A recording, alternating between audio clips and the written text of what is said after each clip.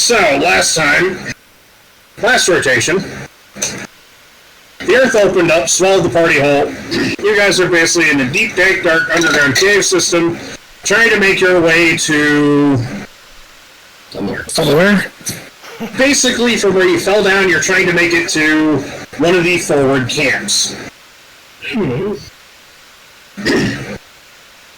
have encountered thus far some weird ruins of weird future tech, past future tech.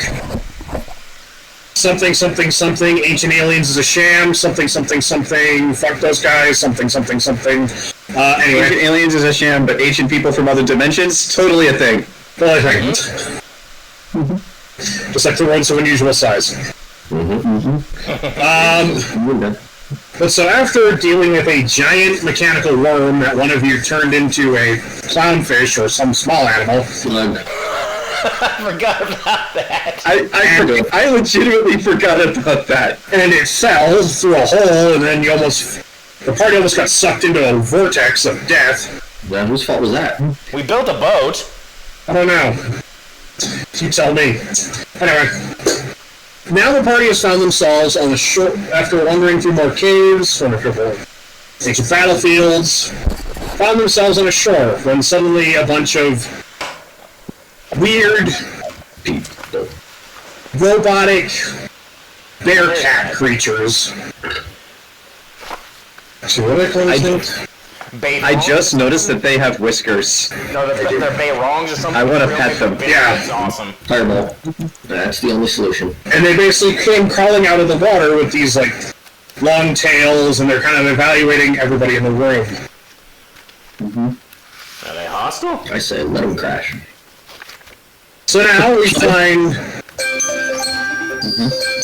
It is night. Jojo was on watch. Shit. And Jojo has wandered off to basically look at these things. Don't worry, screaming death already will wake everyone up. Well, if I recall correctly, I activated my Mantle of Flame, which has a 30-foot radius of light. So now you're glowing. So yeah, this lights up the room, and I did shout at the top of my lungs for the party to wake up. So hopefully my shouting has woken up someone, and I am on fire, so they should be able to see them. That was the whole point of why I did that. Well, there's Nikki right there. I forgot about her too. There she is. Hey, you sound a cute, adorable little robot. Yeah. Oh yes. If something happens to this robot, we're killing everyone in the room and then ourselves. We all agree on this? Calm down. You start first. No. You do it first. Yeah. Alright. So, has combat been initiated, or do I have the chance to do something before that happens? They aren't really doing anything. They're just kind of surveying. Well, since I already shouted for the party, hopefully they're awake, but what I would like to do is, hop onto my broom of flying and just go up into the air, 30 feet. I think that's the range of my broom of flying. Let me check that. Yes, it has a 30-foot movement, so I would like to go up 30 feet. Are we all awake? I know Artie is, but what about everyone else with that shout? I'll say yes. Pushing dexterity, I don't know. No, I'll say you, Jojo yells loud enough that it's kind of hard to ignore her. And with her flame, and now that she's up in the air, can we see these things? Yes, they also are glowing. Their eyes glow, and they've got little, red glowy bits. Put on the ember. Alright, so I'll step over to Nifty over here, and I'll ask her... where's my voice? Nifty, what are those creatures?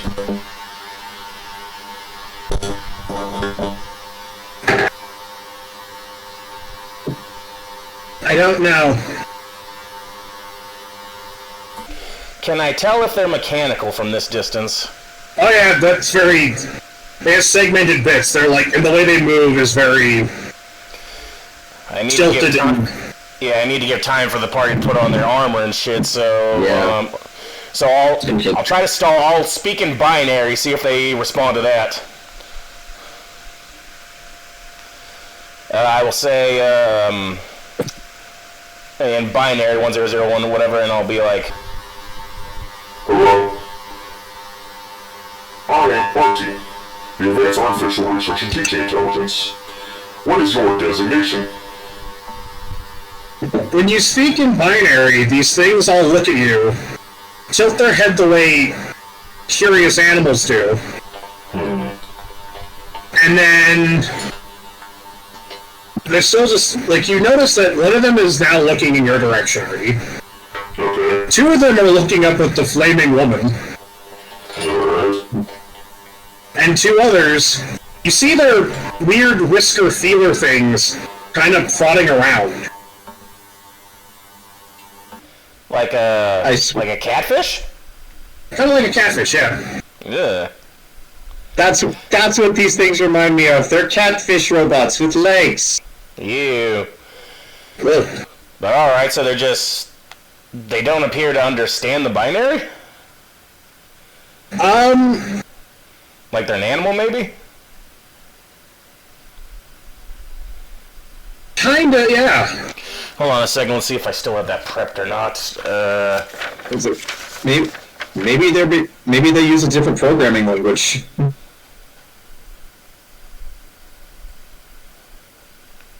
Where is it? I thought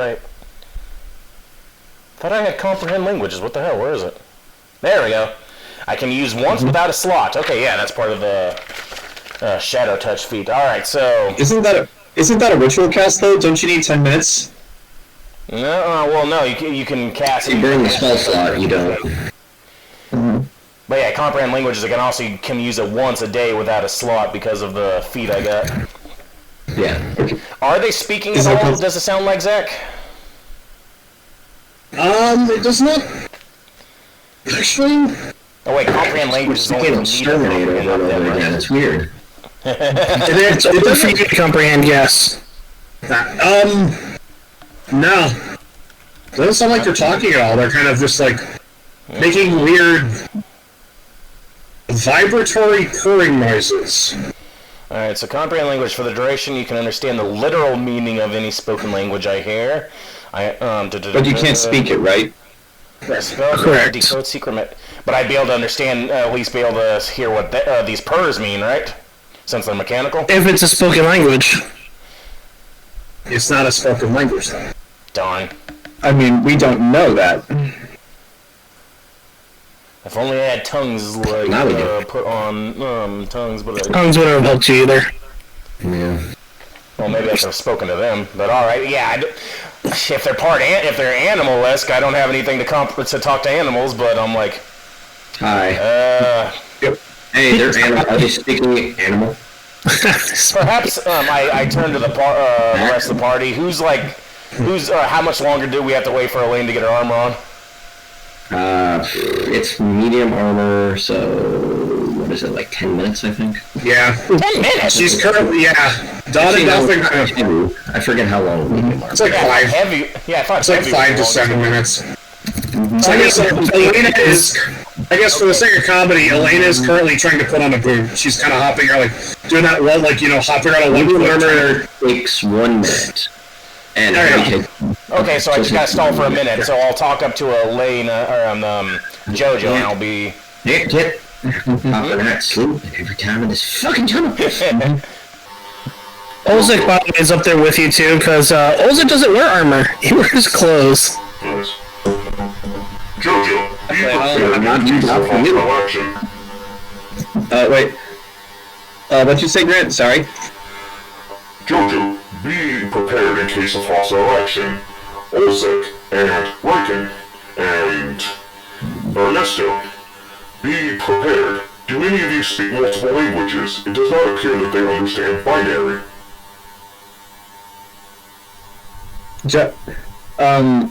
Jojo is gonna have a fireball spell prepped just in case things go wrong. Just goes, I mean, if they're not speaking binary, I mean, I doubt they're speaking common elvish or dwarfish either. I decide to speak goblin.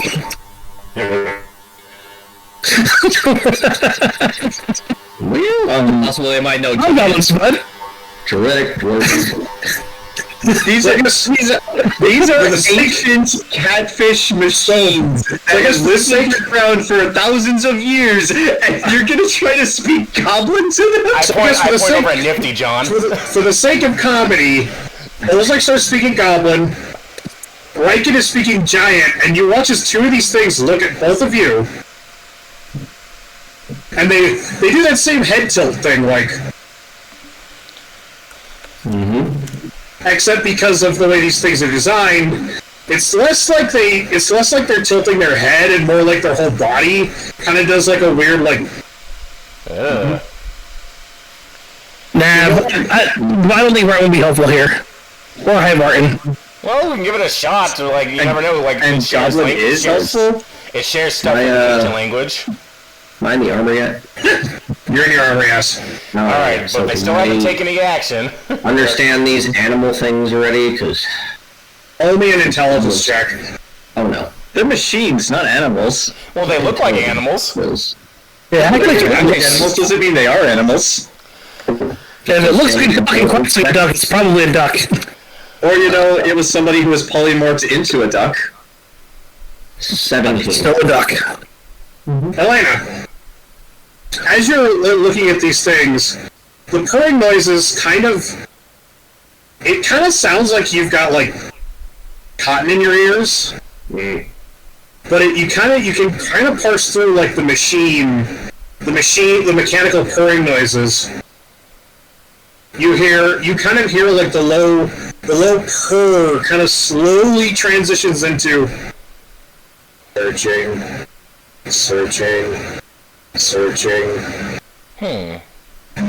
Food found. Initiate extraction. Well, good news and bad news. I can understand what they're saying. That's good. Bad news is we're food, according to them. And you watch as one of these things kind of ambles a little bit further in, and you watch as it opens its mouth, and it starts. You see its paws. Before it opens its mouth, you watch as it kind of digs a little bit down into the dirt, and then you watch as its tongue, and it starts to lick up the dirt. I misspoke. Apparently, the dirt is food. And as it begins to, you see the other ones start to do the same thing in their different areas. Perception and dirt? I feel an urge to fireball this thing. I still have my fireball some traps, kind? just in case something happens. Some kind. Do it anyway. What'd you say, Riken? Think they're groundskeepers of some kind? Ooh. Maybe didn't Elaina say something about food?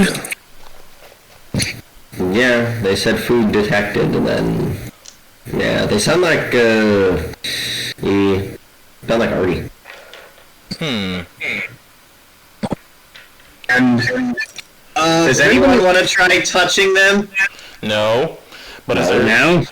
Can I roll Anybody wants to- see if they see anything? well, yeah. If you want to roll perception on the dirt, go ahead. Yeah, Roll per dirt. is perception. Yeah, perception. Nature also works. Sure. Yes. Oh, actually. What is it, Jayson? Nature. I didn't get it at all, Jason. What'd you say? Like, your mic didn't pick up? Oh, you're muted. Nope. Nope. No, might. Yeah, I might have to restart the Discord or something. Leave and rejoin first, see if that works, and then... Yes, survival also works. Okay. I need to bring this up because this might be important. Mental Aflame only works for a minute, so at some point it might just turn off.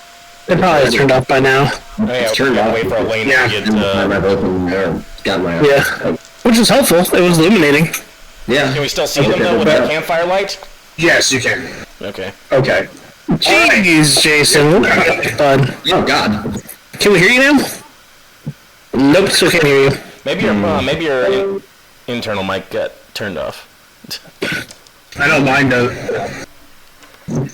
It goes you, the dirt, the words inside the dirt, Popo stool, Kami, then Popo.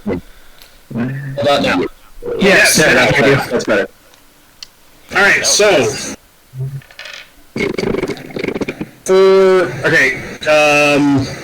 Ernesto, you're kind of like it's dark, all mantle flame goes out and you're kind of more like you're prepped to see if these things like suddenly leap up, you're kind of like distracted.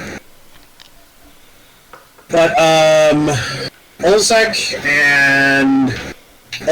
and Artie, you see that there's something in the dirt. Like they're not specifically just. You see when they dig down, they reach a point, and they lick up something, and they dig further. It's kind of hard to see in the camp light. Oh wait, can I see with my night vision though, or is it not real? It's kind of obscured because when they open their mouths, there's a little bit of glowing bits inside their mouth too, so it kind of obscures it. Artie or Riken and Elaina. Mm-hmm. You both kind of reach the like. Your both experiences in the wilds and out in surviving and in nature and on the mountains.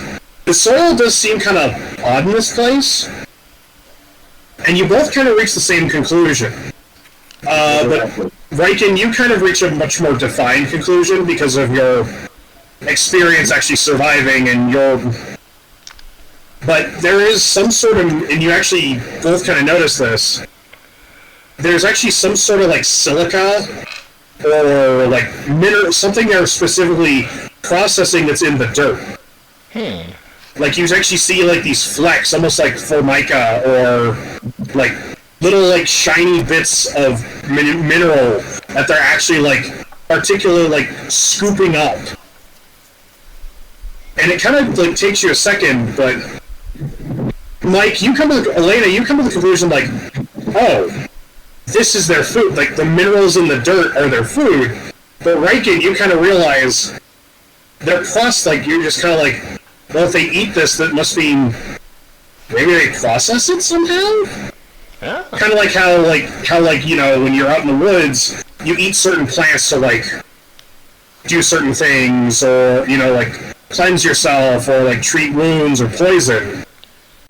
So you kind of get yourself... Just for clarification, they're eating metal? Not metal, they're eating, like, mineral deposits. They're eating the ore of metal. Insane. Okay. We lost you again. Check your input, Jayson. Oh, wait, no, yeah, now I can hear it. Oh, you're just talking kind of low, your mic didn't pick it up. Yeah, speak loud right now, Jayson, speak loud. Nope, he's gone. Not picking up. We're gonna get you a dedicated mic. Maybe Discord settings? Maybe it's popping and it's trying to silence you? Nope, nothing. No, I think it's your input.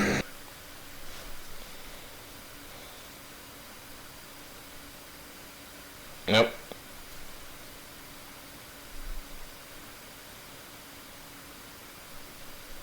Nope. It's weird, because like, I hear like one word and then it just... I'm not hearing any words. I got one word and then it suddenly... Yeah. Well, open device manager and see if anything has a triangle with an exclamation point on it. Specifically your mic, maybe.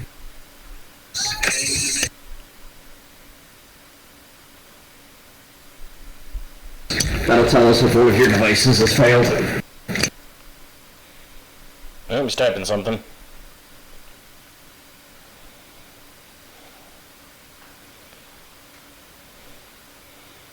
Well, at least they're not attacking so far, as long as we just let them eat their dirt, unless they try to start eating our weapons. I mean, Grant, but I'm gonna give you another thing. We are level 7, and we're very close to a level up, and they are full of juicy XP. Do we know that's not how this game works. I mean, Not how any of this works. it's disappointing. That's not how any of this works. I've decided to use an XP system. Got it. What are you doing? Targeting the children. They're full of XP. I use a blend of like experience point stuff. It's like, okay, did you reach collectively? How much did you reach? Yeah, that seems close enough. Hey, Zach. Milestones just easy. Just while we're waiting for Jayson, so like, Jojo is not experienced in robots or Warforged. However, she does know her history. She did spend an awful lot of time reading in her home. Just based on the history that Jojo knows, particularly of the Endless War and what we've seen out here, is she at the very least tangentially familiar with creatures like this? Can I make a history check to find that out? No. Okay. We went from These worms to bear cats. Like the ecology of this place is strange. Well, they're all robots. Yeah, but who designed them like animals? All right, Jayson, say something. No, not yet. Yeah. What in the heck? What's going on? Maybe if we Google it, why is It could be something failing. It could be if he opened up Roll20 and clicked the option to have it use his mic. Oh, let's tell that Can to do look that. back. I tell it to I mean, disable it. you can still type it. Like, he's still here. Right, but the problem is that it's here, but the problem is that it's little, Also, maybe he's got to go into Discord and say which microphone he's using, because sometimes it'll default to the one. Like I use this, so it defaults to this, and I make sure it stays on this. I still got my same old Logitech I've had forever. I'm gonna pause recording until we get this figured out. Getting back on track. Like maybe these things just don't know what we are, so they're just like ignoring us because they don't know how to process us. They're just like, oh, they're just things. They're not harming us. It's cool. Yeah, but That's the first stop. what'd you say, Mike? The problem is it's an animal, and that's the first problem. Is it though? I mean, Yeah, they're machines. Light on fire, rising. it's just like the worms are tunnel diggers, but they're not actually worms. I don't think. Wait, shouldn't Elaina be loving this? Because, like, this is the antithesis of nature? Like, this is everything she should love? I mean, don't you worship the god of machines? Yeah, replacing animals with robots. It's perfect. I mean, yeah. Partly chose him, because it was a default of what's against nature. Like a perfect. So then, yeah, like... Solana situation right there. No, I don't know for sure. We'll figure that out later. But yeah, like, should you be all over this? It's just like, something that's unnatural Yeah. replacing what's natural. You just missed what he said. Yeah. Jojo, this is probably not too much. Alright, so Riken, Jayson, did Riken tell everyone about them eating the middle? Yeah, Riken said, I put in the chat, Riken said, it looks like they're just maintaining themselves. And they don't appear to be hostile at all so far? They're not even like, they're just glancing at us? They're just eating some kind of mineral in the dirt. Sometimes when you're out in the wilds, you eat stuff to kind of keep you going. You live off the land. This might be what these things are. Maybe it's some kind of, I don't know, last order they received, just to keep themselves maintained or something. That's weird. I mean, if they act like animals, self-preservation, right? Right. I look down at Trixie. I went, Trixie, or Nifty. Nifty. Nifty. Perhaps it would be prudent to get on my back in case they do act like large predators. Also, in the fact that they don't start eating our equipment. Oh, yeah. Or Artie. Yeah, Artie, what I'm wearing. The Nifty goes, okay, and she very slowly ambles up Artie's back. Hey, Zach. Yes. When machines are built, it's usually for some kind of purpose. Like, Artie has a purpose. He was a dictionary before he was what he was now. Just like, can I tell if these things look like they were built for some kind of purpose? Could I tell what that might be? Roll me an intelligence check. Okay. Diggers and the worms and metal eaters. Just straight intelligence. Yes. Okay, that's actually not that bad, but not great either. 13. Maybe, but it's very hard to tell. I mean, these are kind of... Yeah. Again, robots aren't my specialty. In fact...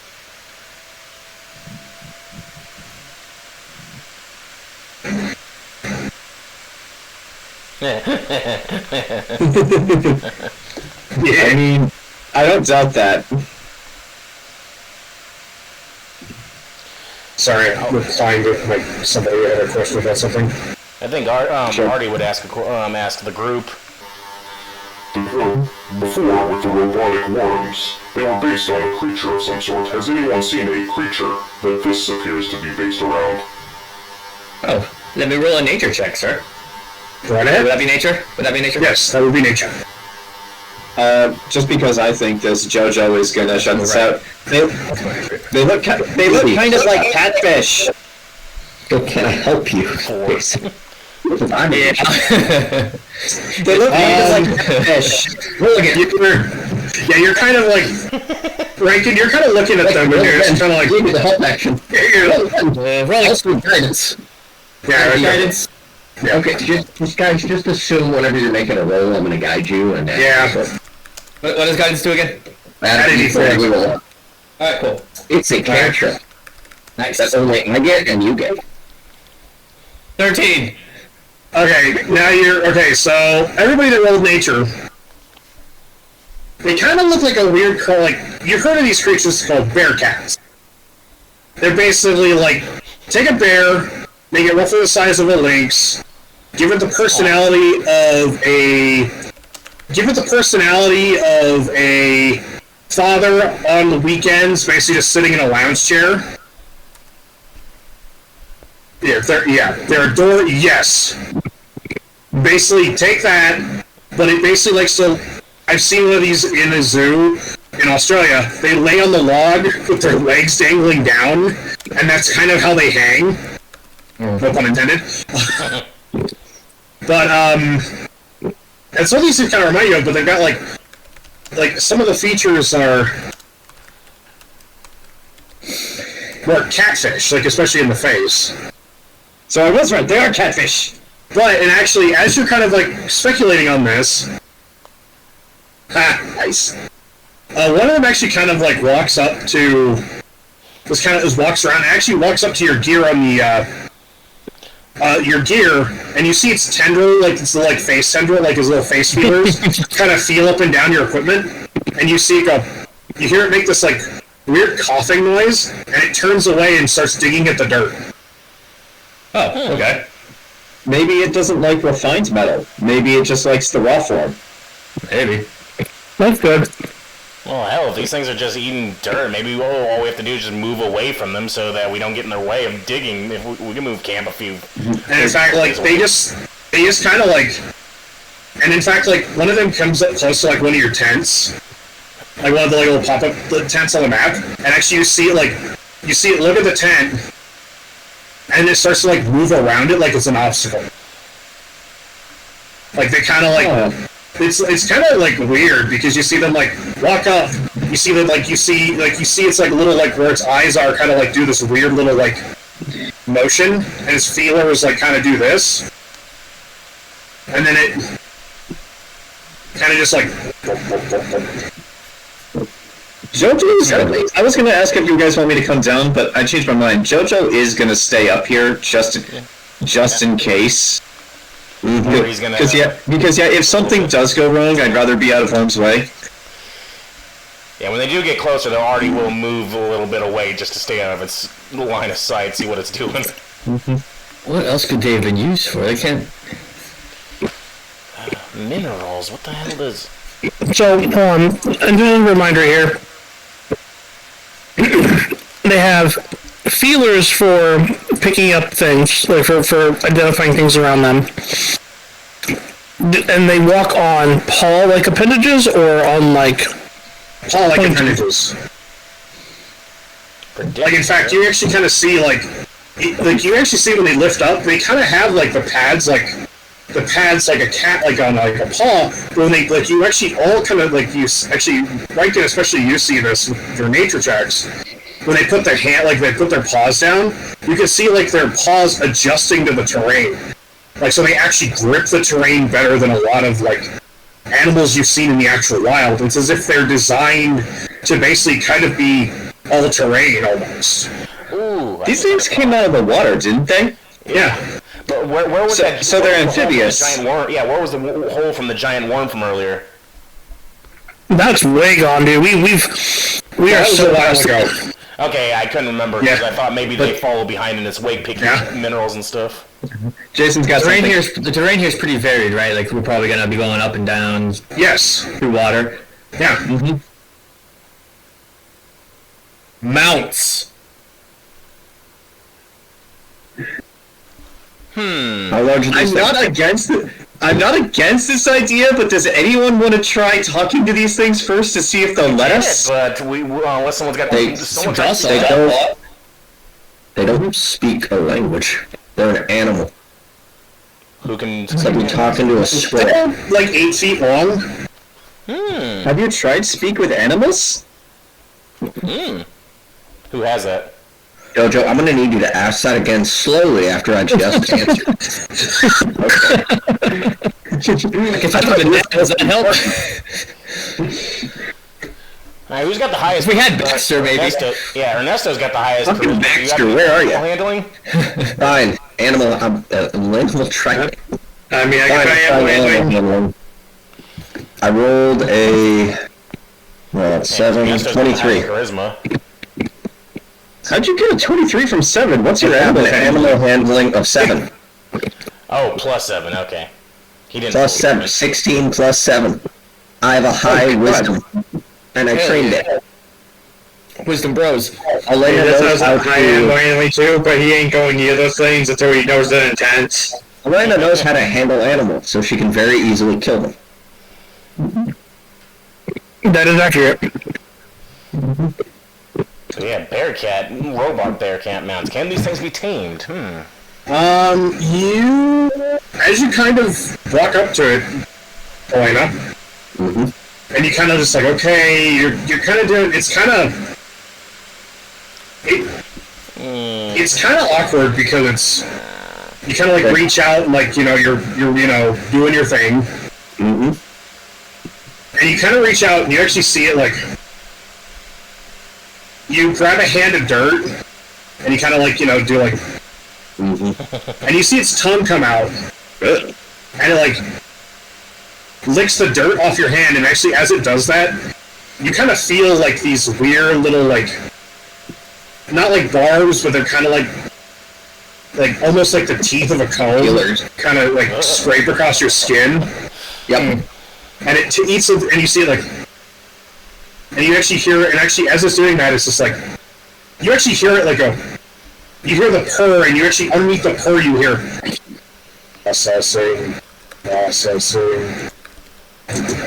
and then it's like, Taste for human flesh. I believe it. and I need you, and as you roll ball enough that I'll give you this, you actually hear it like,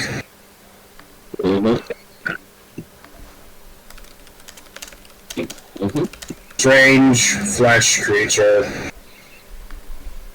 Processing. Strange flesh creature. Get fucked, kid. Wow. And it's just like, Anybody hurt? yeah, it's like, it's kind of, he kind of like actually starts looking you up and down. Analyzing, detecting weak points. No, but it's like, determine non-threatening capabilities. 'Tis soft and squishy. That's not wrong, act. And then as you're kind of like, and you do reach your hand out, you touch it, you notice that its plates, when you touch it, like the plates that make up its shell, kind of give a little bit, as if it's kind of got like as if it's meant to like kind of, Kind of like almost like it's made. Not a regular look at Yeah. And actually, like it's kind of like almost like it's like soft skin and fur, but it's like you're getting like this weird feedback where it's just like it's like petting an animal, but at the same time, it's like scraping your hand across a fucking like plate of armor. Is it hot or cold? It is cold as shit. Yeah, they and were your water. yes and your no. Well, it's cold. It's cold, but then you get to these like little pockets where like it clearly vents like heat, and you actually because you rolled so well, it actually kind of like it puts its paw on your puts its paw on you, and you feel that like thing, and you actually feel like the process, like it kind of does like it kind of puts a paw on you as if it's like assessing you. Non-threat to creator. Didn't the worm mention something about a creator too? Did he? I don't know. I mean, Jojo doesn't say that because she doesn't know that, but I'm just bringing that up. It did. Notes. It did. The worm did say. The worm did yowl something about the creator. All right. So, but only Elaina knows this right now. Only Elaina knows. And it also says this.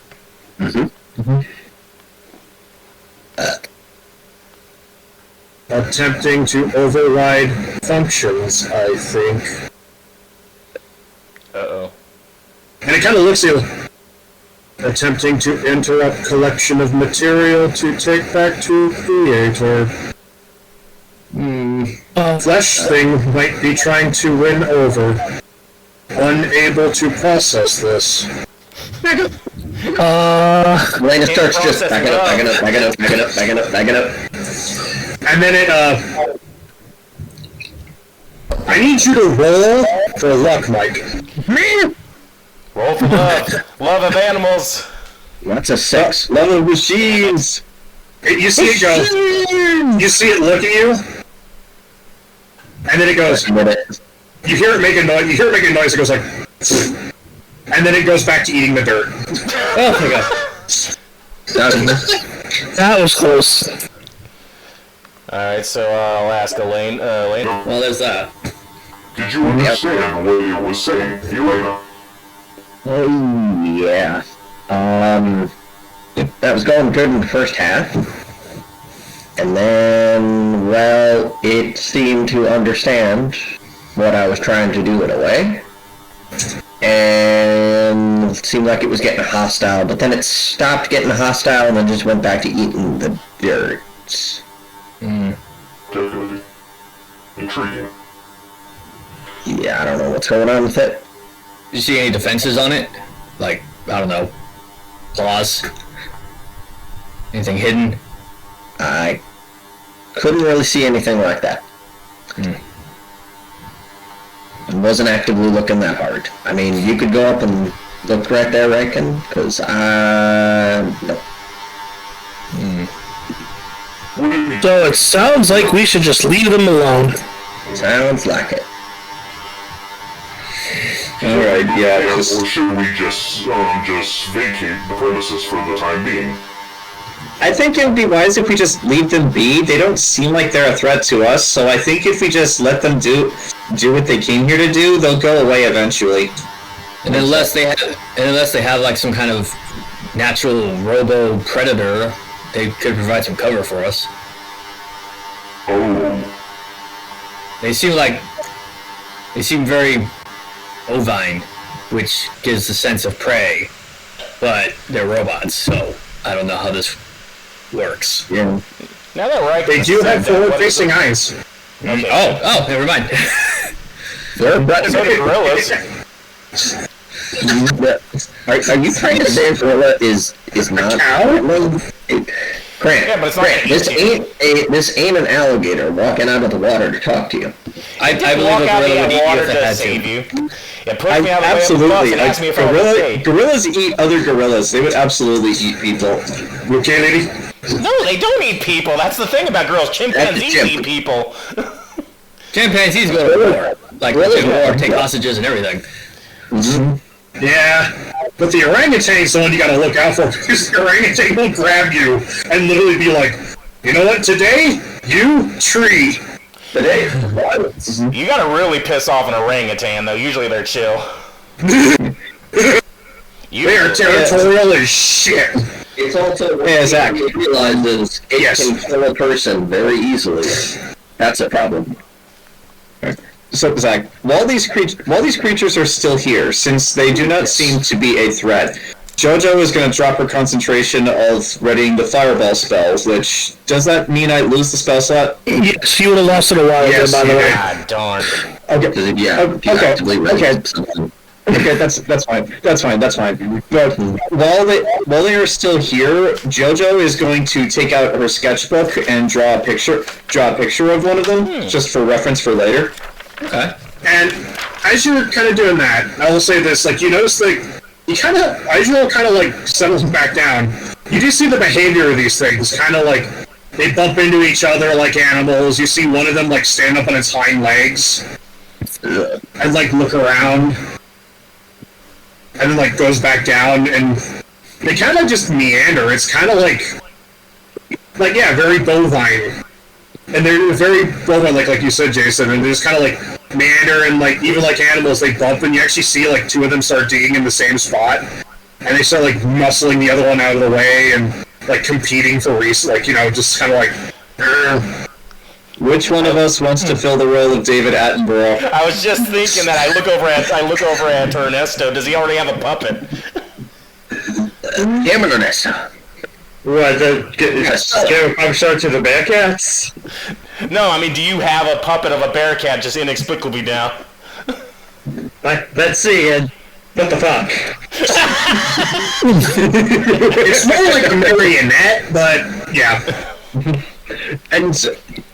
And so the wild robo catfish bears come forth from the water and dig for their nourishment. Seriously, if we ever meet that cat, I'm going to have to ask him, why can't I just do this subconsciously? And you know what? Makes sense that we all start thinking this way. It's great. And after, like, about an Docile hour, creatures by nature, the robo catfish bears are non-threatening creatures. So we do not attack almost threatening. Attenborough, get back in the booth.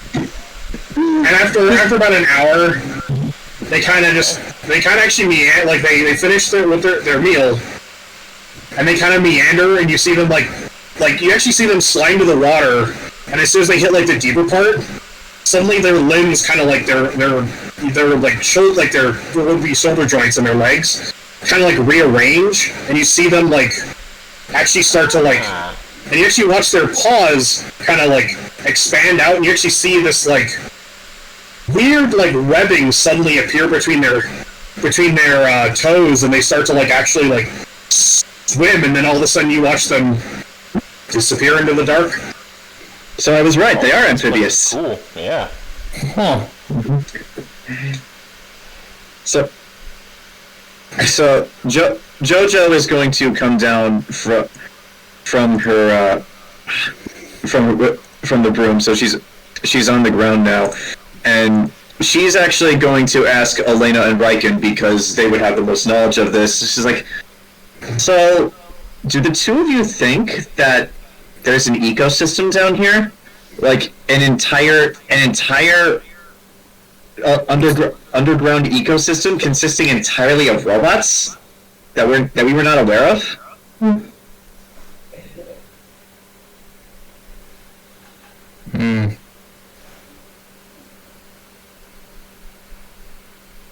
What do you think? I study history and magic, not nature. This is outside of my expertise.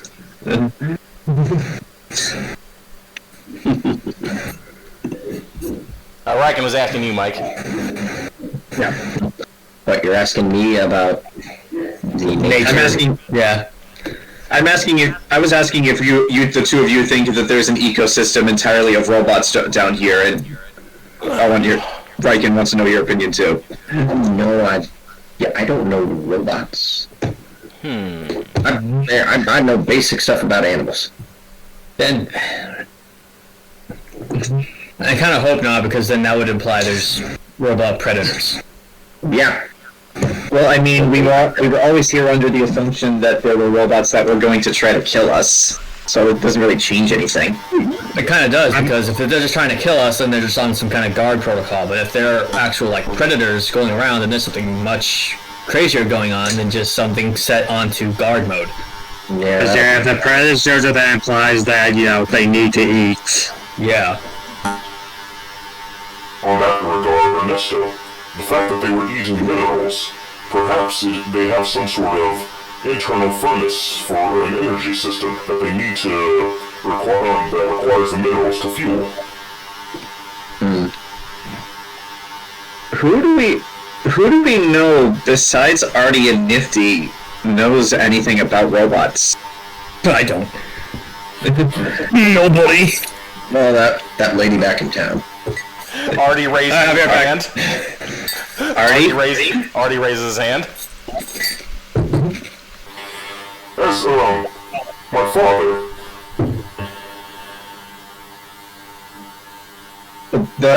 Wasn't he kidnapped? Oh no, I don't know that. Never mind. I mean, it's not really a question we can ponder all that much, because none of us are experts, right? Or can we ask an expert? Yeah, you guys know him, because, the librarian talked about him before. Or not the librarian. Was it the librarian, or was it Matthew the Hunter? Someone talked about, so that's, because I asked them after Lars. the werewolf, yeah. Yeah, Lars was saying something about...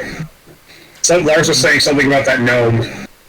Yeah, after Artie asked for his name, Orville.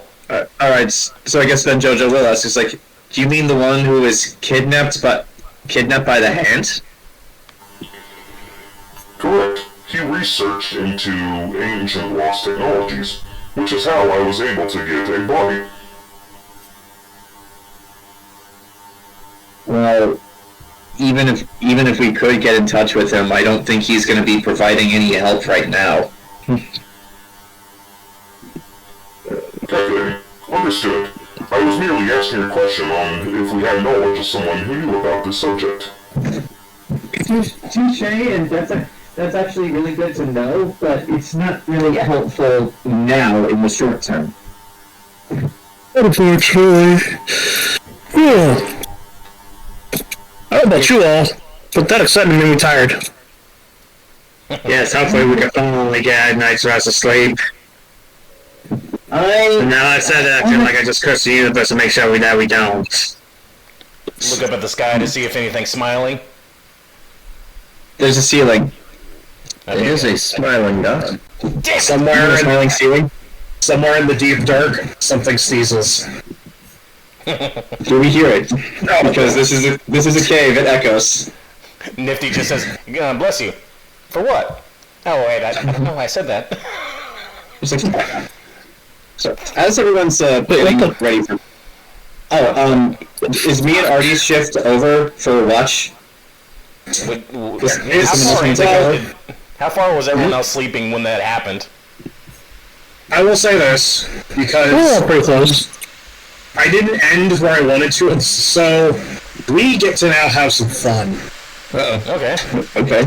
So, initially what I wanted to do, just a little above the table shit, I want to do with this game every time we end, because this is meant to be a long dungeon thing, I was going to do like a brief skip, and then like the next thing would pick up with you guys like traveling through a different part of the cave. However, I don't want to roleplay a month's worth of travel.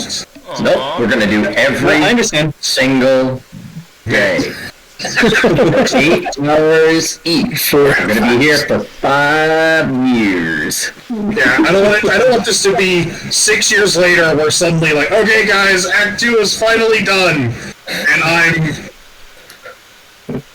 So we're going to do Act 2, And we're 40. So we're going to do a brief time skip. Okay. I want to get off the... look, Look, I want to be 40, and this game done. Like this game is done. Yeah. So we are going to do a little bit of a montage. Even Rocky had a montage. Can we at least roll for luck for things to happen? Yeah, we are going to be rolling for luck. For shenanigans. Oh crap! Riken got dysentery. Can I have a conversation with Artie privately as part of this montage? It can just be like, I guess, any day when we're walking. Yeah. Just like, I roll to try to gather plants for future potions. Alright, so okay, everybody, roll for luck, and we're going to see what happens. Straight luck, huh? I don't know if I'm going to roll really high or really low. I rolled exactly in the middle. Well, that can't be good or bad. I don't know. We'll see what happens. It's like It's like being hit with the rolled up newspaper. It's bad, but it doesn't really hurt at all. What are you talking about?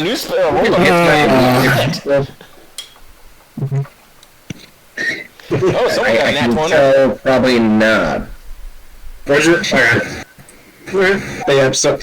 So like one day while we're walking, Jojo is going to single out Artie, and unless anyone has any objection. I will say this: if anybody, before we do the montage, if anybody wants to talk to anybody in particular, like anybody in the group, just let me know. We can roleplay that. Okay. But yeah, I just want to talk to Artie, so this won't take long. Voice up. Just want to talk. Unless anyone has any objections, Jojo is going to take over backpack mode again for Nifty. Oh yeah, it just like fits around you better probably than my back. Yeah, you can carry her. I'm smaller. Alright. But yeah, like, Jojo is going to single out Artie one day, just like, Artie, Yes, Jojo. I have an idea for something if we ever get out of these caves, but if I have even a shred of a hope of a dream of making this a reality, I'm going to need your help. Specifically, your help. What assistance do you require?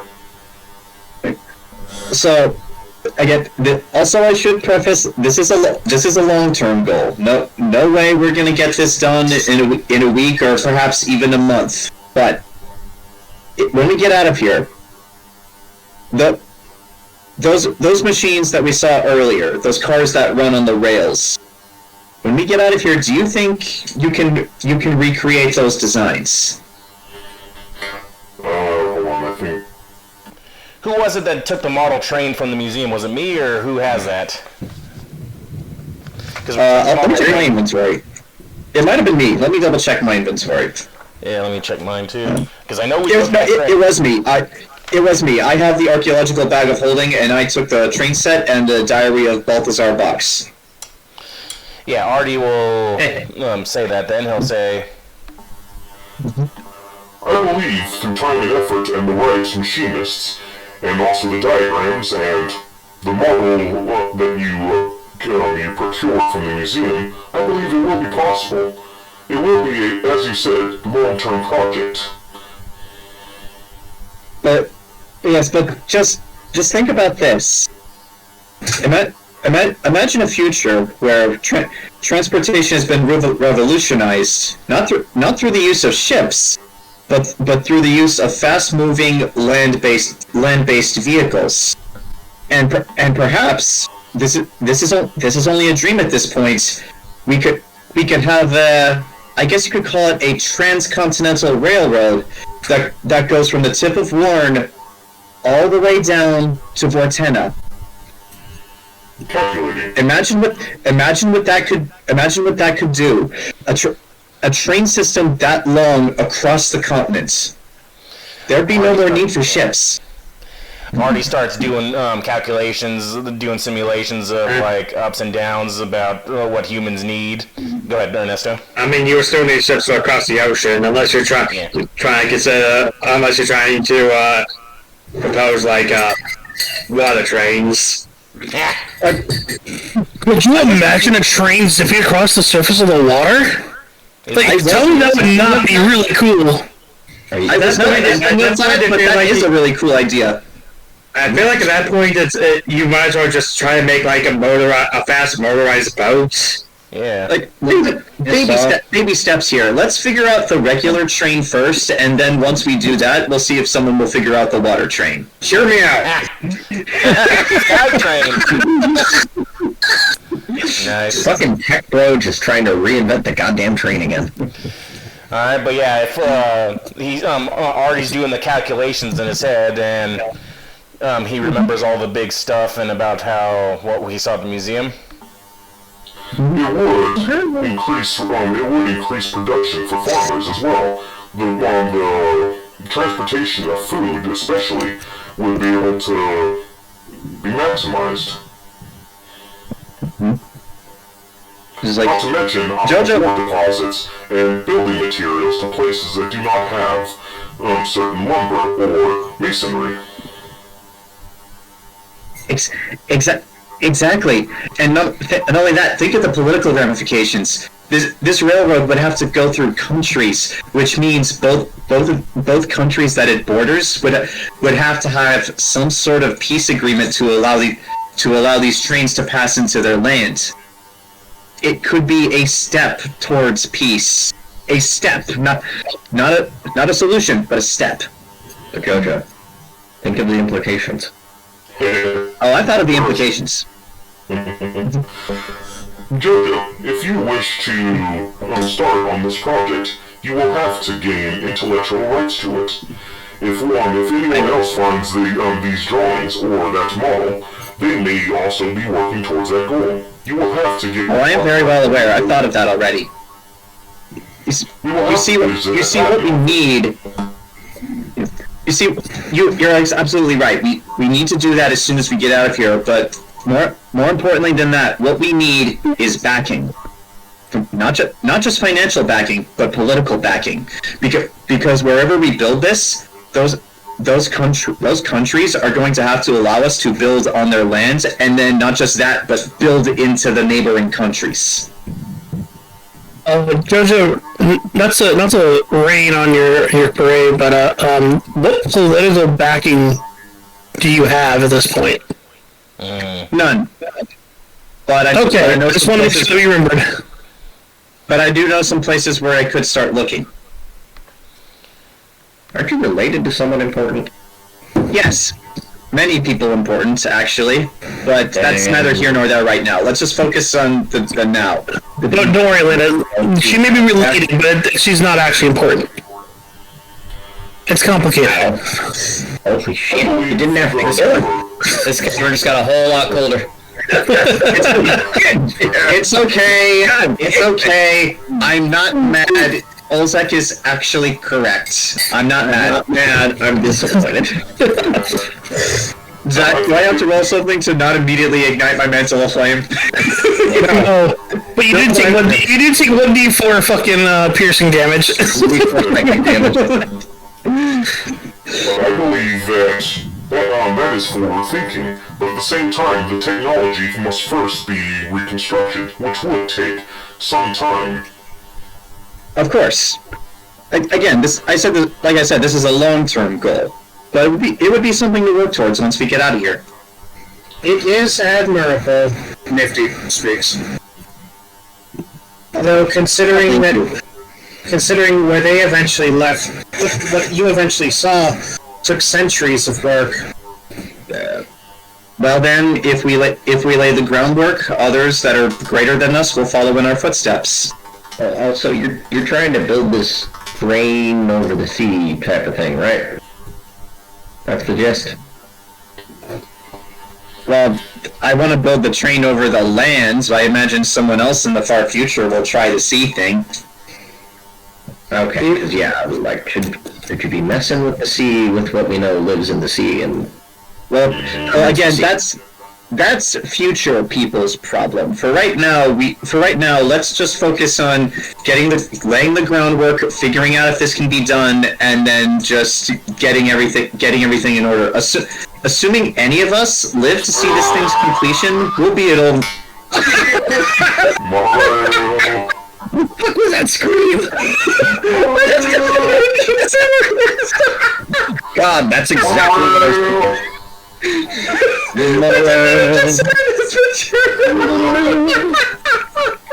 Mono. Jojo, why are you wearing a barbershop outfit? Because I've lost control of my life. But Hey, you know what? This is actually pretty snazzy. Hey, we all do a little bit of trolling here. nifty. In my lifetime, the little girl, right? She goes. In my lifetime, there were people that did try to build such a thing across the seas.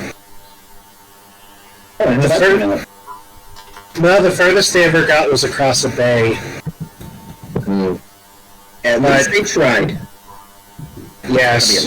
Tough to make that. Oh yes, it took years. It took years. Yeah, like It took years.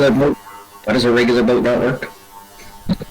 Well, they did rely primarily on ships because, well, the short distance across the bay was fine for this infrastructure. People did propose trying to build something that would span the entire ocean. However, considering storms, drift, and of course, well, by that point the oceans were incredibly toxic. No. So perhaps it would be best to just stick to land-based trains. Also, Actually, yeah. before it becomes Not an like international land-based creation, trains. What do those produce, international Nifty? creation, Right? What'd you say, Grant? What'd you say, Everyone's talking. Mike? Alright. What do you say, Mike?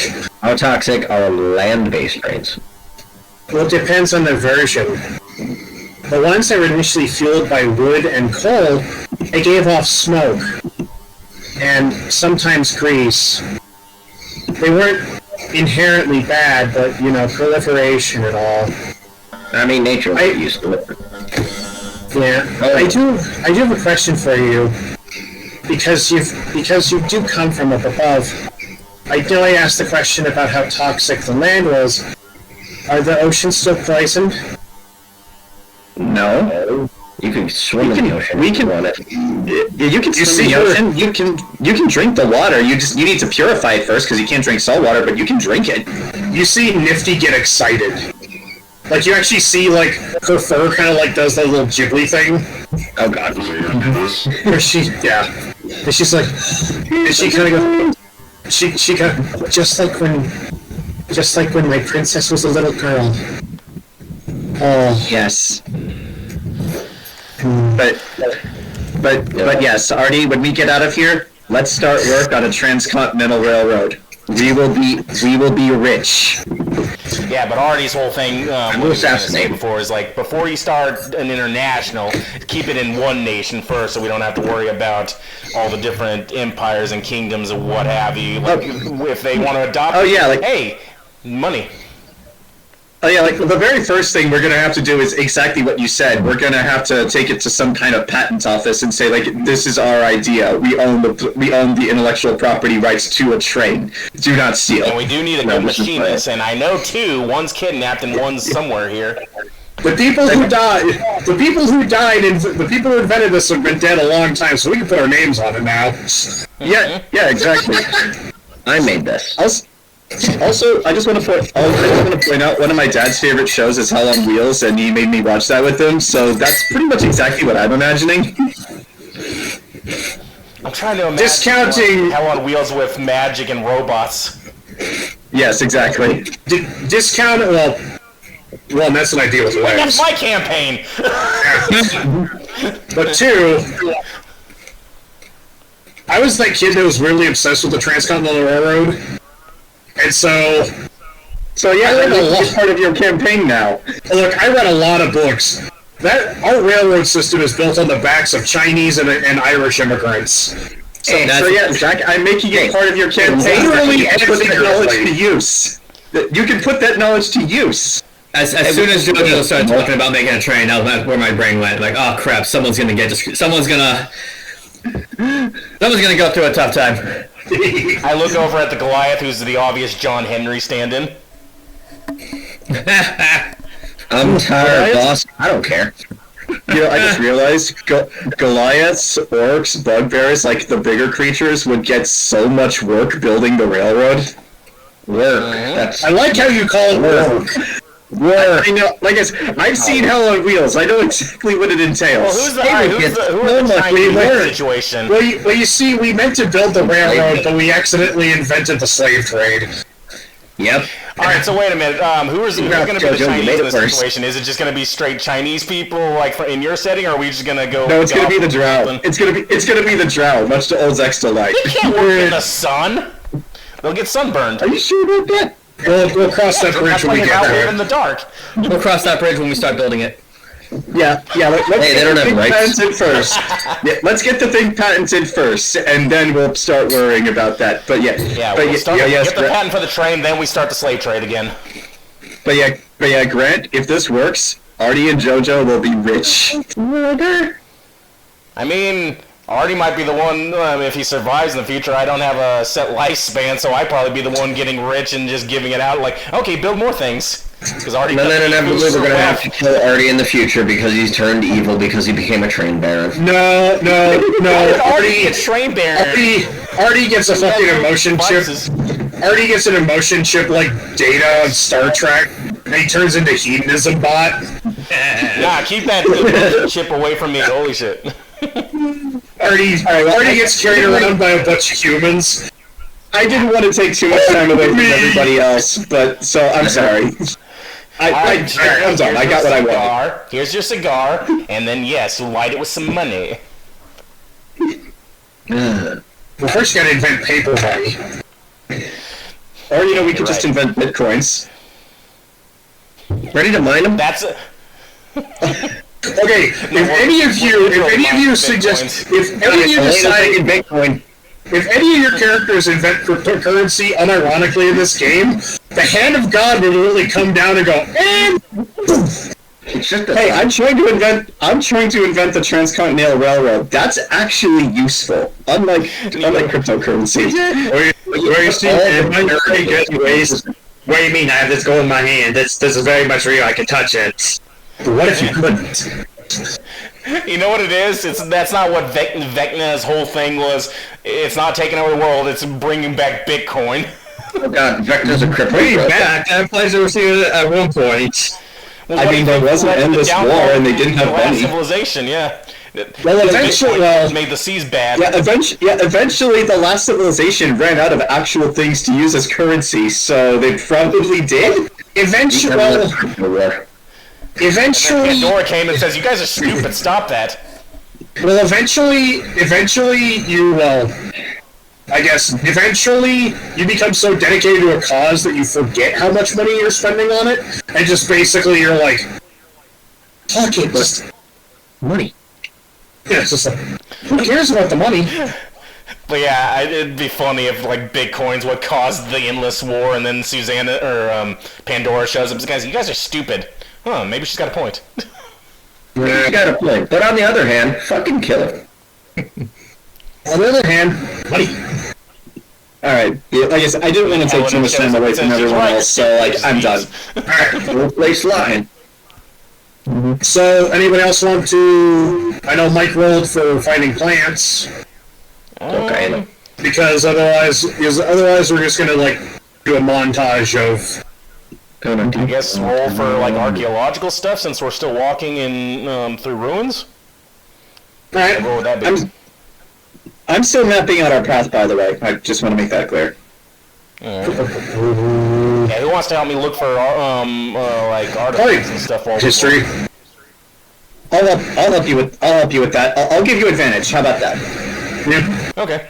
This will be history. I also have proficiency in history. History is archaeology. Okay, let's see. Yep. That. I have something too when Grant's done. Okay, something quick. Yeah. Well, since I know Mike already rolled for it, what plans did Elaina find? Yeah. Oh, did Mike roll for it? I don't. He did. No, that was he messaged. Yeah. I rolled in secret because I was like, well, this is going to take a while. Okay. Even as you mentioned transcontinental, I'm like, well, we're going to be here, Yeah, Mike, you rolled stupidly well, so you basically, Yeah. you have restocked. You restocked.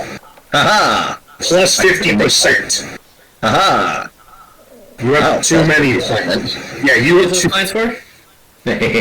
Potions. I gave everyone potions at one point. You should have all written it down. I do have them. I did. have them. I did. But the problem is now it takes time to make them, and I can't really, do that while we're moving. Also, you're probably getting a lot of that glowing blue fungus stuff, too. The light. Okay. Yeah, so... Well, if it was the potions that I have, then I'll just restock that. And in the background here. Write that down. I rolled a 25 for artifact stuff. And whatever Riken wants to do. Riken? I'm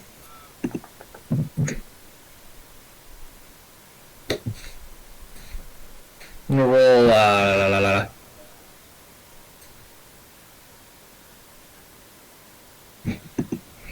survival to make sure we're not being followed. Hey? That's wise.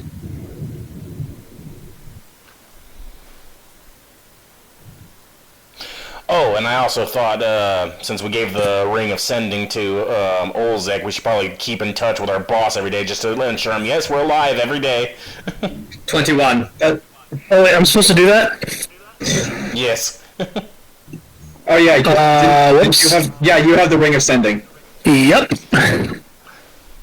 21. Alright. Yeah, you're, as you're kind of...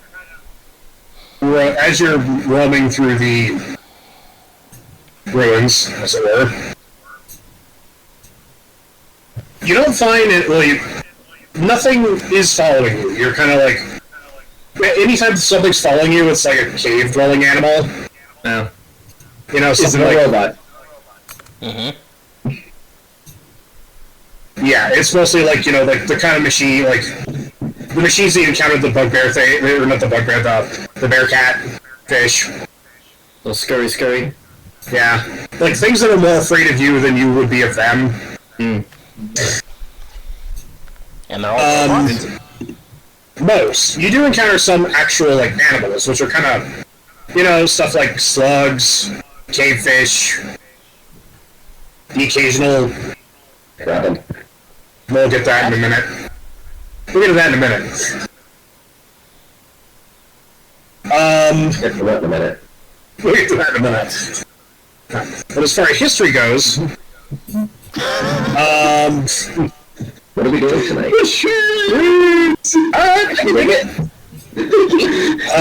but as far as archaeology goes, some places where you set up camp, you do find minor trinkets, little things. A couple of you actually find a couple of canteen, ancient canteens. And you roll well enough. the archaeology bag. You do manage to find a flask. Ooh. An unopened flask, and when you shake it, it's got something inside. Identify. Right? I should probably respect my spells and my use of mental flame. Without opening it, it is many thousands of year aged corn whiskey. Oh, God. So it's probably jet fuel by this point. Drink it. Drink it.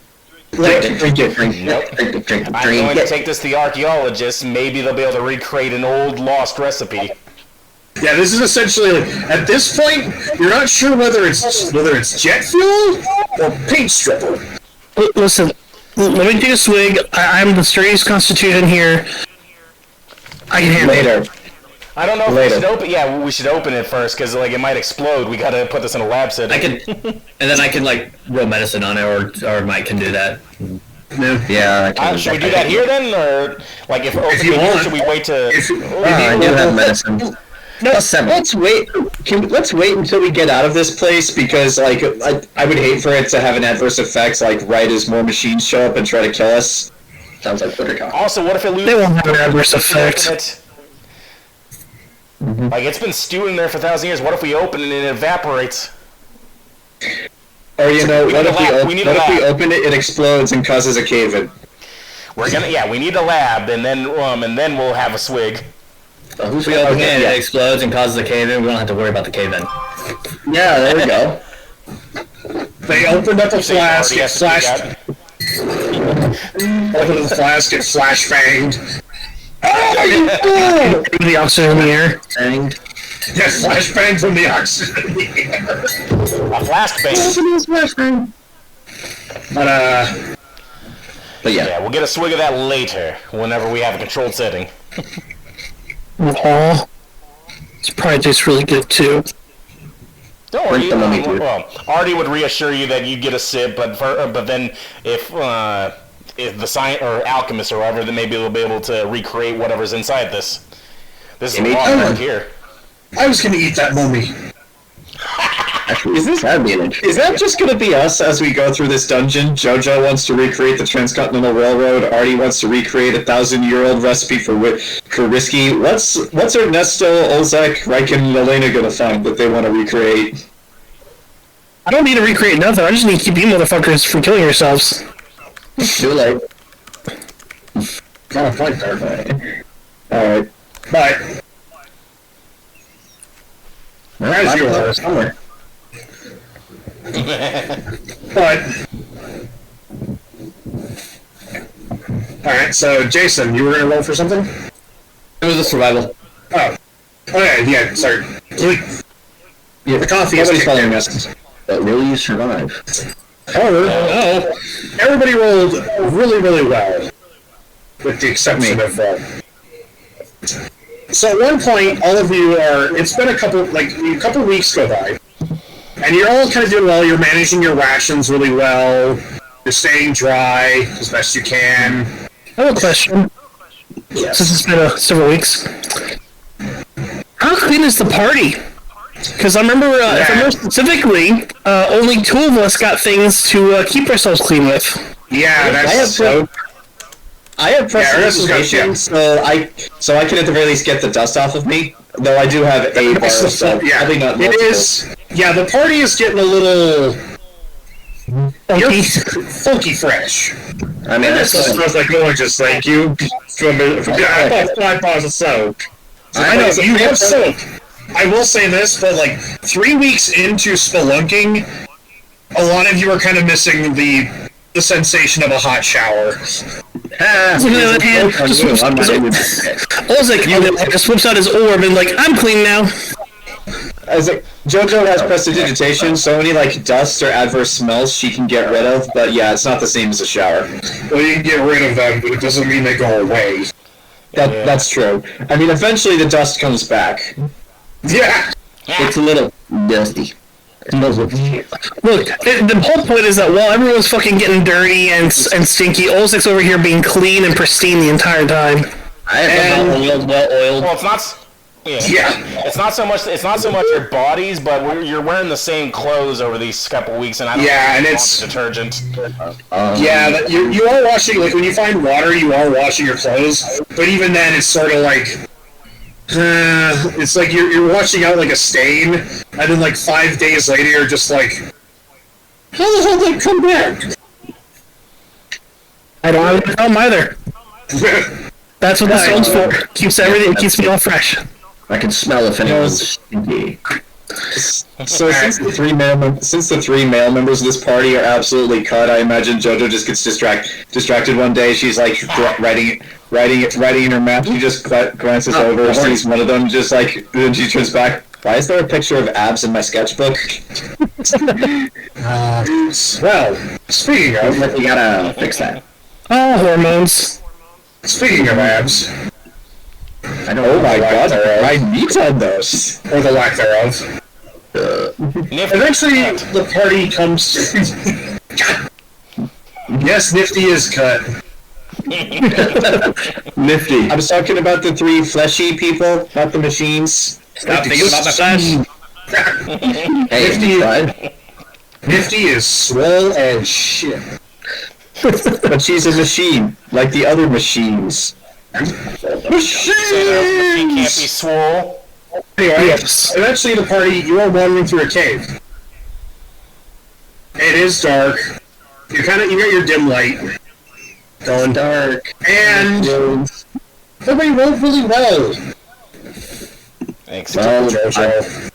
I have passive perception of 19, so... Yeah. So, as you're kind of going through this cave, I don't know if I can see it. Elaina, Yes. you hear something above you. I hear drums. They are coming. And that's when Jojo, as Elena's kind of like, everybody's kind of like, Elaina, your perception is good enough that you kind of let everybody, like, keep your head down, kind of just keep moving. Jojo, you look up as suddenly a shape passes before your eyes. A very flying rodent. A bat flies in front of you. I need you to roll me. What would this be? What's the thing to keep your cool? What's a fear check in this game? Wisdom? You do dexterity. Well, I rolled a 6, so whatever the roll is going to be, it's not going to be great. Oh, so actually, yeah. Dex. As you're walking, you see the first shape fly in front of you, and you're just like, what the hell was that? As suddenly, a bat flies straight into your fucking face, and your vision fills with squeaking, screaming bat.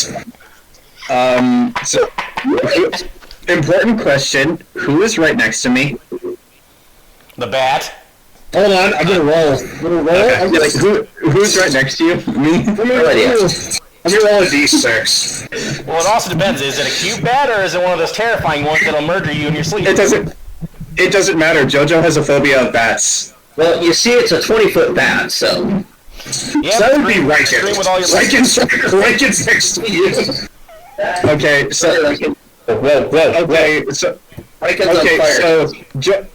Okay, so I'm not actually going to do this because these are noise-canceling headphones, but Jojo is going to scream at the top of her lungs, cast burning hands in such a direction that it doesn't hit her face to try to get the bat off of her face, and immediately after she does that, she's going to just jump right onto Riken and just grab his bicep and hold him. Just like, did I get it? Are there more?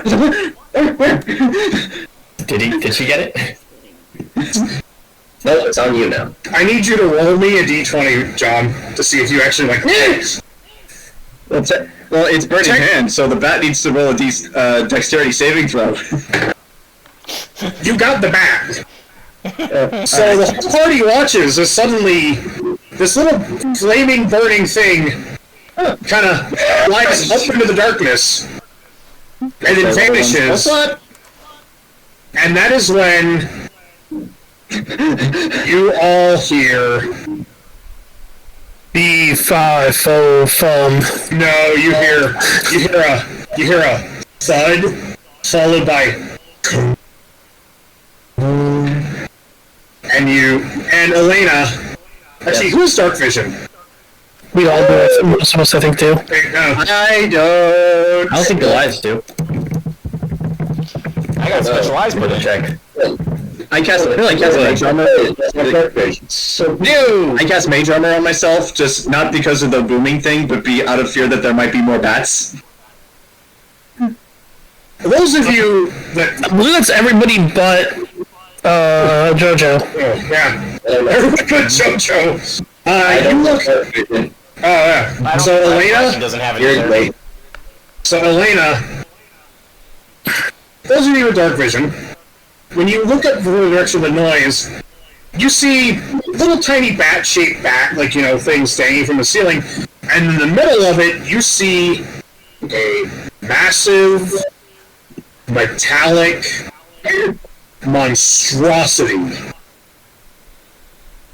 clinging to the ceiling, Jojo, nestled around the bats. Jojo, when we get out of here, we need to talk about keeping your head. Jojo's hyperventilating. She doesn't even hear a word you say. Keeping her head. Not keeping her head down. Keeping her head. Wait, is it like around the bats, or is the bats around it? The bats are around it. Quick question. Oh, okay. Yes? Would a medicine roll help to calm down a panicking patient? Per D&D, no. However, I believe in psychology, so yes. Cool. Doing that to calm Jojo down. If that's cool. This is cool. I would have cast like that this. if this was like Baldur's Gate, but But yeah, this is actually on my character sheet. Jojo has an irrational fear of bats. Bats kill their family. Can I just whip on my banjo and just play like a mellow tune to try and help calm it down? Check the bats! Actually, yes, you can. And to your roll, Jayson, add a d6. Nice. Thank you. Appealing to the DM's sense of psychology. Yes. Wait, isn't your sister a psychologist?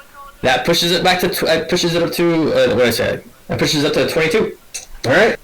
So yeah, Jojo, with the combination of the losing tones of the banjo in the dark, which I realize should not calm anyone down.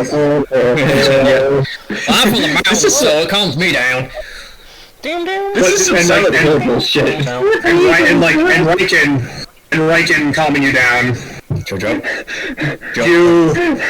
You feel a sense of calm wash over you. Shake the shit out of it! And you feel relaxed and like, okay. Is it Grooves gone? Grooves Faba. Are they gone? It's gone. They're not. And Just pointing up. Why would you tell me that? And the giant thing on the ceiling rolled for dumbass. So those of you with dark vision, you see its eyes light up, and it looks down, and then it goes back to sleep. we all have lanterns to see in the dark, or like dark vision goggles or something. Right. Well, it's basically to see further than your. Yeah. Yeah. It rolled for dumbass, so yeah. Artie will just hold his Lucky us. like his mouth doesn't exist, like, and just be like, and just motion for everyone just to start wait. Yeah, Artie's the one that I can telepathically talk to you guys. I forgot. Artie will just in your mind say basically, no more words. We must sneak past basically because he's pointing up like. Jojo, since I imagine she's still holding on to Riken's bicep, she is going to close her eyes and just say, Riken, guide me, please. Just stay calm. Just stay calm. Just Riken. They're over her shoulders, so that way if she sees something, she can blast the fire behind you. Oh no. Does anybody have pass without a trace? I do. Yeah, because I telepathically said, yeah, we gotta. All right. Thank you. Also, since this is relevant, Riken, as you're guiding Jojo along, you hear her start to whisper to herself, "I must not fear. Fear is the mind killer. Fear is the death that brings total creation. I will face my fear. I will permit it to pass over me and through me. And I'm just going to pass through my inner eye to see its path." It's like, okay, fear is going to be nothing. Do that. I will remain. I must not fear. Fear is the mind killer. I must not fear. Fear is the mind killer. But yeah, she's just repeating that ad nauseum as Meanwhile, you just see the Dune estate coming over the ridge, ready to serve you copyright. Uber Herbert. Brian Herbert can suck my dick. That man's a tool. Now, Frank Herbert was the guy who wrote it. His son Brian is a fucking tool. So he's in the band Tool, got it. But yeah, what do we do with pass without a trace? And what a D10. That's right. Add 10 stealth rolls. to your stealth check, John. Shut up. 10. So yes, So everybody, Roll stealth, add 10. roll stealth, add 10. I'm gonna guide Thank you, Mike. because I have to roll at disadvantage. What's my dex? I think it's one of my dog stats. I am wearing half plate, but still it's 17. So it's doesn't matter. Wait, if I'm wearing half plate too, do I need to roll disadvantage? No, you're Oh, good. it's just because he's casting it. It's because he cast it. Got it. Yeah. You still have to roll at Thanks for- disadvantage. It just adds I do plus- too? Yes, Okay. you do have to still roll with a Thanks for the disadvantage. plus That's 10, what I Mike. do. Appreciate it. Oh yeah, actually this should be that The instead. 19 still works. I got a nat 20, but the And just like 19 that, still works. we're done. Alright. Yeah. Thanks for the plus 10. That would have been a 5. 10, what'd you get? Roll stealth. Roll stealth, add 10. So he works for myself. 5. Okay, so Nice. I'll manage to pass through this. It takes a lot longer than you'd hope, but eventually you get through the Batcave. You manage to not wake up Alfred. Alfred attacks, so Alfred would murder us and we would never be found. it's fine. It's apparently been dead for several years in the comics. Hilarious. Or it's that one like Elseworlds Batman spinoff where they did where Alfred convinced his old theater troupe to become Batman's Rogues Gallery, and it's super fucked up and dark. Yeah, it I is. remember that comic. Dude, that comic. Damn. That comic's a kick in the dick. That comic's hilarious. Since I can't actually see, can I roll perception to see if I can hear if there You're are no good. bats? You're good. Don't. You're good. You are a bat. But so, all your fears into Riken's pecs. Just come on. It's fine. another. Are they doing? They're gone. It's okay. So- It's okay. Another couple weeks pass. Eventually, the party, you're down to your last couple rations, everybody. Yes? I wrote me something a little while ago. Directly to you. I know, I saw that. We're gonna get to that in a second. Elaina, Yes. as you guys are kind of like, you're checking your surroundings, wondering what the hell. Sorry. Clearly Artie. Yeah, this truly is a bizarre adventure. Cannibalism is the friend inside all of us all along. I mean, we'll just eat the robot. She's... No, Olzec has the most meat, and Riken being a Goliath, I imagine his flesh is like really tough and really chewy. So you gotta marinate it first. Mm-hmm. I'm sorry, but guys, we're gonna have to eat Typhon. He can get bigger, so we'll just make him get bigger. And Oh, I forgot about Typhon, yeah. Oh, no, that's right. That's right. Elaina would have the most fat, so she would probably be the first one to go. Brown, scholarship. Actually, no, she probably wouldn't. She's like a fucking scoundrel. No, you're going to die. You're gonna die. Yeah, Riken's built like Shaquille O'Neal. He's got the perfect fat to muscle ratio. Yeah.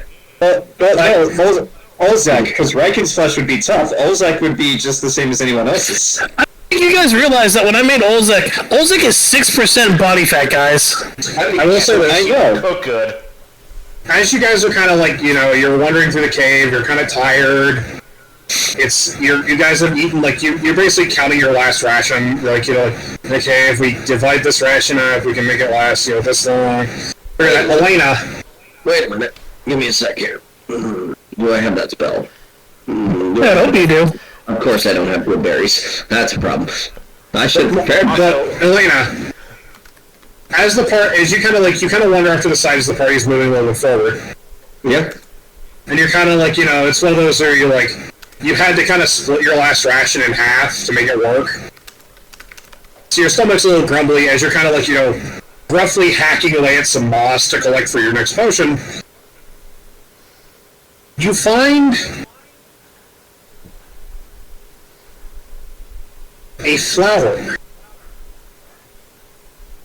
You actually find this, like, weird plant. No, wait, no, I didn't change my spells at any time. Welcome to the With, Underdark. At the start of the day, I do have good berries. Haha. You find this Monster weird... on the lab. You find this weird yellow and white plant. Oh, With yellow and white flowers. Oh my god, it is Flowey. And Elaina, as you kind of look at it, it smells really good. Like, weirdly really good. Hey, Jojo, eat this. But more importantly, as you're getting ready to, like, you've got your knife out, Mm-hmm. you're getting ready to cut it, you notice it's doing this. It's waiting. It's sentient, kill it. I can't No, do it. It could be worse. It could be the flower from Bino. It's moving. And that's when you realize there's a breeze coming down the tunnel. Huh, it's way out. Gotta go. But you take the plant, Mm-hmm. kind of like, fuck it. And then it face huggers you. it's that video I sent you with Lyos from Delicious Dungeon to just eat Well, flowers. you see, now, Elaina is part wolf and part plant. Climbing up my urethra! This is really fascinating. We'll have the door open in no time. So you're saying the only thing in the chamber was additional misery? Yeah, misery is one word for it. I watched my own eyeballs fall out. How is that even possible? Hilarious. But as you all are kind of wondering that, you all start to realize this. There's a breeze coming at you guys. Does that mean there won't be any more bats? Nope. It's been weeks since the bats, Jojo. You never know. We're in the cave. There's no more bats. Breathe. I just wrote there to get into a a in her backpack. God, that would be hilarious. I think you could polymorph. I could. You know I still have the Ring of Spell Storing, so I could just polymorph myself back. Yeah, but you're a bat at that moment. You have the intelligence of a bat. Yeah. Don't I have... Isn't there like a spell save DC to like not be unwillingly polymorphed? Yeah. Yes. Also, just assume I switched out good berries and have been giving everyone good berries to feed with, because they nourish you for a day. Oh. What do they taste like? I've eaten 5. Good berries. Welcome to good berry. It's basically Take you your choose order? 10 berries, each berry restores a hit point and provides nourishment for 1 day. They're nourishment. It's a berry, so it's But what does it taste like? A berry. berry. Which berry? Okay. Is it red or is it blue? It tastes like a berry. It tastes blue. So it tastes like blueberries. That's what I'm imagining. No, it tastes like berries. Damn it. I wish there was a cave in. If you run into another bat, Jojo might cause a cave-in. As you all kind of wander forward, eventually the path starts to widen out. And widen out. Until eventually you're no longer walking, 2 by side, kind of scraping past rocks. You're now walking really spaced out. And we're going to take a quick 5-minute break. Okay. Alright. As you all walk out into a cave, and it expands out into this massive cave, this massive cavern, and you see the path kind of winds its way up. Uh-oh. And you see a plateau, and you see small structures. And you see a signpost that says, Forward Camp Wrench Jockey. We have found civilization! We're gonna take I found one of my quests. My quest items. Alright then. and we're gonna fight a break. Yeah, well, And pause. Alright, and we're recording again. So, one, I guess a little better description. See this plateau, and there's this like buildings built on top of it, and actually it's a very large cavernous space.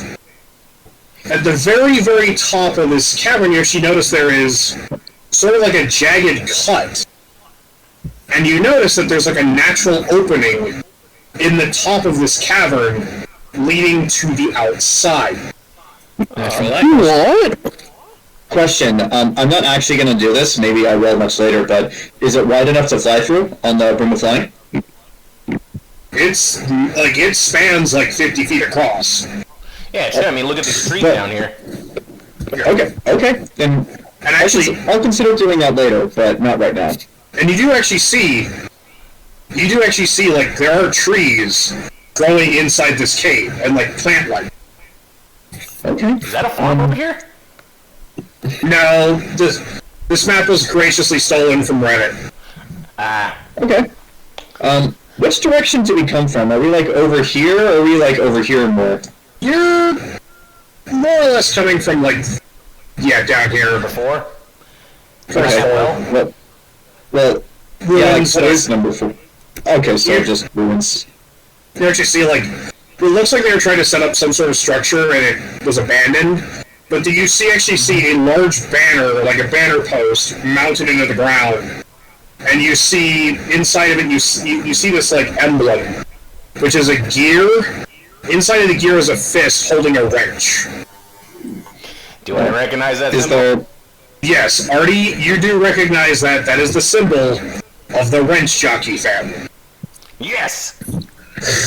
Is there anyone else here, or is it just us? On the road, it's just you, but in the distance, you actually see like you see figures moving. You see like clear evidence. But moreover, as you guys are approaching, you also all see.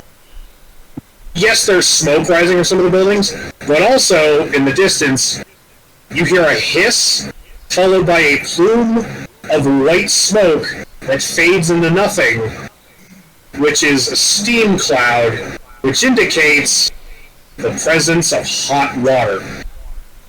Hot spring. Baths. I'm very All right. So I guess with that in mind, Jojo is going to turn to the rest of the party and just is like, well, I don't see a reason why we should keep delaying this. And Jojo is going to walk on into the camp because I know Artie's anxious to get there. Did I miss whether there were signs of people? No, you do. Well, there's a sign, like a posted sign that says this way. I mean, I did ask if I could see people in our sun. Okay. You do hear. Well, it's kind of further in the distance. But so you actually do. As you guys get closer, you do start to hear more. Like this isn't like. Yeah, it's not like. It's not abandoned. It's not abandoned. You actually hear like, and you hear voices kind of echo off the cave. But as you get closer, you start to realize, oh shit. Like when you guys were up above, there was not that many people in the camp, and you start to realize, oh, a lot of them are down here. So as you start to get in, you actually see people like, kind of like fixing stuff. Over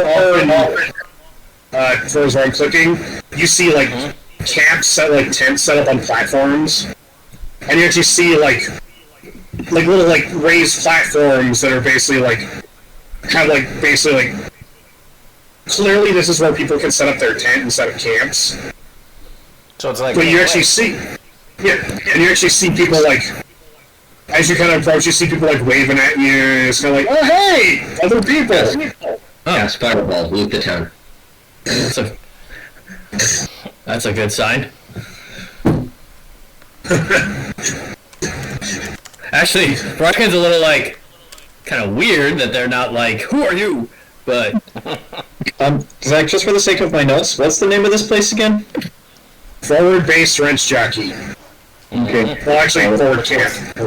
Yeah, forward camp. Are we sure the sign does not actually read for?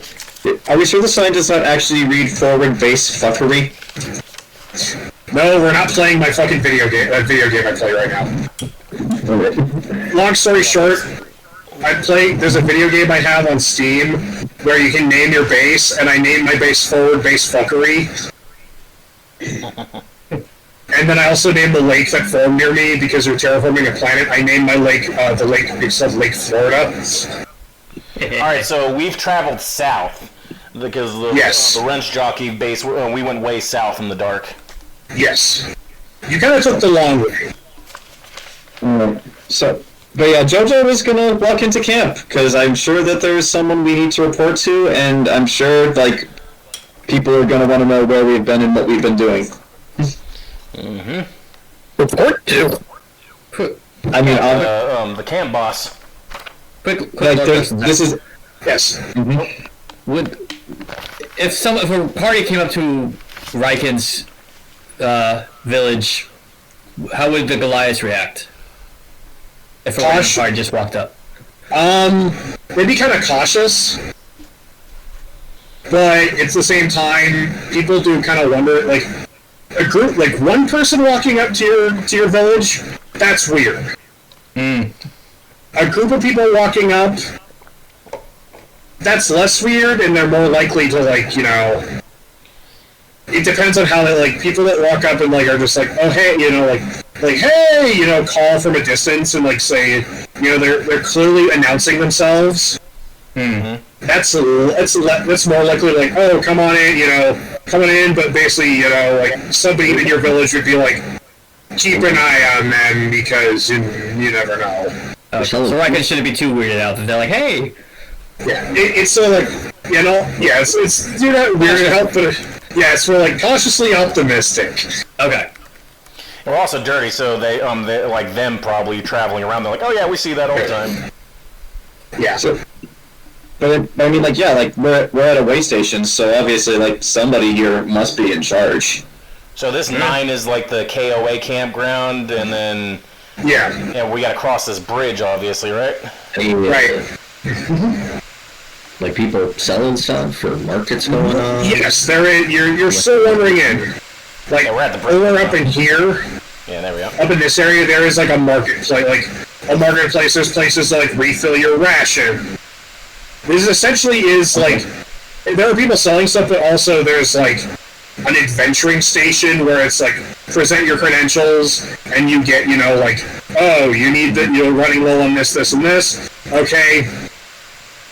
Okay, let's buy stuff and charge it to Jen. She'll understand. Yeah, I mean, she's paying our expenses for this. Yeah. I'm gonna assume that we're not gonna be able to get things on credit here. Okay, guys, let's all buy some legendary items on credit. Thanks, Chris. Speaking of credit, this place is called Wrench Jockey. Artie might say Artie thinks we might be able to get a discount if we. Well, I mean, like, Jojo is already walking up to try to talk to the person in charge. So if anyone wants to try to join her, where do we even find that though? We gotta ask. We gotta ask her. Yeah. Yeah, find the person in charge. I was honestly hoping that, like, I would just walk into town and somebody would stop me and just go, like, who the fuck are you? And, like, that person would be able to point us in the direction if we just ask politely. You are a member of a bunch of schlubs. No one gives a shit. Like, in the great grand tradition of no one gives a shit, no one gives a shit. Let's look at someone knowledgeable. Is there someone knowledgeable that we could just pull to the side and just ask, hey, who's in charge here? Where can we find him? Find an old drunk man who does nothing all day. Yeah, find a guy laying it passed out and drunk. He'll know everything. You're looking for a man named Obed Marsh. yeah. He lives at the Joby.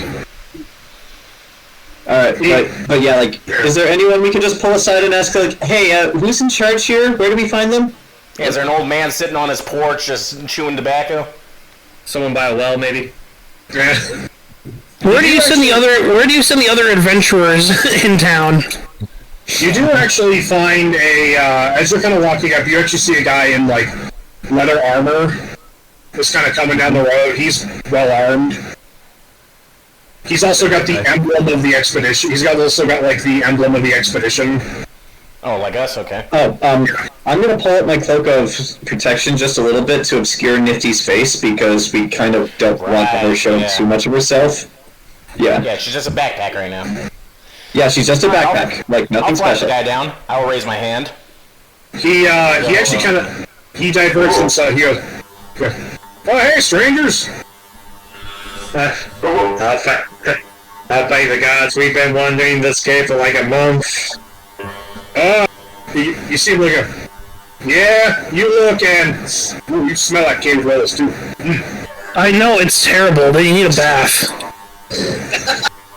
I've been using my soap, but yes, a bath would be nice if it's available. Oh yeah, Well, oh yeah, we got a bathhouse up on the hill. And, we just finished unclogging the silt pipe, so the hot water's running again. that's good. But, who's your expedition leader?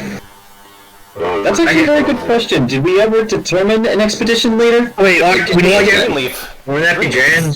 Yeah. Yeah, well, Jen's not here with us at this current moment. Yeah, but she's so the one. Well, she's the one who sent us. Yeah. That's who they mean. Who's our boss? Oh yeah. Oh, yo, Vam! You know about us? Well, he kind of points at the whole, we had a crane up there, to lower down the platform to deliver supplies. But, Yeah. that earthquake, but the earthquake kind of shook it loose, and, well, Yep. you'll see the building when you walk in. We lost about Is it just- 5 men. Oh. But, we've been able to, there's been like a couple of people, can polymorph. They've been carrying stuff down. Well, that's nice. Yeah, until we get that thing fixed, but we got bigger problems to deal with now. What sort of bigger problems? Aftershock shut down the caves out. That opened up the fucking chasm, but what can you do? Archie raises his hand. Yes, Metal Man? What is your name? Artie, you sir? don't need to raise your hand to speak. It is polite. What is your name, sir? Pretty little lady. Yes, thank you. I am Bob Roberts. Get out. Bob. Bob Roberts. Oh, Robert Roberts. Is he a painter by any chance? No. But he says, well, thank you. And yes, it is polite. Look, I kind of town watch, but as you can kind of see, he kind of looks around and goes, ain't much to watch here, but people like yourself, and of course the boss, but he can take care of himself if you ask me. Question on that regard. Is the boss named Archibald Wrench Jockey? Oh, you know the little fella. Yeah, that guy. He's got the big building up there, the blacksmith, the workshop. Wait, Artie, you know this person? Artie, you know this person? Oh, 1 second. Where's it on the map before I answer that? It is... Oh, shit. Hit the wrong button. It's number 10. 10, okay. It's number 10. No. It's not. It's actually number 2, and it's this big, tall, like we'll basically describe it.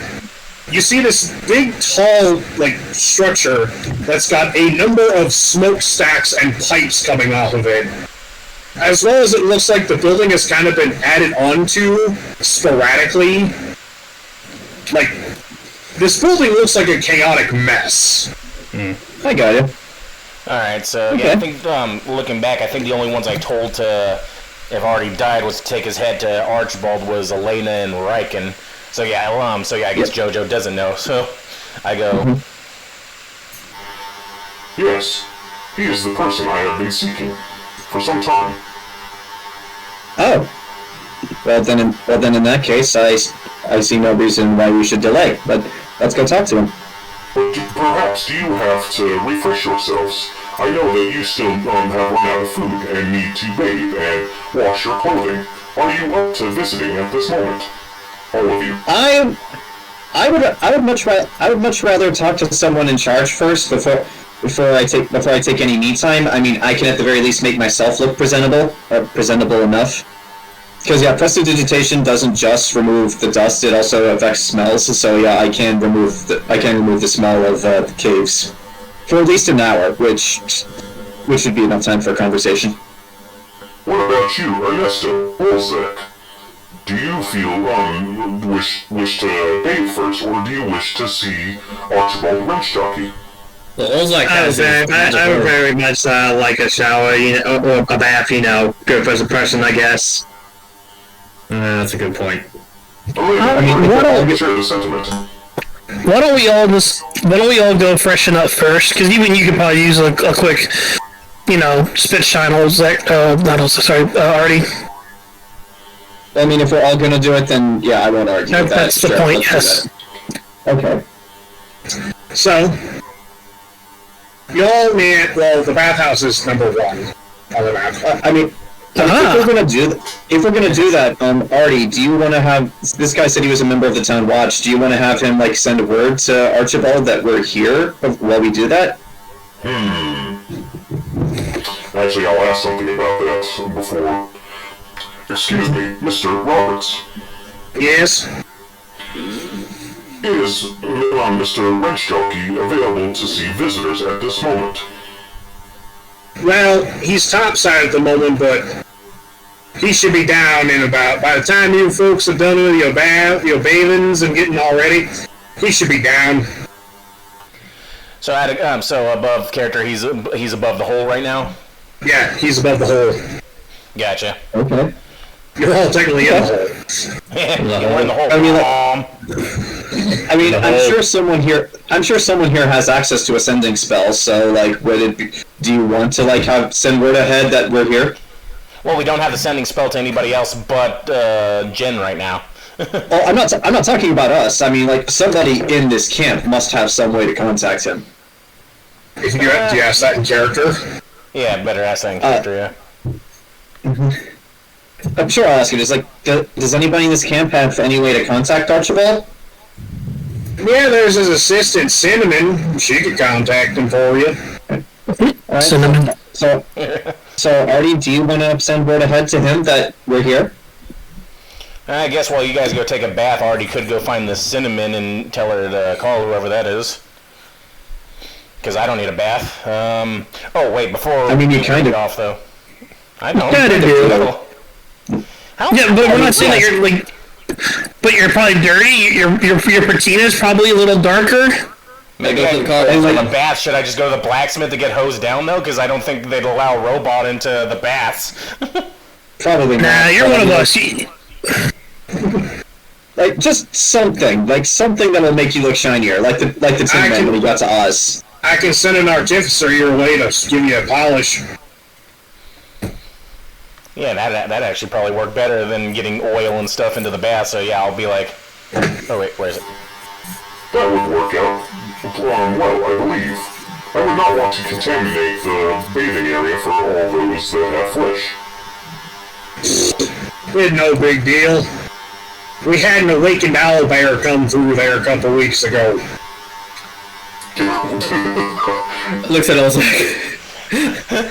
Yeah, I was about to say, I looked at Riken and Olzec. He said awakens.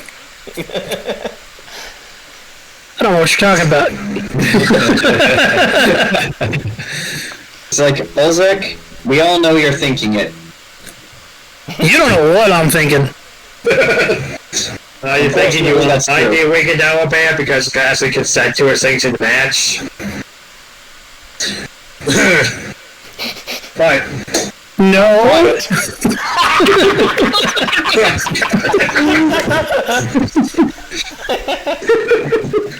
The stunned silence is very reassuring. So, Ross, when did you get here? So I guess to continue on, the party makes its way to, as you kind of make your way to the bathhouse, it is free of charge for people on the expedition. Yay! So they take your gear, they give you, basically, you each get your own individual, individual bath with an assortment of, well, they're not exactly the highest of high quality, but it's soaps and accoutrement to basically scrub yourself down. You said it also had. Yeah, it's still better than what we had. Artie, a old man kind of walks up kind of like shows up and he pulls out like a hand crank buffer, and he basically clicks up against you and like scrub here, scrum there. There. White So after about an hour and a half of, because also the owlbear. like for those of you like you, because actually it's kind of like for those of you that are flesh and blood, it's kind of refreshing because like there's also like as you kind of like wander through, you know, you're scrubbed up and as you're kind of like getting your stuff back together, you notice that like inside this bathhouse there's a barber shop. There's actually like there's a barber shop. There's a dentist. They basically have like the whole array of like things to basically like keep you safe and healthy. That's a good point. We've been here a month. Is the dentist run by a tiny elf wearing blue? No. Okay. Olzec's gonna go to the barber. Alright, and they also have a tailor. So if you like, they also have an array of tailors that specialize in like repair. And there is a cobbler. There is also a cobbler as well to repair boots. Oh. So Jojo, I guess Jojo will see the cobbler first to get her shoes mended. I mean, after all, we've been walking through this cave for who knows how long. Yeah, right. I don't have anything in my notes about my clothes being damaged, so I. No, don't worry. Yeah, Jayson, yes. Do these people? Do they look like frontiers people? Like they look fit? They don't look soft? Yeah, they look like frontiers people. Like they look like people that have like they have chosen this lot in life. Yeah, there's like the barber. Like I'll say this, like as you like walk by the cobbler, he's a guy who looks like he's been fixing boots and shit his entire life. He also looks like the kind of guy that in his own way, so like, you're fairly certain there's a knife hidden somewhere on this guy. So they're not like, oh, we're roughing it, people, but they're actually like, no, we're just smart and we know how to take care of ourselves out here. Yeah, they like, clearly the expedition didn't, like, all the, like, the quote-unquote soft people are up there. Got it. Like, the people down here are like in fact, Olzec, as you go into the barber and he's like, giving you, you notice that, like, as he basically passes, because I imagine you're probably getting your facial hair kind of trimmed up a little bit. Yeah, I'll get to that. I'll get to that. But as you notice, like, he's like, you see his hand pass in front of you to grab something, and you notice he's got scars on his hand. He's got, like, he's actually missing, like, the tip of his finger. So clearly this is a guy who, like, he looks like the kind of guy that would, like, could slit a motherfucker's throat in a street fight, but at the same time, he's very delicate and soft with his hands. What race? Bloodbear. You can't just ask people that, Graham. Yes, I can. Are you sure you're Are you sure you're African?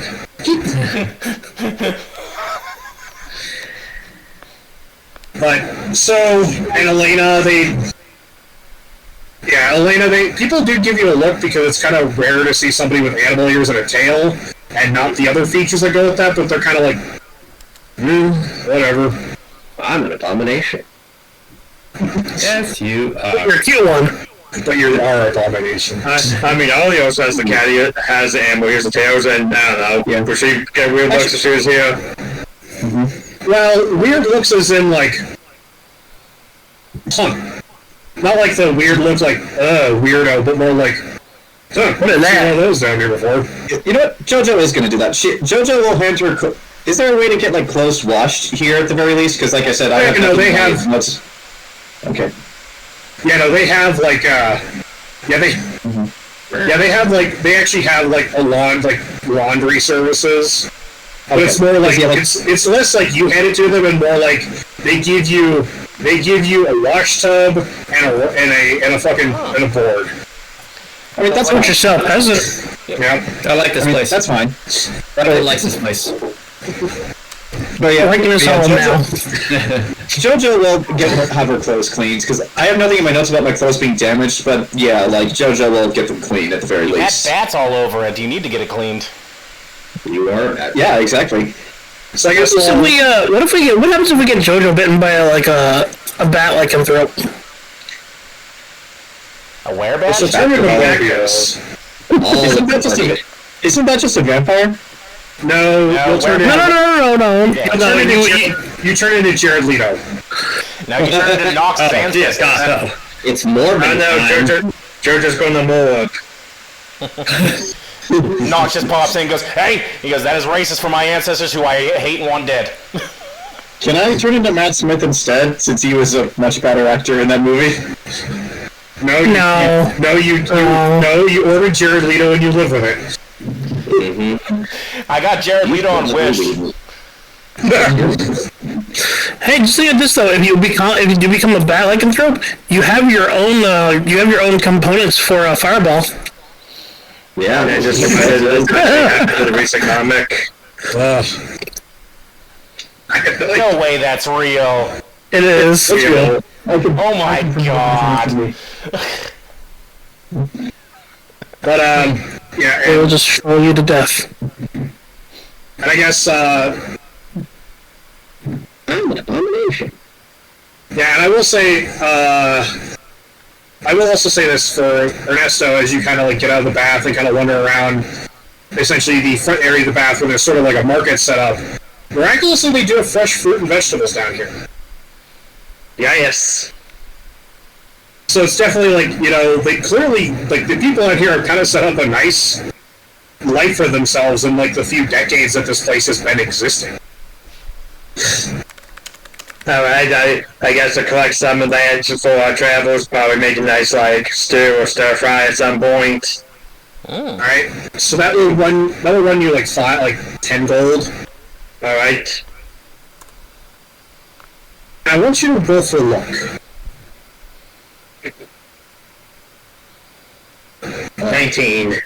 As you are exchanging the gold, you see the merchant reach into his bag and he pulls out one coin and he hands it in his hand. He hands you another coin, and you notice that on the coin that he has in his hand, you see a tiny dragon clutching the coin.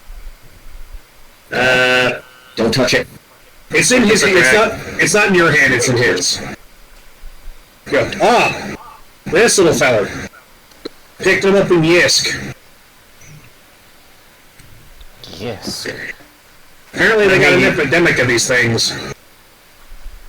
Nick, what do you mean by epidemic? They got hundreds. I guess a bunch of them, but I guess just... Well, I don't think I've ever seen a dragon period, so I won that one that small. Apparently they call them coin dragons. They have a horde, and apparently the one coin is his horde. I kind of took a shine to the fella, so yeah, this is your chain. He hands you a different coin. And you notice the dragon actually is like holding the coin, and you see it just kind of. I mean, he is adorable. It's like a little greedy salamander. Yeah. Spits fire sometimes. It's kind of funny. And he puts it back in the coin purse, and as he puts it back in, you hear a little tiny squeak of delight. I want one. Yeah, where's this epidemic taking place? Yes. And we could just go there and just scoop one of these off the street? Legally? More like you have to buy stuff and then get handed them. I mean, anything's technically illegal if you don't get caught. You mean technically legal? Yeah, you mean technically legal? I know what I said. No, you said illegal. Illegal. Which is also correct if you think about it. Anything is illegal if you don't get caught. What? Both of what you said is... Yeah, both of what you just said We've been in the cave too long. I slept too long. I slept too long. We're in the hole of the bomb. But so, after getting prepared and everything... I'd like to do something. Yes, what would you like to do? Is there... So there's merchants and such here, or such? Yes. I'm planning for the future here. I'd like to see if any of them are selling specifically alchemist supplies.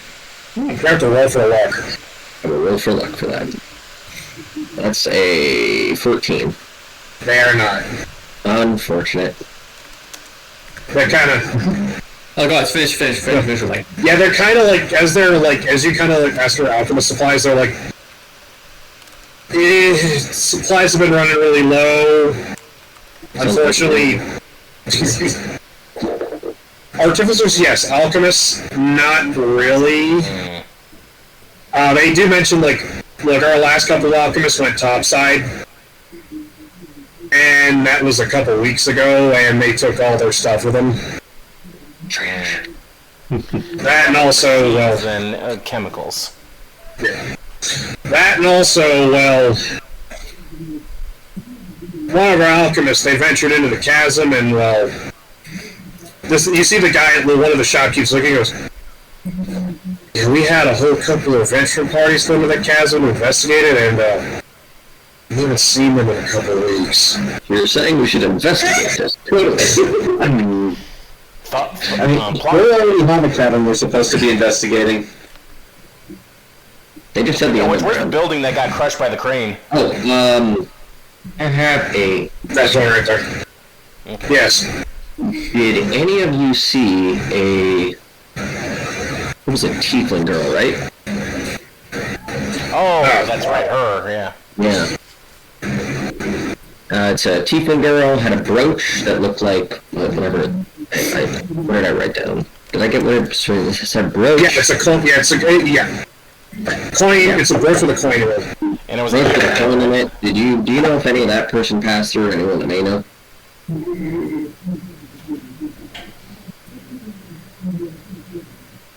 I think so. They stopped in here before they went down. You see him actually look at a map on the wall. It's a map of the camp. Oh yeah, this path right here. Points in the middle one. And then you see this big dwarf woman walk over, grab his hand, and go, "The top one, Earl. The top one." Okay. Oh yeah, that one. Yeah. Yeah. I'd say go down that one, but the tunnel collapsed during the quake. Oh, what a blast. That's unfortunate.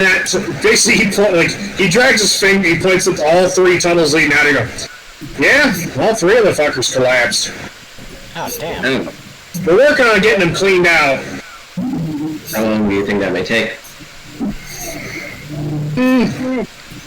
Week or two? Alright.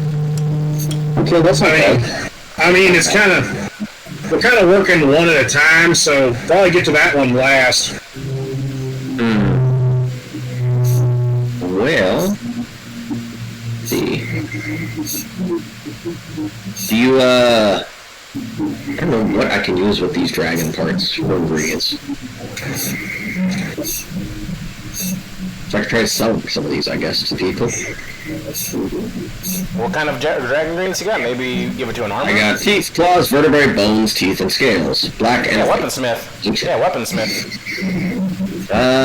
Do you know where the weaponsmith or such is? Do you have a blacksmith, weaponsmith, armorsmith? Oh yeah! Yeah, the guy in charge. Yeah. Yeah, he should be... You'll see him, you'll know him when you see him. Trust us. Right. Oh, when I see him. Okay. Yeah, well, I broke Zach. He knew him when he saw him, so he had to leave. There he is. Alright. Well, he's so powerful. When you see him, he breaks Zach. Yeah. He did. Also, he's talking in the background of Jayson. There's like a TV or something going on in the background of your Jayson. Yeah. No, it's fine. It actually kind of adds to the ambience. Yeah. I think it's because your sensitivity for your mic is like. Yeah, but let's not mess with your mic anymore. Like. Yeah. Don't touch the mic. Let's mess with. Now I want to mess with it even harder. No. Do it when we're not all here. It's not distracting you guys? No, it's not. No. Okay. Oh, no, it's like when you tell a 5-year-old, don't pick at it. Don't pick at it. I told you not to pick at it. Okay. You son of a bitch. Let's see. Yeah, well, Jojo's getting herself and her clothes extra clean. It should. Never mind. Oh, Zach's dead again. Oh yeah, while we Artie would have reminded Ernesto while in the bath, like, don't forget to tell Jen that we've arrived at the camp. Nope, we're just not going to talk to Jen for the next, 5 weeks, and then we'll make it a surprise. Isn't it Olzec who has the ring? Yeah. Oh, I said Ernesto. Yeah, Olzec, sorry. Yeah. I'm gonna see if they have like a, what's the word? Bestiarium or whatever. If they have like some kind of record of what they've come across down here. Oh. Bestiarium, thank you. Yeah. Probably gotta find a druid for that. Yeah. But they're robots. Would a druid be able to help with robots? I'm just talking more about what explorers have seen. What they've been down here. To that. Maybe is there a library? We gotta ask Zach when he gets back if there's like a records office. I don't know if they'd have a library, but. Although A small one. Oh, he's texting. This begs the question: if other explorers have seen the same robots we have, then they must already know that they're docile. Zach's Right, but, like, computer they've been crashed, around so longer than we take have. a break. So pause. Jayson was hoping to find a bestiary. Alright. Wasn't it more like a record than a bestiary? Yeah, something, yeah. What are you looking for, Jayson?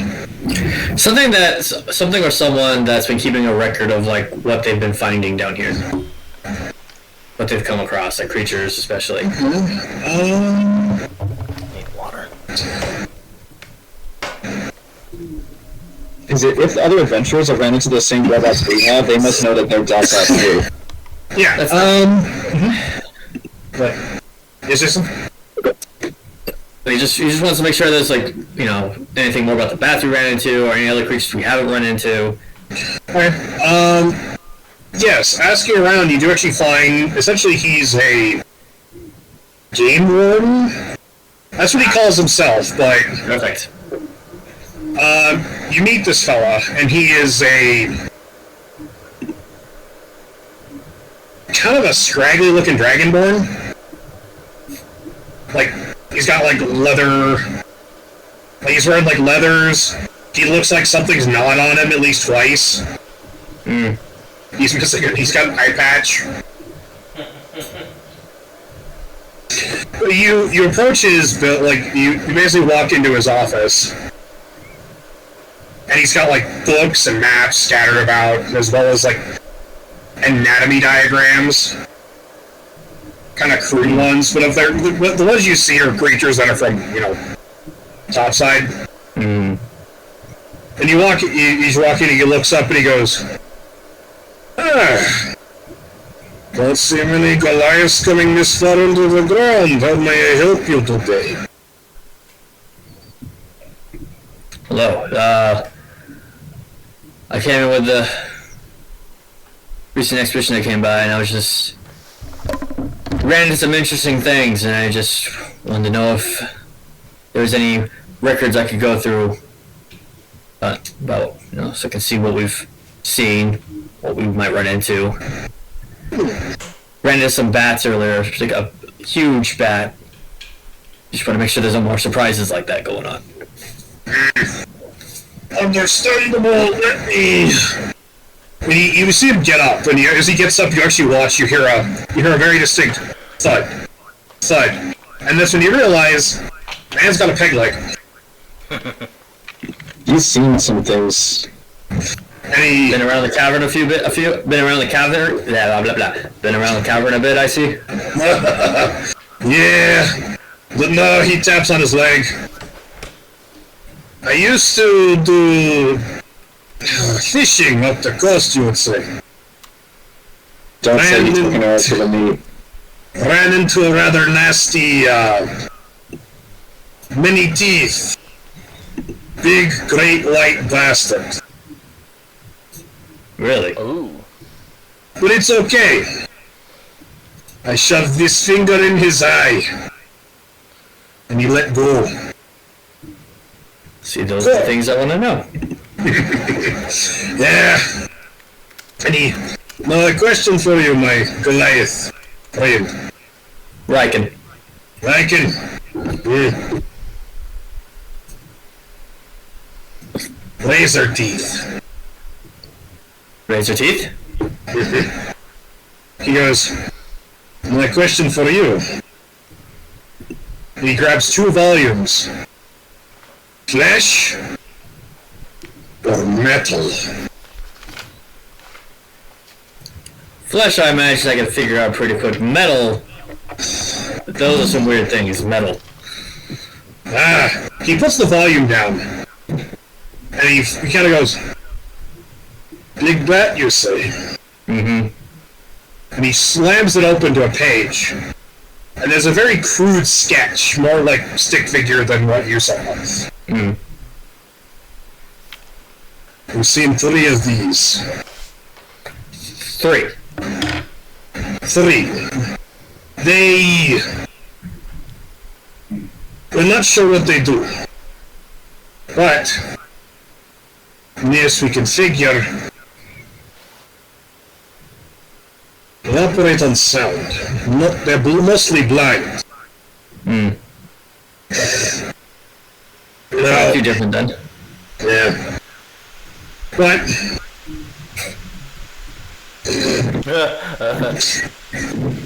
he goes, feel free to look through. I appreciate it. You don't do well for it, you just kind of... And it's like, sketch it. There's some of the sketches are more detailed, and you can clearly tell each page is each animal is kind of done by a different person. Mm. It sort of feels like he basically hands this book and, like, on a blank page, people, like, draw what they saw. And you do come across the thing with catfish things. Oh, yeah? You actually see, like, written, very docile, and then you, like, parentheses, somebody added a note, kind of dumb. And you actually see, like, a diagram that says, like, they eat certain minerals, and they process them. And that they, like, and then you see a note scrawled in the spine, it says, like, killed one, it had some sort of mechanism in its guts that processed minerals into ingots. Oh. Oh. Why would it do that? I thought they were maintaining themselves. And then there's, like, it's just, like, and you basically see, like, they move in groups. And, like, They move in herds. They do move in herds. They do shit in the woods. but it's just, like, never seen, like, you kind of, like, never seen one by itself. There's always, like, at least 4 or 10 more. Like, these things kind of move, like, you flip the page another couple pages, you see the worm. And they actually call it, like, they basically call it, like, the earthen borer. And it's just, like, it digs tunnels. And then you see a note scrawled, R.I.P. Big Bill, swallowed whole. Oh, jeez. I mean, we kind of expected that. And then you turn the page again, Riken, and you see this weird-looking lizard thing. It's a bipedal, like, reptile with, like, metal spines coming off of it. And this thing looks like... It looks like the bastard offspring of a blender and a xenomorph. You say xenomorph? Yes. Just an above-table description. It looks like to borrow another, it looks like the bastard offspring of a velociraptor and a blender. And a xenomorph. And it's just like, and you just see a bunch of notes, like, found these things further down. Not sure what they do. And then below... Oh, go ahead. And then that note is crossed out. And the Dragonborn, he sees you and he goes, Those things are protecting something down there. Those are the guards. Those are the guards. They're not hunters or anything? No. That's how I lost these. Those things... They are...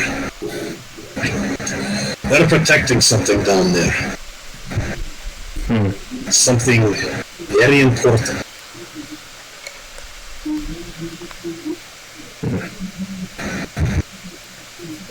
Well, have some sort of hierarchy. If you see one with a bunch of red markings on it, that's the one that they follow orders from. Orders. Yeah. I watched these things kill 2 men who were working with me. They were about to go for me when the thing with the red barked. Some sort of like unfathomable, like, you know, like sound, like animal sound. And they stopped attack. These things can follow orders. They have their own communication.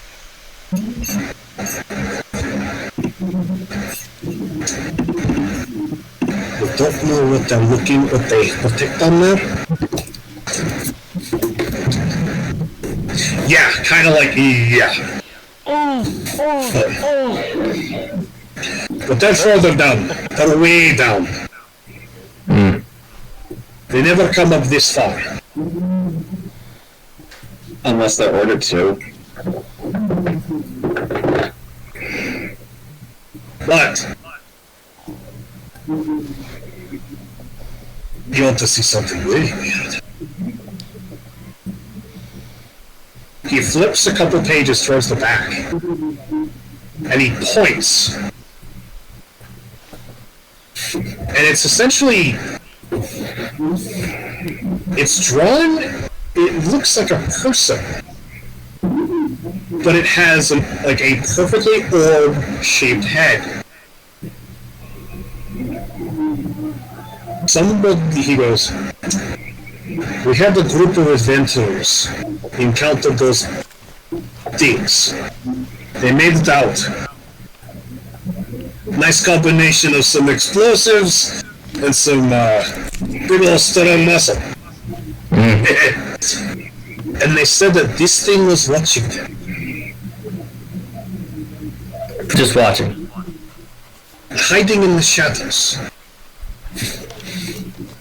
They said that they looked back and they said that it looked like it was writing down notes.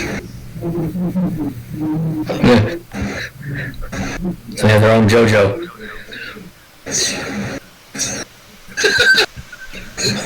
I don't know what this Jojo is, but... Bookworm. Sound like my ex-wife.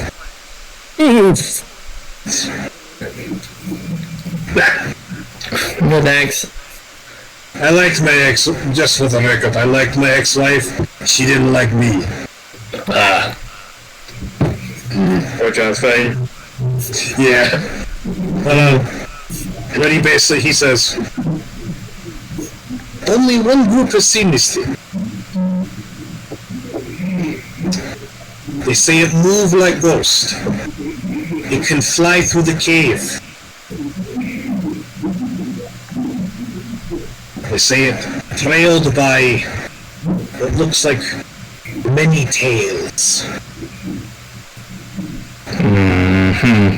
If you ask me, it sounds like that fox thing I see once.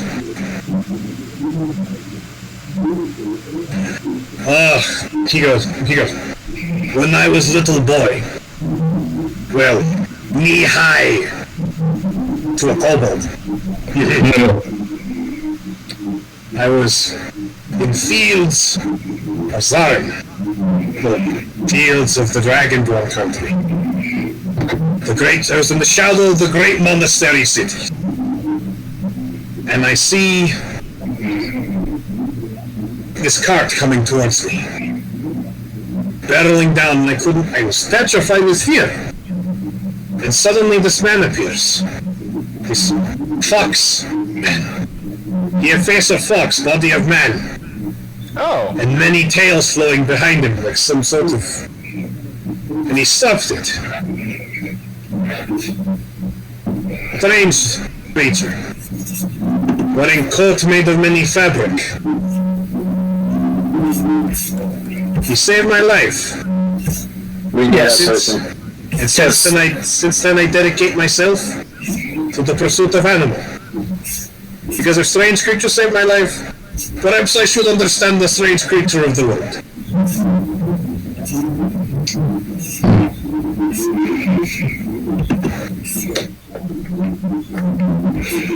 Well, razor teeth, right? Yes. Well, I appreciate your time, razor teeth. Are you anything? No. Pursuit of knowledge is all I crave. So if you happen to see anything weird that you've never seen in this book before, you come back and you sketch it down. We have Nifty, though I don't know if we want to reveal that to this guy. Not yet, sorry. But he goes, I wish you the best of luck. Appreciate it, then. Sorry, go on. But he takes your hand. May you come back with all your parts. Thank you. So we got Robo Slender Man with his tentacles sweeping around taking notes out there. I got it. And Robo-Raptors. I think they're connected, but we'll see. You want a popsicle? No thanks, I'm full. Full? What did you eat? Raptors. Remember? Oh yeah. Alright. So... Where'd Mike go? No idea, but go eat the raptors. He probably went over his laundry. Like I said, he went to eat the raptors. Crazy bastard. Anybody else want to investigate, Yes. look for anything? Yes, alright. If I were still... Olzec, after going to the barber, comes back with a clean-shaven beard. His long, flowing hair has been cut shorter, not short, into a shoulder-length, low ponytail. His black hair is sleek again, well-trimmed, but he is rocking a nice mustache that looks like it could grow into a beautiful goatee eventually. So a mustache. Bronson-esque. Very, yes, it is a little It's a little Bronson-esque, a little. But yes, it's like, oh yeah. I always wanted to try this clean-shaven look. See how it works. Do you still have the mutton chops? Huh? No, I'm like the mutton chops are gone. Oh, Got a okay. mustache and a... Monster killer and lady killer, fair enough. Yeah. Exactly. There we go. Oh, I have a question. Since I'm cleaning my own clothes, is it possible to clean Nifty without damaging her? Yay! Not really. It's not that be in the washing machine. Yeah, I won't do it if it's gonna be too much of a risk.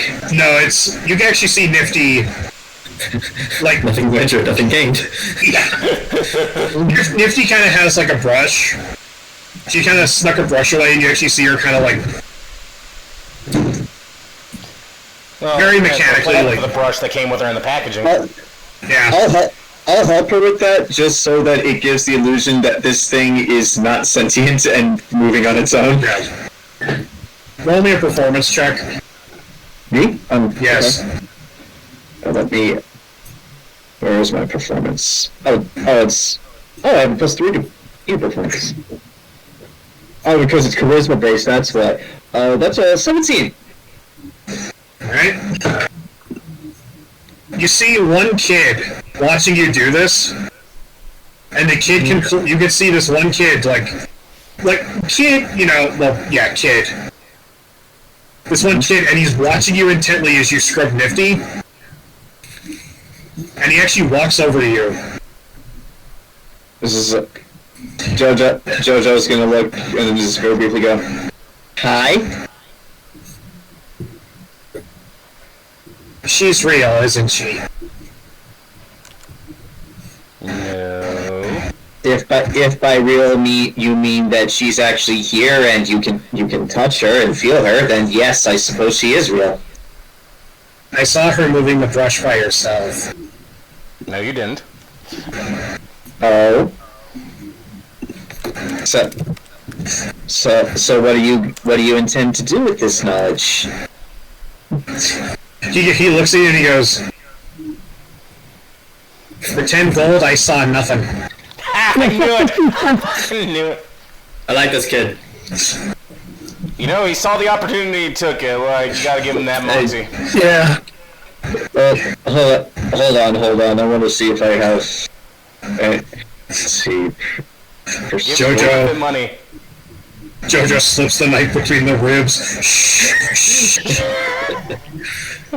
Use your tentacles, kid. Hey kid, we're by the laundry, huh? Just hold him. Oh no, there's been a terrible accident. He's still Sun's kicking. getting real low, you little bastard. He's like, how old does this kid look? About 7. Okay. So here's what I'm gonna do, and just like I'll tell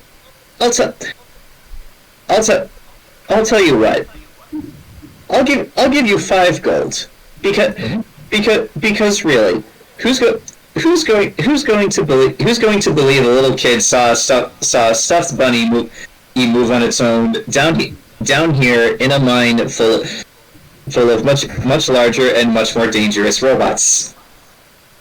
I mean, for all anyone else knows, this could just be a regular stuffed toy. Miss Tasha would. Oh.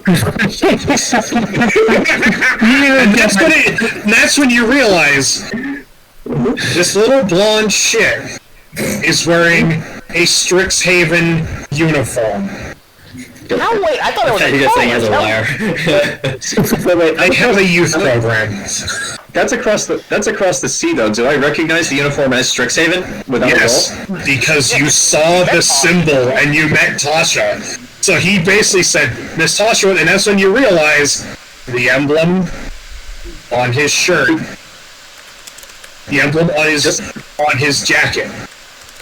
It was like, so remind me because it's been a while. Exactly who is Tasha? Tasha is Jen's cousin. Also a professor at Strixhaven. It's like, okay, so that must mean I know. Oh, that must mean I know her last name. I have keen mind, so I don't remember it, but Jojo would. Tasha. You wouldn't. You can't rely on key mind. Key mind only lasts for a month. Yeah, and it's been 5 weeks. Well, I thought it was 3 months. hold on. I have a way around this. Yes, it's in my notes, so I still remember it. There you go. Her last name is Greenlee. Tasha Greenlee. So just like, oh, Tasha Greenlee of Strixhaven. It's like, I work with her sister. Cousin. We're actually, yeah, I work with her cousin. We're actually very close. 10 gold. Little bastard. Slip the knife through. Clever bitch. Stab her. There was first game. He's gonna stab her. And he's looking at you. He's giving you a look of like Jojo, quick, stab yourself. Confuse him. I'm trying to think of a way if this kid can help me later down the line. I'm just.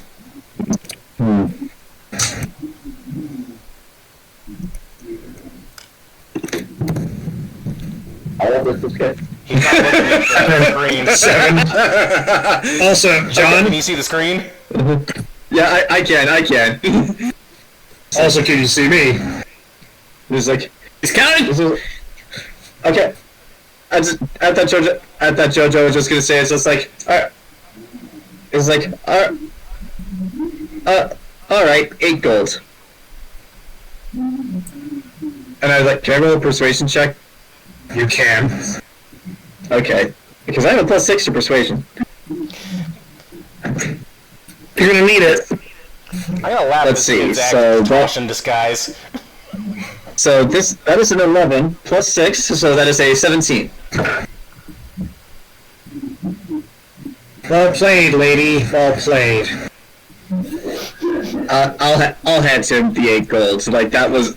I do appreciate how clever this kid was. And he pockets it. And he pockets the gold, and you see him go.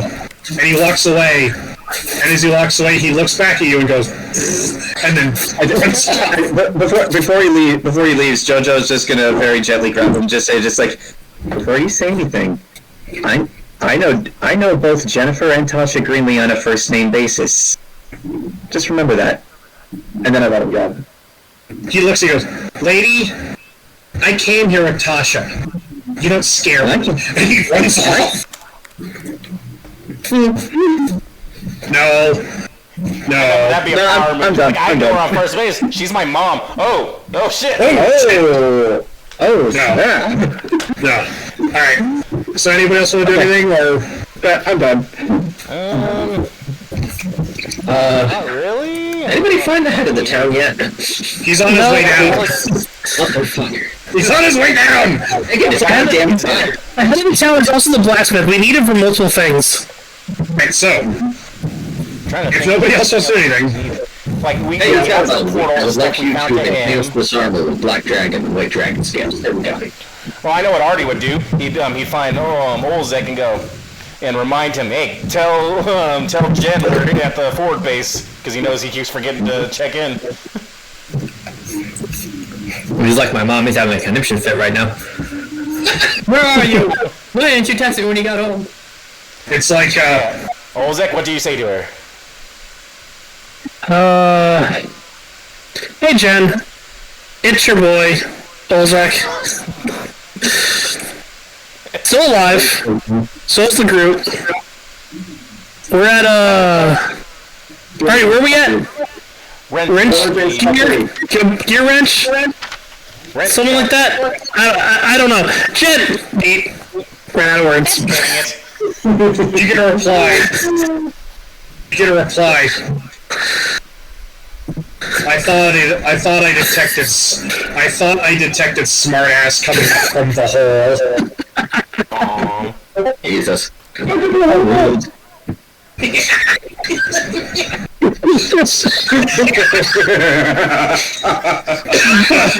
A secret in that image. Does he have a secret in that image?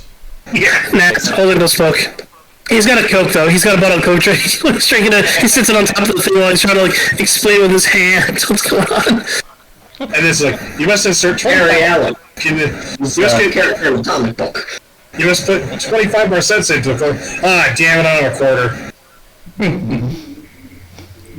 So, we're gonna cut to the other. The town square map was lovingly stolen from Red Giant Maps. Okay. Hooray! Stealing is good.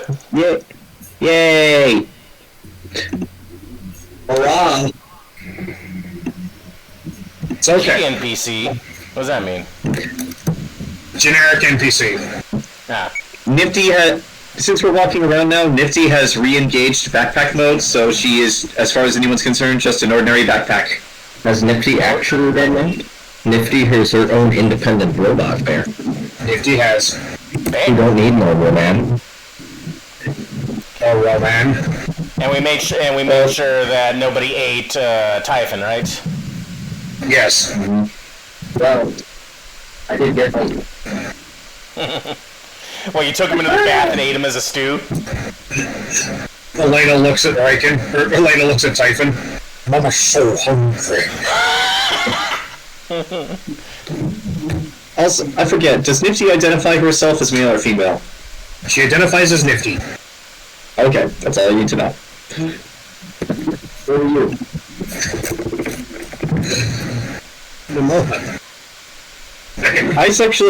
I sexually identify as a giraffe. You're not the same giraffe from last night.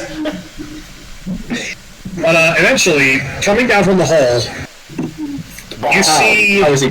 How is he coming down from the hole?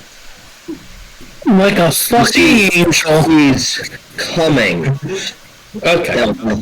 Oh, wait, stop. We don't need to see this.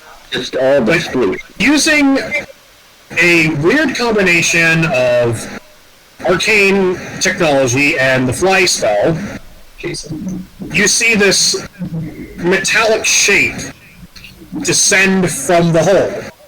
Uh-oh.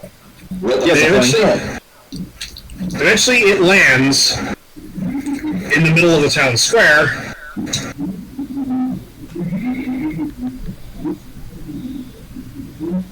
I will share the token. Oh, okay. Is that Iron Man? Or is that Ultron? I'll put the token in the Discord chat too, because it's easy to see. That would be I don't know what that is. I like it though. That's like a medieval Iron Man. As Guardian Iron Man. There you go. Does the armor look familiar? Yes, it looks vaguely familiar to you, Artie. And you see it look around, and you see some of the NPC, some of the townsfolk kind of like, hey! Kind of waved him. And you see as the suit turns to you, in a metallic voice,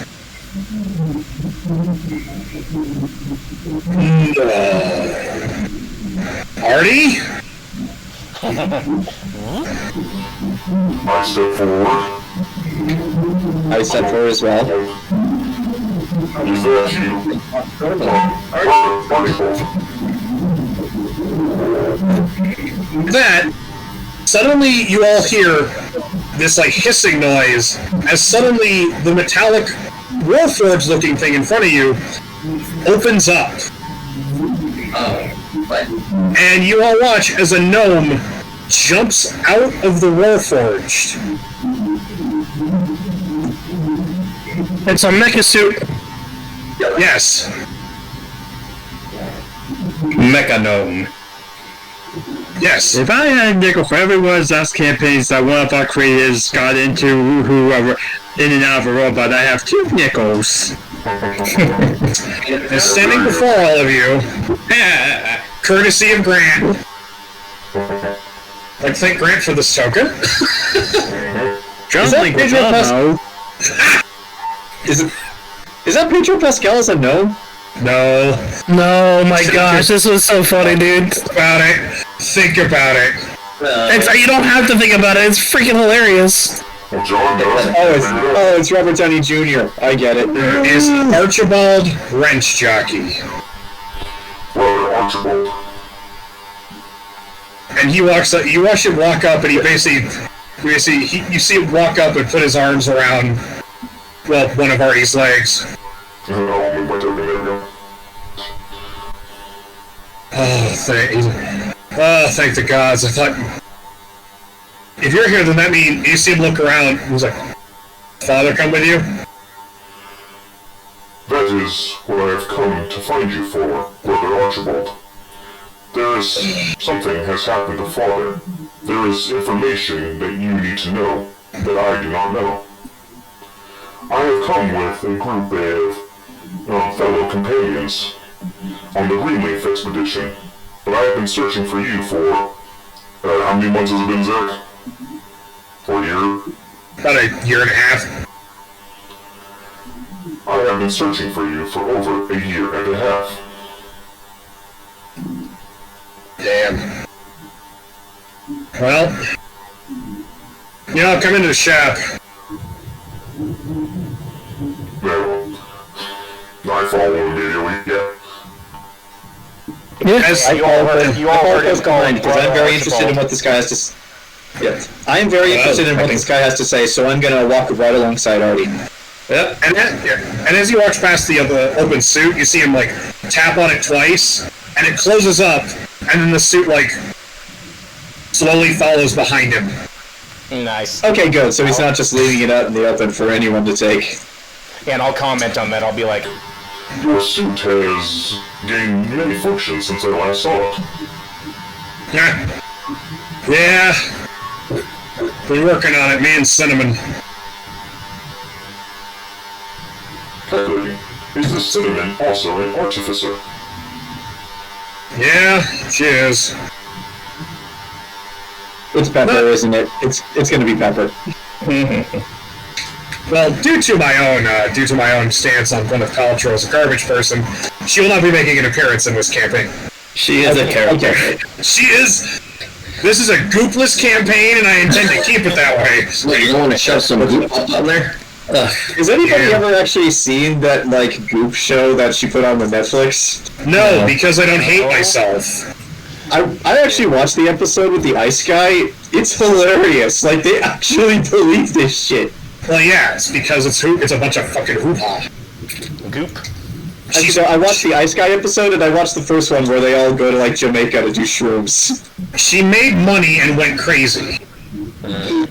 But like, literally first episode was like, is doing mushrooms good for your mental health? Let's go test this. So, like, you just asked editor people to go do shrooms. Back on point. Jeez. Mm-hmm. You all walk into the workshop, and it is what you would kind of expect for an artificer's workshop. There's pieces of armor kind of scattered about on different, like, tables, benches, there's tools. Organized neatly, mind you, but they're, like, clearly being used. Their first function is clearly giving way to their secondary function as paperweights for what can only be described as plans upon plans upon plans upon plans upon plans upon plans upon plans. Man after my own heart. There's also, like, random assortments of, like, components and gears and small machines. And you do actually see a tool chest, like a separate from everything else. There is a box of a clearly distinct box. Mm-hmm. There is nothing around it. That is the only workbench that is clear. It has this, like, perfectly clean leather-bound, like, almost trunk box. Jojo has many questions, but she is going to respect her fellow party member and give her a bit of time with his long-lost brother. Like, I'll wait until he talks to me, I guess is what I'm saying. When you say box, is it like a chest or like a box that would fit on the countertop? Well, like a chest, but it's not like a full-size chest. It's kind of, it looks like a small trunk. Perfectly pristine. Okay. It's probably locked in some way. Yeah, probably. And as you enter, you actually hear, like, the jingle of a bell above the door. Ding, ding, ding. You hear, Archibald, finally you're back. The steam vent is you see this gnome, this redhead gnome walk around the corner. The steam vent is clogged again. Nice. I see her. She's got on, like, leathers, and she goes, Oh, stars, if I knew we were having company, I would have prepared tea. I'll be back. Alright, you see Archibald, wait! And he turns and looks at the lot of you, and he goes, she's crazy about me, but we don't talk about that. So... I mean, you may want to get that checked out.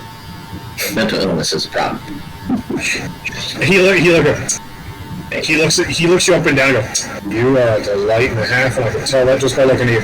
Anyway, he goes, and for Artie, just to kind of read, you haven't seen your brother in a long while, because he did go off and do his own. Yeah. Basically, while I was still at the college with father, he went on. He became like a big adventurer. It's been, and gnomes live a long time, so it's been a while. So I don't even know if he knows about the revolution that happened. He goes,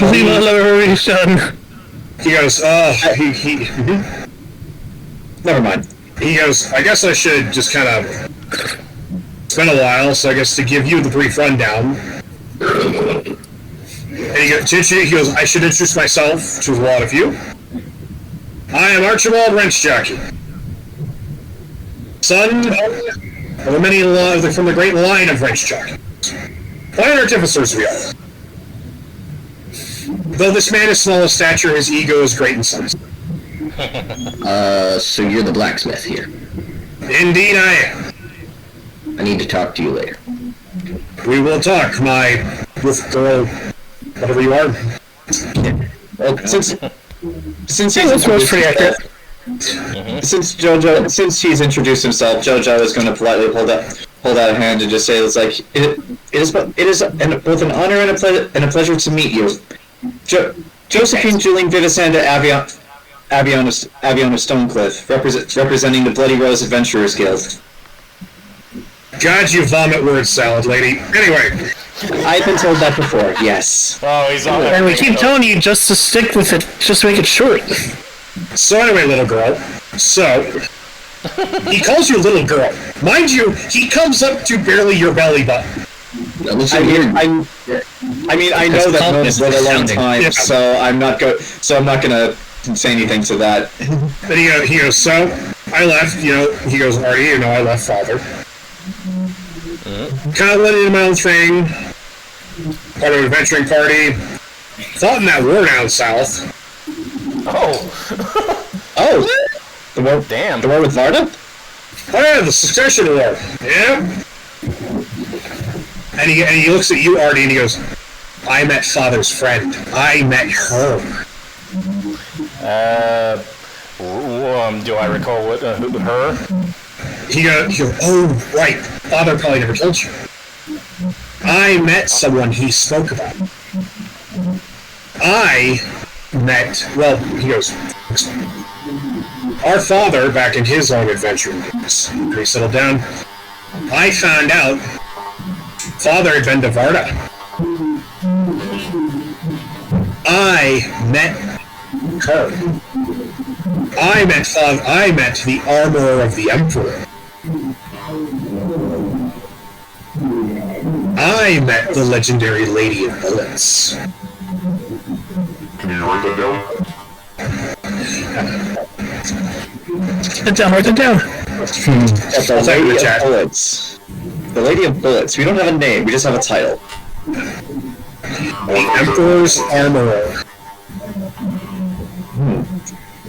Alright. Armor the Emperor. Got it. Do we have a...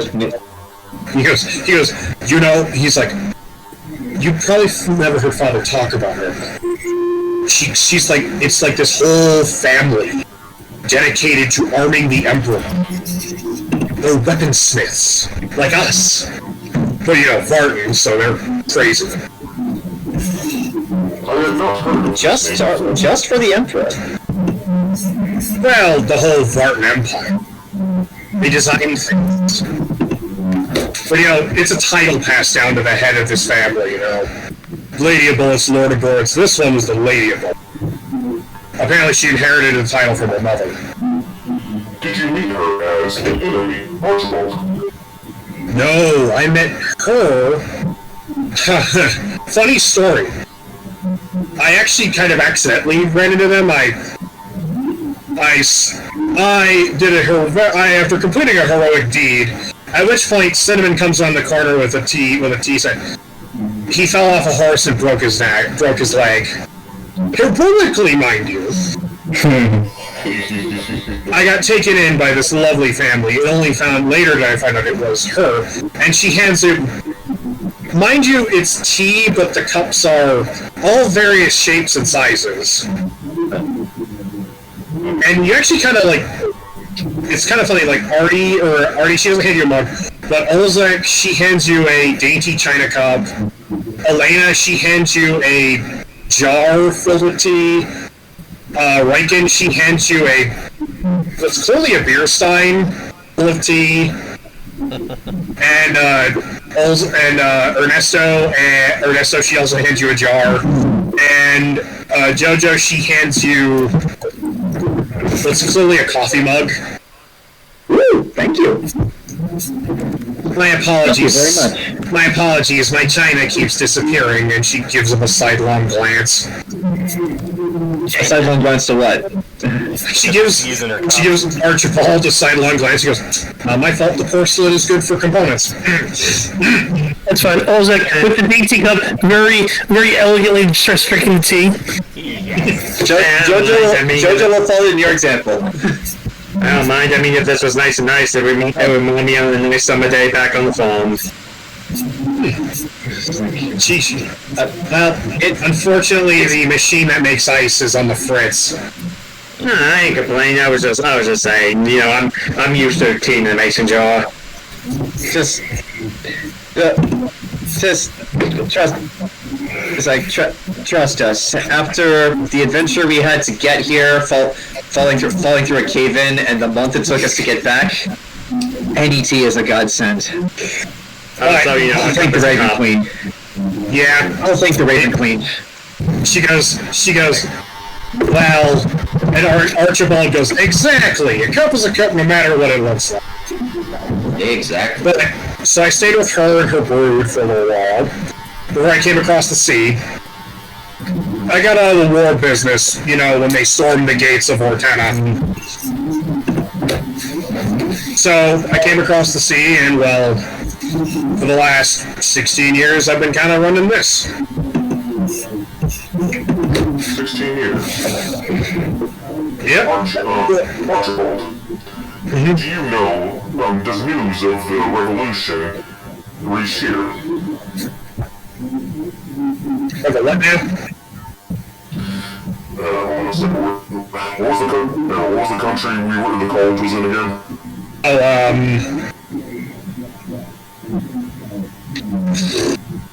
Castro? No, not Castro. I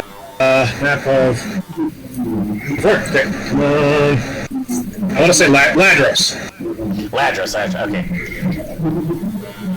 In the country of Ladros, there was a revolution. Father and I had stayed out of it for safekeeping, but as things came to a head, well, Father and I were separated. Maybe in captivity of powerful, dangerous people now.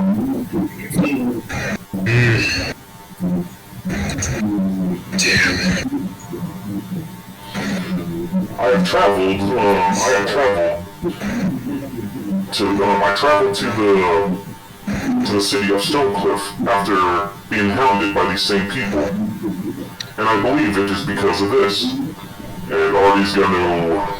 Oops, wait on. Artie's just gonna do a,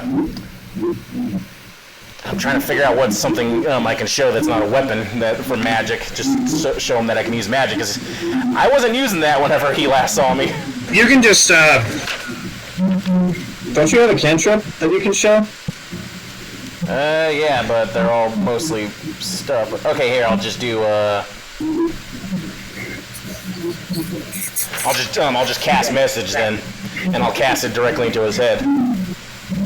And I'll say... There you go. I started to learn the capabilities of wizarding magic. And Father felt this might claim to target upon me. he looks at you. You see your brother look at you and he goes,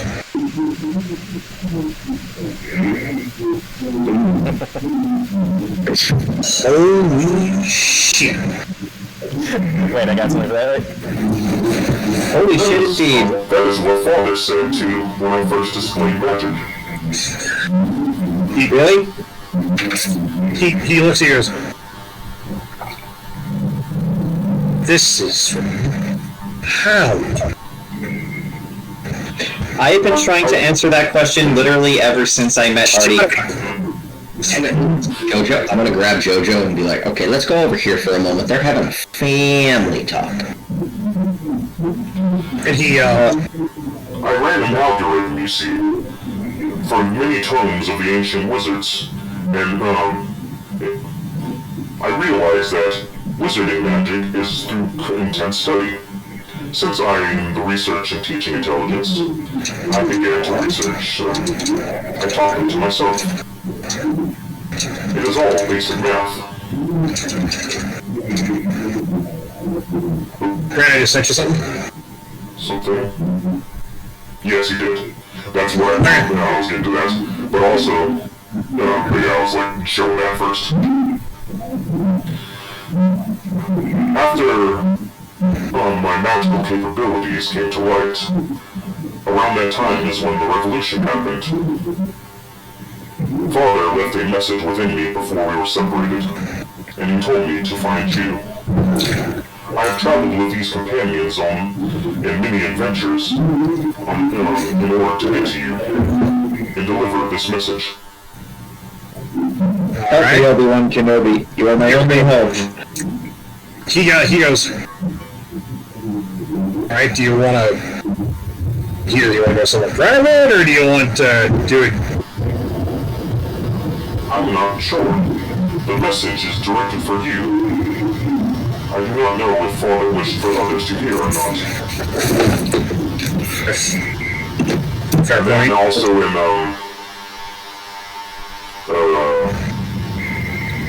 yeah, actually, I wouldn't listen to this. And the last thing Father told to me before telling me to deliver this message, he assured me that I am a person.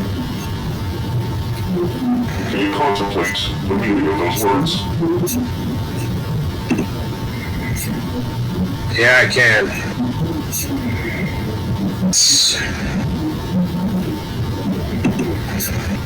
Yeah.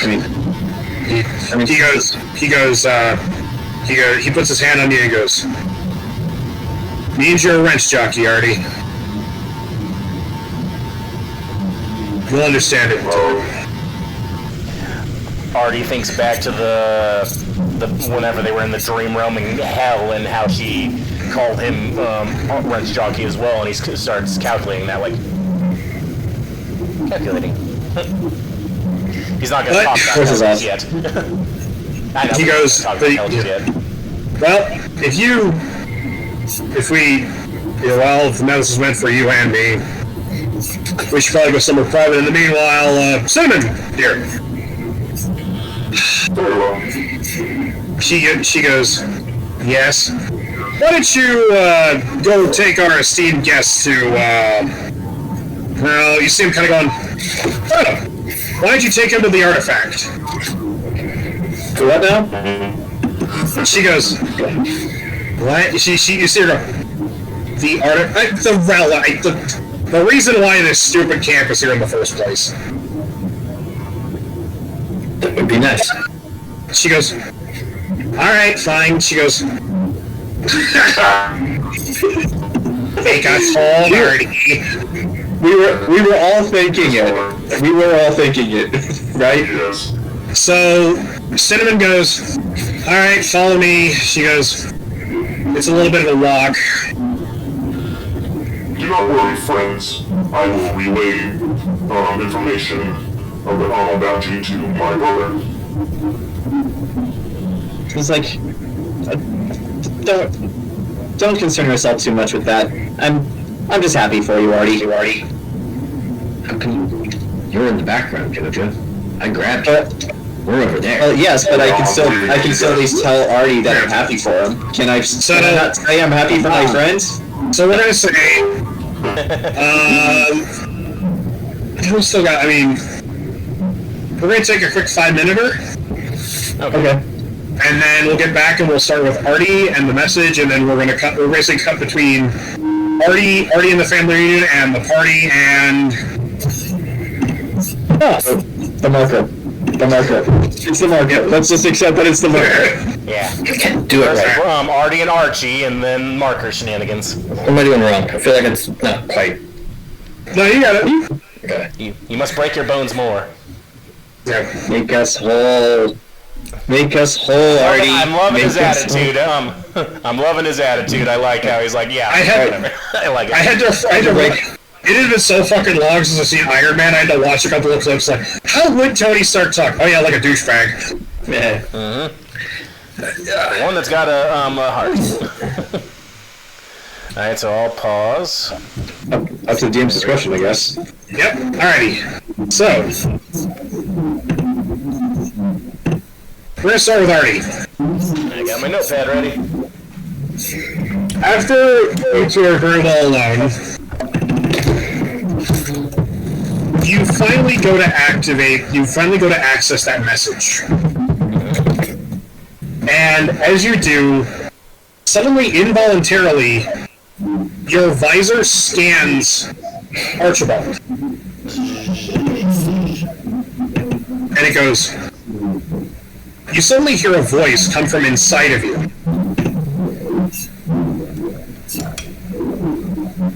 Person identified, Archibald Redstock. Beginning playback. And suddenly projected from your visor is an image of your father. This older-looking gnome. And he basically, he kind of looks like your brother, but like, a bit more scraggly, a little bit more beard. Like, ears kind of doing ears doing the little, like, droopy thing. Archibald, Artie, if you are receiving this message, then well, you found each other again after I don't know how long. Undoubtedly, if this message is having to be accessed, I've gone missing. I probably know who, but it's important that you should know why I was taken. It has to do with my research. My research into the past. In my youth, I came across certain things that people should probably know. In the ancient times before the moon fell, gnomes were the greatest architects and designers of many things in the world. We built war machines. We built weapons that could destroy entire cities. For our crimes, we paid a price. Unfortunately, I have unearthed these crimes. Call it foolishness of youth, call it ego. I did many things in my youth that I'm not proud of. But now I'm here to explain and make amends for certain things.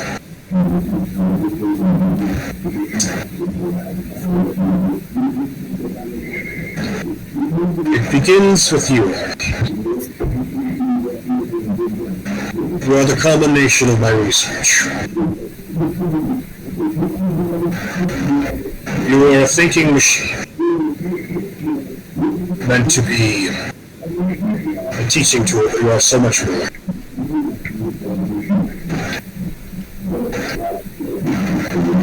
You began to exhibit an intelligence that grew. You can learn. Which is something I never planned on.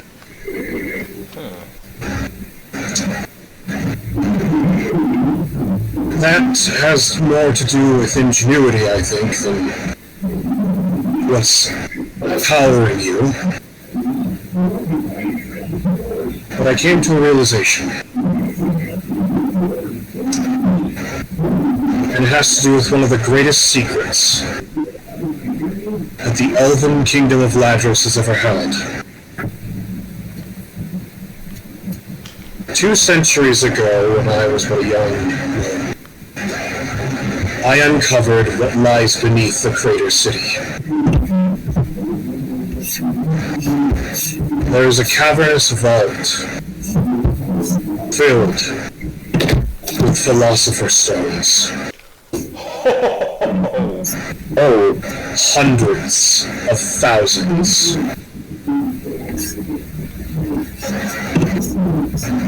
It is a relic. Lost. Time. These stones weren't recently made, like some. These stones were ancient.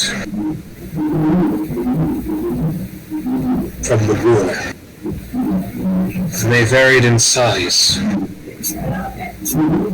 Some you could pick up and they were like marbles in your hand. Others, like wagon wheels.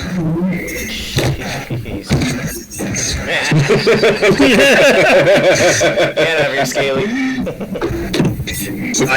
No, bad universe. Bad universe. Hey, mind if I took Jayson just for a second? Because, the TV in the background is coming through. Thank you. I stole several. To test their capabilities. And to test a wild story that had been passed down the Wrenchjockey family for generations. Find out the truth.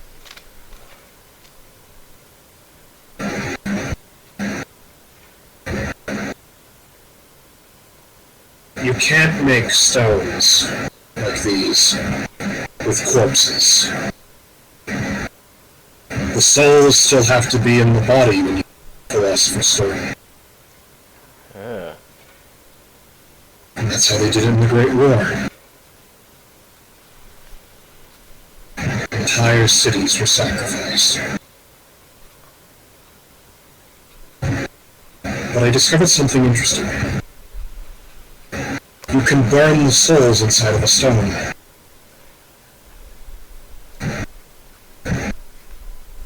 In theory, you could use it to resurrect a corpse. If the body is fresh enough, if the soul, if you have the means to. Which I did.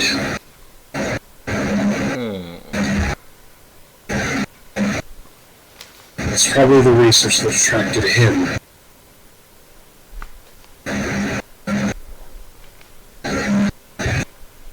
You see, my sons, when I discovered this, a man approached me.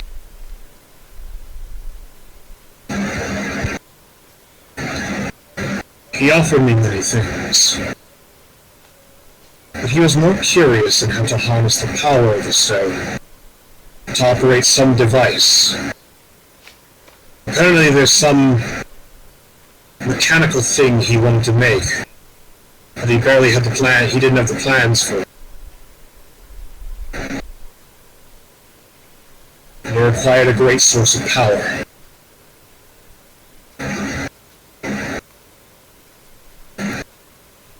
I tell you his name now so you know to avoid him at all costs if he comes to find you. His name is Vecna. He was interested in powering some machine that he'd heard rumor of. Some device to create a weapon he called the Arsenal.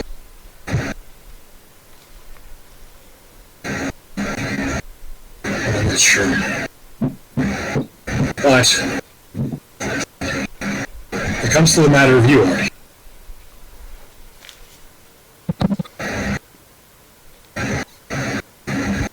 Inside of you is a stone. You may have figured this out by now. You have a purified stone. Red stones burn hot and bright because they are filled with thousands of souls. And they can die very easily. A red stone may last 2 to 3 centuries. At most. Blue stones have no end to their cycle as far as I've been to find out. But that's because the thousands of souls have merged to become one. I was joking when I posted the marker earlier. Artie, the stone inside of you has but a single soul. I believe that is the source of your magic. You have a soul. A soul that understands beauty and other things. You are a living creature inside a metal body.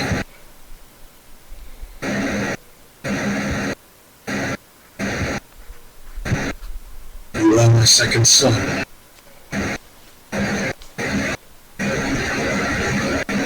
I love you for that. More importantly, you prove that machines can do magic. if they apply themselves.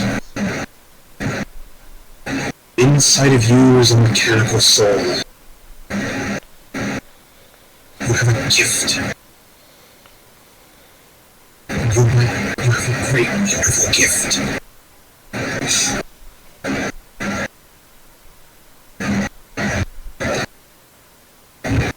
For that, you should share it. I taught you to teach, and I hope that one day you will be a teacher. And I hope you learn things, because if you are capable of learning magic, who knows?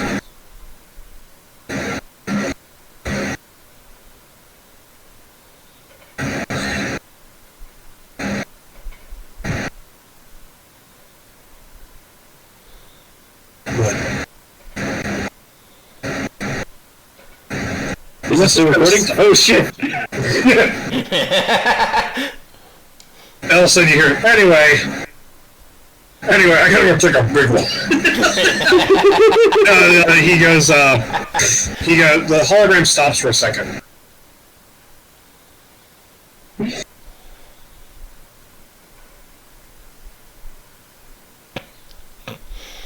But yes, you now hold the secret.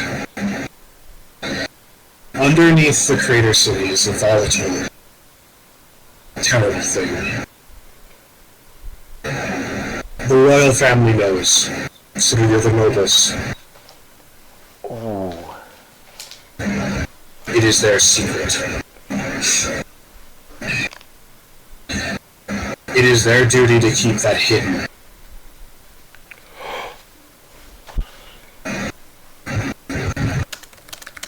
And it is now your secret. Oh, they put the revolution down. The fucking royals basically like... Ooh, okay. Just checking. Got it. Putting Jojo in charge. I would not say no. So now it's both our secrets. Is there more? Because he said Yes. Archie for something. Archibald. You see your brother kind of look?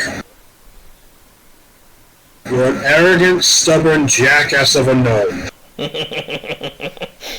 Which means you are my son.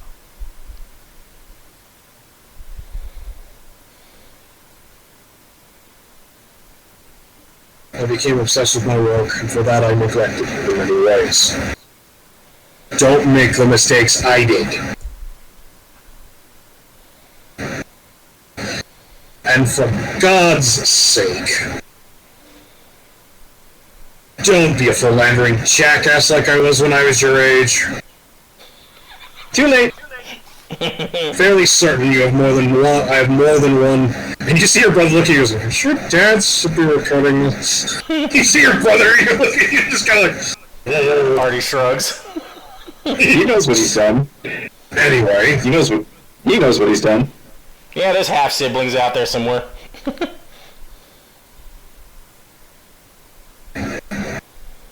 if Wouldn't they be nephews to Artie?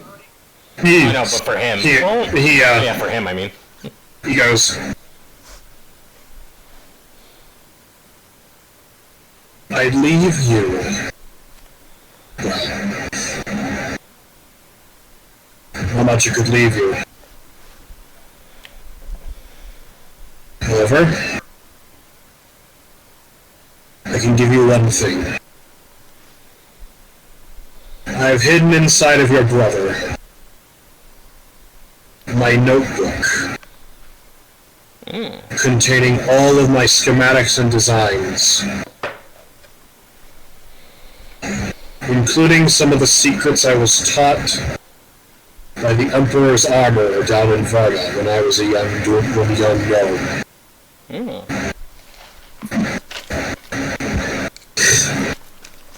Secrets I was not supposed to be taught, including the applications of gold, the proper amount of gold to kill a powder mage. Ooh.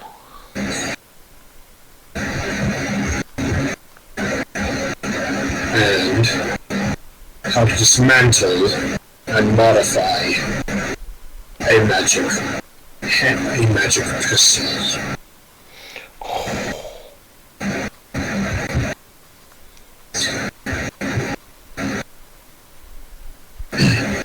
Magic gun. Who knew? That the family. Who could have guessed that one of the 7 families of Varda would hold such secrets? It's my family, isn't it? It's totally mine. Who could have guessed that House Goliath Yeah. knew the secrets to living metal? Living metal? Metal? The hell is that? You see, it's metal that's living, Grant. Yep, it's metal that's alive. Not unlike what we're seeing down here. Like, you see, it's like Guar, but more complex. Like, who are the metal bands? No. Yes. Maybe? Scroll. With this notebook, Archibald, you'll be able to retain their secrets. With that AARTI, you may continue to evolve your form.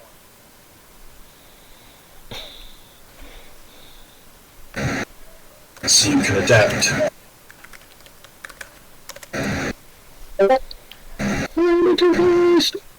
Dun-dun-dun-dun-dun.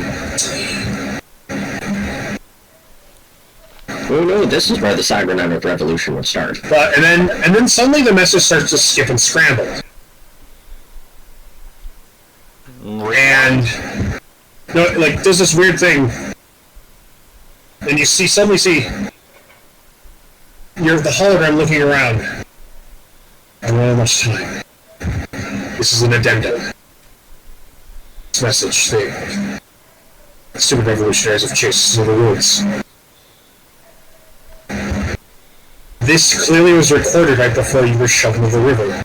Okay. Yeah, so we're so there's probably trees and stuff behind him. I don't know how. But somehow that bastard Vecna found me again. But it wasn't him. It was one of his associates. Some bookish nerd-looking librarian type. Ooh. If you run into a man named Balthazar, do not trust him. He's insane. Why? Why would he come for me now?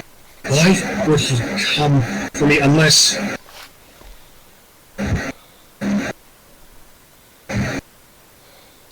they want to make more. Which means... Endless. Oh, the librarian, you son of a bitch. Meanwhile, with the rest of the party... Make us whole. Make us whole, AARTI. I will. Hey, I will. how you feel about the Make Us Whole show? I love it. You must finish your Also, work. your dead psychotic's girlfriend invited me to a wedding. What's up with that? Joke's on you, I'm a blimp. Anyway. Archibald or Orville probably his friend, the bullet farm. Who knows? Maybe. When did you get here? I'm the popcorn farmer, motherfuckers. I can imagine that's how old he looks too. And yeah, but so the rest of the party. This Archie, well, young no, she could be anywhere from 30 to 300. Well, 30 to like 120. Don't you know it's impolite to ask a lady her age? No. We'll just guesstimate then. But Old were you? she leads the party kind of out of the ways, a ways out of the side, and you come to an archaeological site, which has been cordoned off, and you see her. There's a couple of guards, and they kind of give all of you the side eye, and they're like, "Really? Who are these chuckle fox?" and she flashes. She basically kind of goes, "They're part of the expedition," and they're just like, they look at Olzec, they look at Riken, they look at Ernesto, they look at Jojo, they look at Elaina, and you can kind of see the look they're doing between the two guards giving each other. It's like, they really don't look like adventurous people, or whatever. And she... We've never seen such a chesty adventurer. Oh, you want to tell Riken and Olzec that they're not adventurers? Look, they just see the massive pectorals on us, and they're like, yeah, they're just not the same breed of adventurers we've seen before. We've got deluxe hench, short hench, farm boy hench, and 2 women. Get the oil. Yeah, fetch the oil. Yeah, well then. Artificer cinnamon, Jimmy grease. Jojo flicks a lit match. But she leads you. We come down to a this stone, basically this cornered off like section of cave wall, and you see her kind of like adjust some like weird gear, and some of these artificial like little crystalline lights kind of light up. And you see a wall.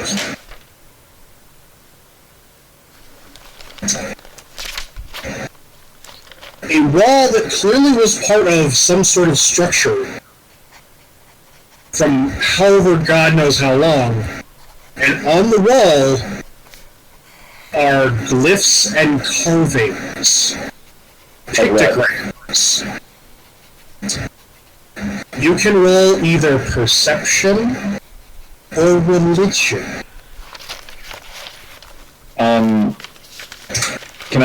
I roll history? Perception or religion? Alright, well then I'll leave that one to Elaina and Archie, because I don't have skills in either of those. Wait, what's going on? What am I doing? You can either roll perception or religion on the wall. Woohoo! Well, I can do perception. I have a...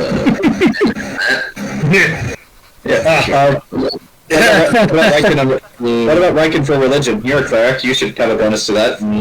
Outside that. All the bonuses. You can unmute yourself now, Jayson. I do not. Alright. Damn it, Timmy! But then I have to roll that one. No, you're probably rolling religion. That makes sense. I did roll religion, and I'm not trained in it. Perception or religion? Perception is better. Because I figure if I roll religion in context of my character, it makes more sense. But I guess for Riken, it's basically you're like, I guess to get Riken, because Riken, you're just kind of like, you look like, oh my god, a giant wall. Oh my god, a giant wall. I can't believe what I'm seeing. It's a Riken, it's giant. Yeah. It's definitely kind of like, you're just kind of like, oh look, it's a wall.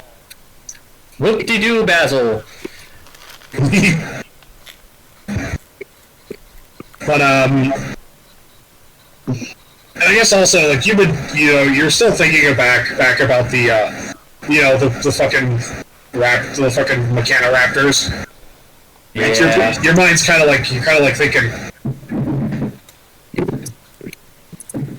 like for the perception people, you see these figure, like you can actually clearly see defined, like there are figures with like little pigments of color, and they're kind of all like different groups and patterns, and based upon their arrangements, it's like it must tell some kind of tale or story. It's kind of like, hey, these clearly aren't random, they're clearly told in this very specific order. And before we get to the religion,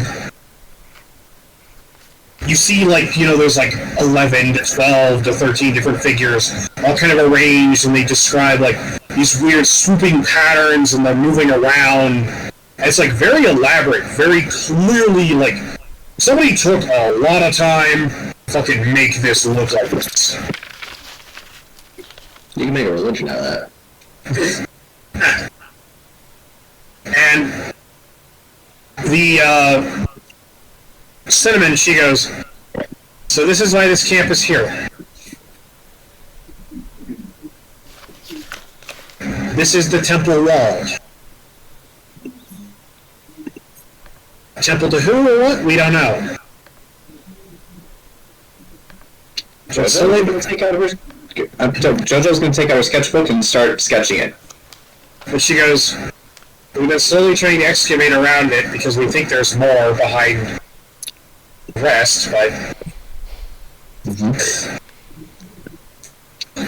And we've been able to decipher most of it, but some of it's like, you could know some of the images are like obscured or broken or damaged. But Olzec, staring up at this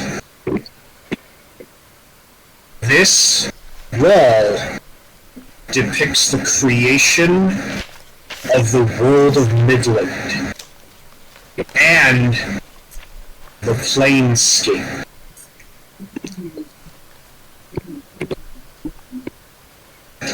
Wait, so you said you don't know what it's about? Well, she looks at you and she goes, well, we have a pretty good idea, but we get to a point and we're kind of stuck.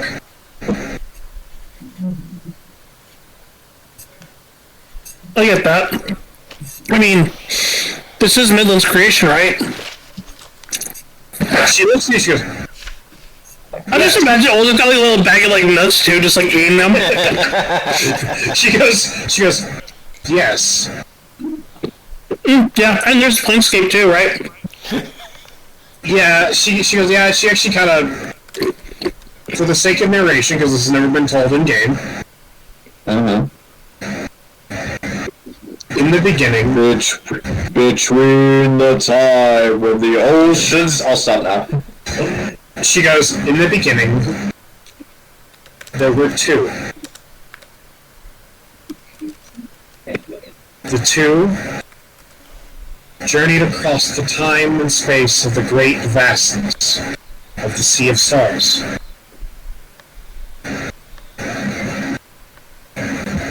She actually takes out like a lantern that's focused to like kind of like basically what to do like a flashlight, and she points the light at one of the figures. Archie, the god of travelers. Eventually, he found 11 other gods, the old gods, and they wanted to try and find a home. A world that they could call and craft into their own image.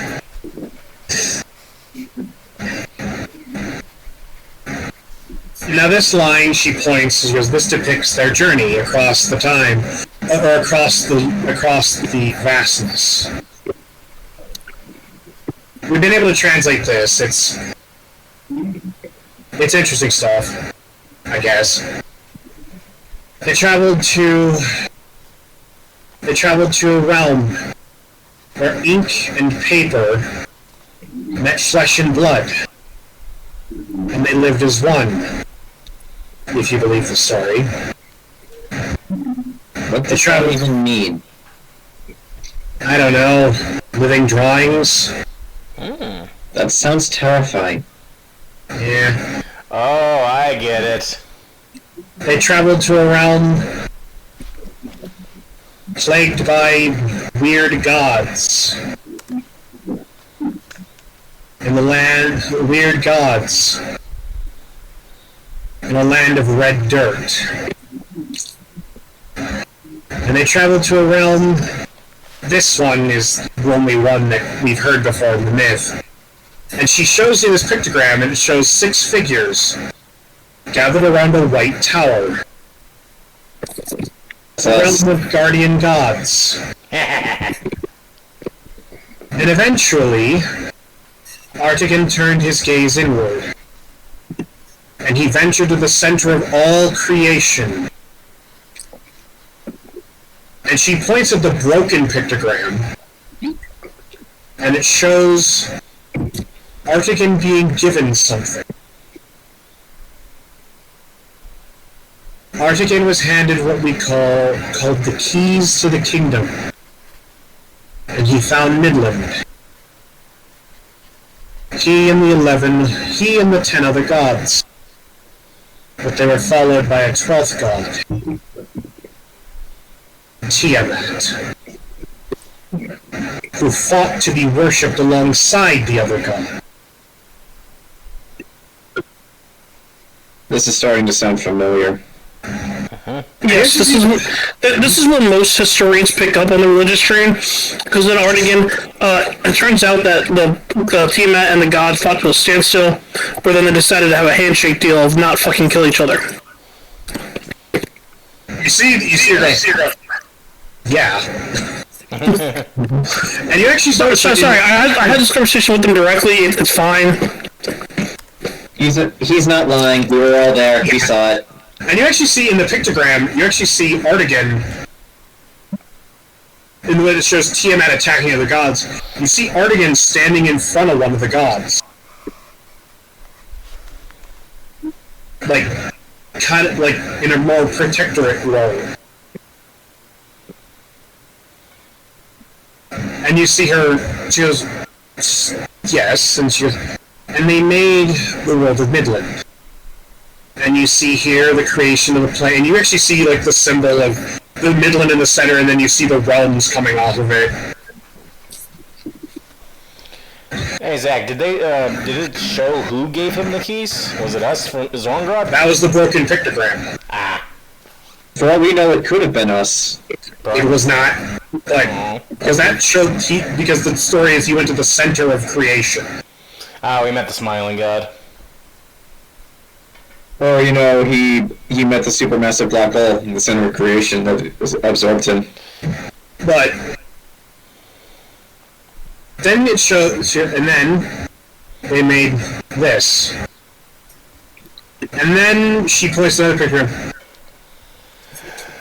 Then there were 11 gods. That also sounds familiar. I'm saying that above game, not in game. We don't know. She actually points at another person's broken. One of the gods disappeared. Disappeared or died?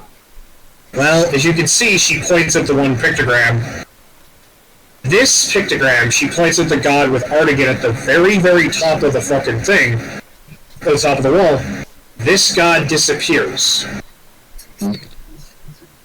From the record. You see it depicted here, she points here, and then she points at the pictogram of Artigan defending that figure from Tiamat. This god vanishes from the written record. Do we know its name? No, we've been able to identify the others. You see her take the flashlight to, like, the little light to the other pictogram. She goes, Artigan, you see her go, Akane, Apotheos, Artigan, Eris, Morgana, Pius, Tomas, the cat, Tiamat, Velicor, and Verona. Verona's the Raven Queen, right? No. Verona is the god of fate. Yeah. Okay. And she goes, all 11 are accounted for, and then there's this unnamed vanishes from the record. This story is of course simplified as first there were 11, then there were 12, then there were 11.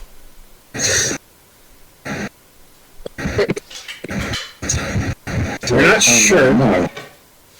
We're not exactly sure who this one is, or what it is. It just disappears. if anybody would like to roll, I guess you could roll insight on that particular pictogram, like the one that she pointed out where... I'll do that. I have proficiency in insight. You can't do Right? it. Yeah, because like she pointed it out. Okay, he's starting to pay attention. 18 on insight. Another pheasant. I'm not very insightful. I might just have Rochelle start rolling for me from now on, because that girl Makes sense. can roll. Maybe 20, stop 20. whoring your dice out there, Jayson. What is that? Maybe stop whoring your dice out there, Jayson. You gotta give each character an individual dice. Jayson, this year for Christmas, you're gonna get like 6 different sets of dice from me, all of which are very cheap, but they're all not your dice, so you can use different dice. Everyone just get Jayson a set of dice for Christmas from all of us. There we go, yeah. Yeah, there we go. But I guess, By the way, Temme, did you ever buy those hollow dice I showed you? I did not. I decided to save the money, but they were, dude. So there are so many dice I looked at recently. I was like, oh, I gotta get this, and I didn't get it. All right. I guess, hey, jeez. Anyway.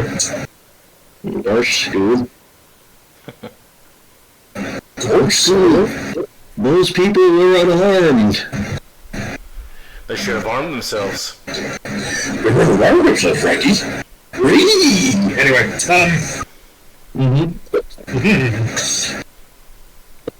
So, Riken, you're now taking in the whole wall, and you're kind of like, ooh, oh. Like, this is some ancient history. This is older than stone. Actually, yes. Yeah, literally, yeah, this is technically, yeah. This is older than stone. Yeah, it is. Yeah, Yes, actually, it is. Just let Skinner go. Everybody else, the way Artigan is protecting that other figure, that's the way an older sibling, an older brother would protect a younger brother or sibling. Identify with this wall. And it's clearly like you're basically like stepping in between. So I would like to on a new page draw just that image of Artigan protecting this god. yeah. And she goes, then of course, and she points at like this down here is damaged. And down here, and she goes, and this is as far as the translation's gotten. She points at another pictogram reaching up, and Artigan grabbing the figure by the hand. We figured out what this depicts.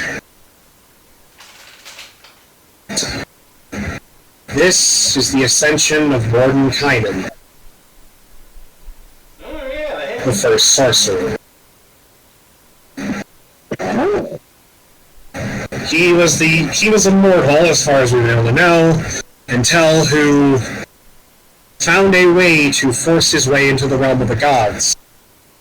And for his prowess and his gifts and his tenacity, the gods gave him the gift of magic. And he came back down and taught everyone else. The sorcerer teaching everyone. Outside of character, that's funny. Mm-hmm. How do you know magic? It's in my blood. But, well, he was and she actually goes, according to legend, that's why mortals have magic. I mean, besides the whole bloodlines thing and everything, he's the one that kind of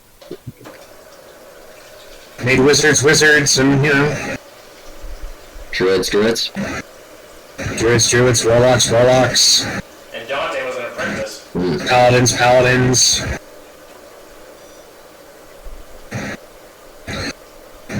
You know, if you really think about it, he was more like the first artificer, brute forcing his way into finding out magic.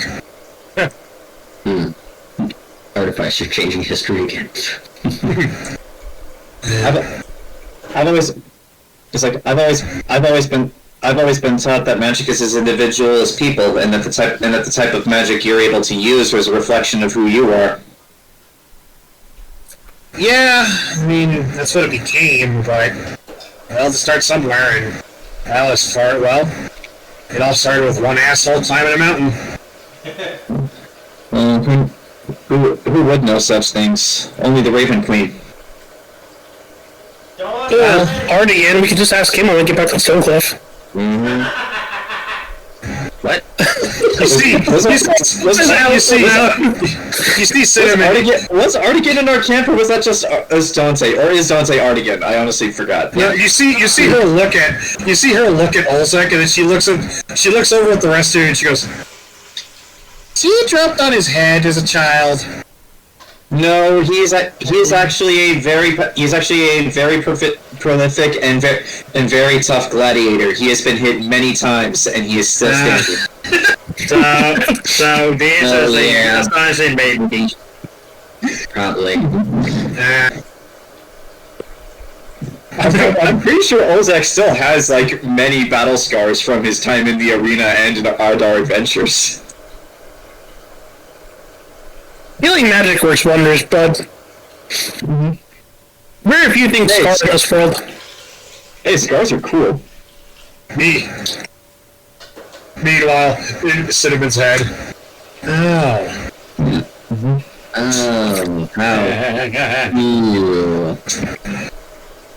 Anyway.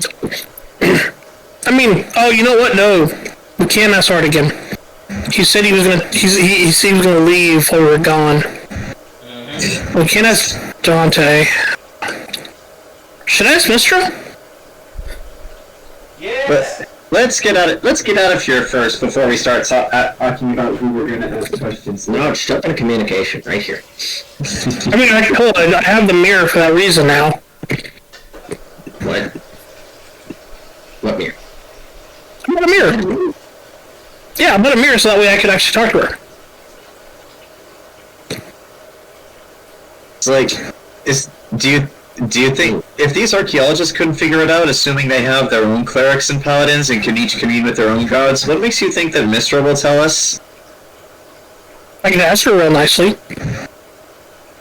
Of course, I did not think of that. I didn't even think of it. Jesus. Let's read the researcher here. The problem is, like, she's right. She didn't think of it.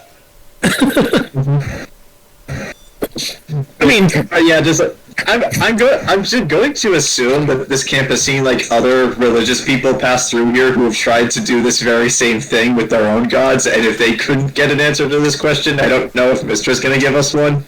Maybe they just weren't asking the right questions, like, hey, how's it going, stuff, information. Anyways, I mean, it's not like... Whoa. We were just going to ask, like, if it was somehow more to Canaan.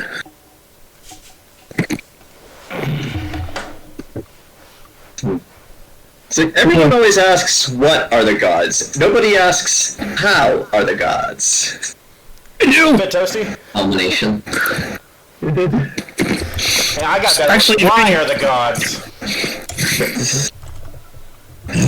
Actually, that's specifically how Olzec got in the situation. He asked, how are the gods? How are the gods doing? I don't think they're doing well. I hear it's getting a little it's getting a little, like, complicated and boring.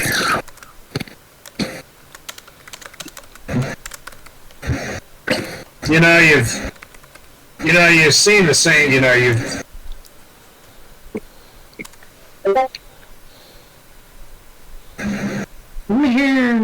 done the same, you can only, bureaucrat for so long before, you only, follow the same bureaucratic patterns for so long before eventually you, lose your sense of self. Anyways, we probably shouldn't ask Mistra about Morning Kana anyways. I have a feeling she'll probably say some, like, choice words about it. You're probably right. Alright. But yes, Cinnamon, incredibly long story short, we have been on many adventures and we have seen things that we can't ever forget or unlive or unexperience. It was weird meeting a nature god that I identified with. Like, she's got a good thing going. Yeah, Kona was interesting to me, wasn't she? Yeah. Mm-hmm. Since they're not talking about this, since they're not talking about this in front of Cinnamon, I'll pull out my sketchbook and pull out the drawing of Akane that I made after we met her, just to prove to her that we're not bullshitting. I am. Look at my commission. This is why Jojo makes all of these sketches, for moments like this.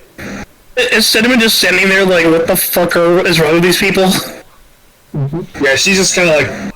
Yeah, she's never seen Akane, so it's like, yeah, look at my fan art. Yeah, she looks at that and she kind of goes, what? I'm gonna go back and check on Archibald. Okay. Thanks for showing us around. Wise. No problem. Yeah, I need to talk to that guy. Actually... Talk to her. She's probably just as talented. How talented are you with using dragon parts? Well, she goes, well, I'm an artificer, so I really haven't had a chance to experiment with dragon parts, but considering I'm Archibald's assistant, and I helped her do it. I helped to build that stupid power suit. Yeah. Elaina, I would actually let her do it. I have quite a few dragon parts. I got teeth, claws, vertebrate, bones, teeth, and scales. I was trying to remember, how did we get I have very rare right, ingredients, but I don't know if I did or did not find the ingredients, because somebody said I found a flower and then wind, and that was about it. What kind of flower? It pulls out the thing, potion thing, this kind. Blue flowers, red thorns. This would be if you weren't colorblind, now that you're a dog. No, it's the golden flower. Yeah. Alright. She goes, you can send a message to somebody topside and they can come down tomorrow and tell you what that is. Alright. We got a druid up there now. Oh, that's good. I was going to suggest that if a druid's nearby, they can just use the move earth spell, but then I realized that probably is not good for something like this, because you want to be delicate. Mold earth. Yeah, if you mold the earth, that's gonna move quickly. That's probably gonna just make things worse. Just got wall of fire on it. That'll totally work. Right, wall of fire against a stone. But she goes, okay, you see her sitting there think for a second, she goes, what are you planning to do with the what do you want to make from the dragon parts? Armor? I mean, unless you can make something better than what I'm wearing. I can't wear really heavy stuff, and this was kind of the best protection because it's a trend that I try to not be in the front line, and the front line just comes to me. What's your profession? Druid. And I'm wearing metal armor. Yeah. What do you primarily use to fight with? I use primarily, shows the moon sickle and the arcane pistol, and also has a quarterstaff. You see her look at the arcane pistol and go, yeah, I got this from the son of a bitch. She actually grabs you. She see her whistle. She goes, "Hot damn, this is a sexy lady." And you see her kind of look eyeing up and down, and she goes, she looks at the moon sickle. That I wouldn't want to. She goes, I wouldn't want to mess with that. She goes, this on the other hand. Give me some of those dragon parts and I can make something happen. I got white and ancient black. I got white teeth, claws, vertebrae, and bones, and I got ancient black teeth and scales. Hold on, let me check these up. We picked these up from a ruined museum. That's underwater now. That was actually my museum. Thanks for bringing them back. But yeah, dragon. You're gonna have dragon fire rounds, dude. She looks at you. She goes, fire acid. Hold the fire. Give me some of the white dragon parts. I think I can make something work. How much do you need? I got 13 teeth, 3 claws, 13 vertebrae, 19 bones. Give me all of it and I'll see what I can do. I might need more than I need, but we'll see. Okay. I guess that'll cover the cost and such right there, so... I didn't know what I was going to do with these, so there you go. Well, all white dragon bones along. Nice. And you see her kind of... You see her kind of go, she goes...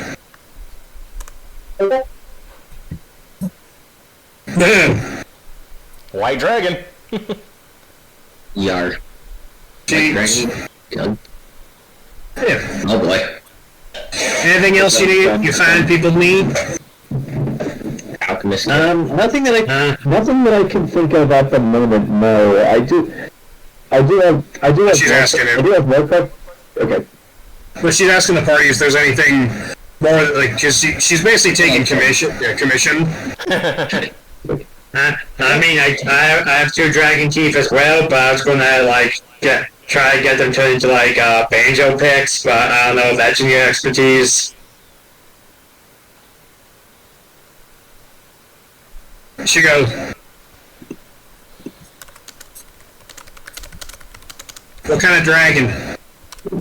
The same one from that Elaina here got her parts from. Probably the white dragon, I would imagine. I took like 1 from each. 2 from each of the 2. Nice. Yeah, hand him over, I'll make a pick. Alright. Okay.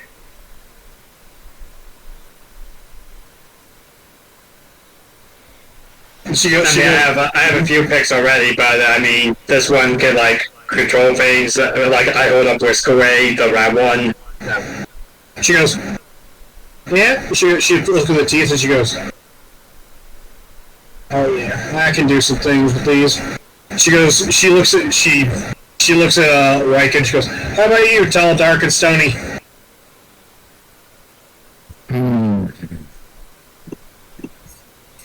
He needs whips and chains for his drow girlfriend.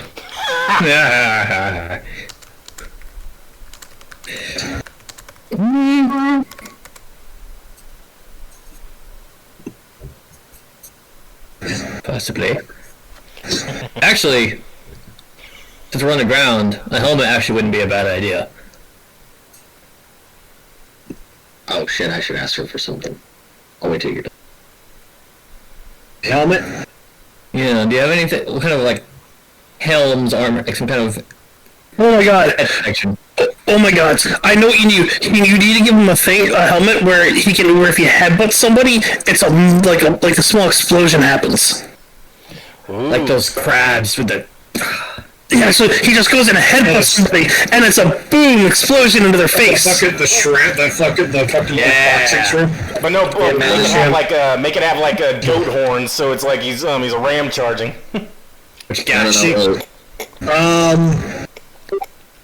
Go for luck. Yeah. Helmet. 5. You are so... I give you advantage with my mind. She goes.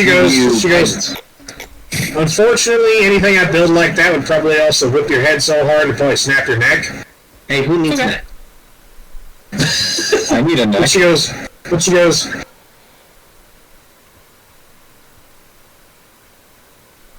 I got a helm. Archibald threw it away. But Archibald didn't fit him, it was too big. So let me fix it up a little bit and I can make it nice for you. Alright.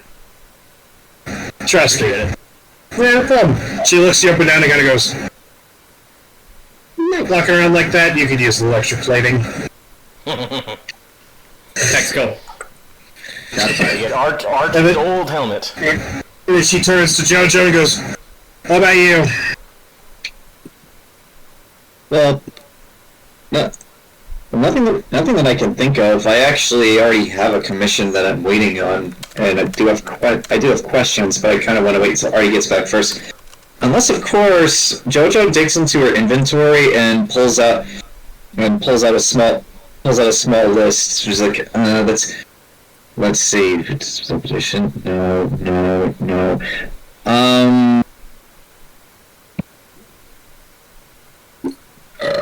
Excuse me. Yeah, I'm guessing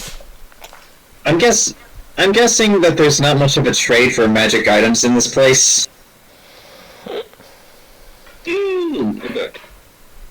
Well, I wouldn't say that. I mean, yeah, we get some magic folks coming through here, but unfortunately, any equipment they got, they're gonna keep. So then this kind of becomes irrelevant. You know what? I'm fine. Like mostly what I need is knowledge, not things. Really not it. Mm-hmm. Yes, you. Do you have anything that can let you see in the dark better? We have these things, but that's not very helpful. I'll ask Archibald. Alright, yeah. That's actually a very good question. Thank you. And then she looks at you all like, and what about you, my religious red friend? Oh, I'm not that religious. No, I'm good. I rely on my muscles to keep me safe.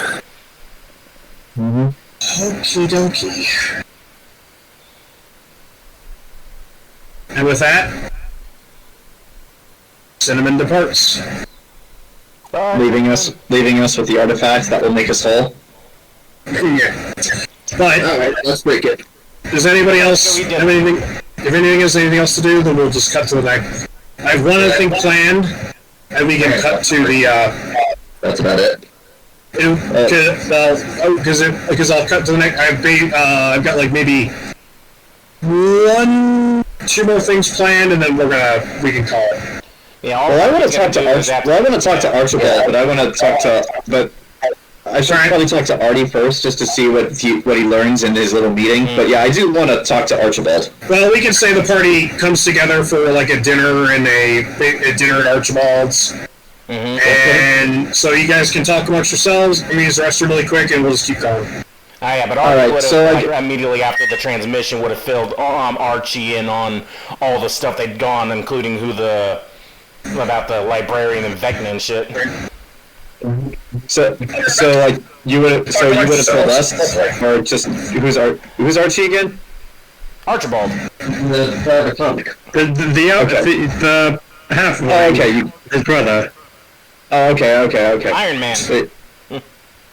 But yeah. But yeah, I guess I'll just ask, like, so Artie, is there anything we need to know? Nope. No, hang on, I don't know yet.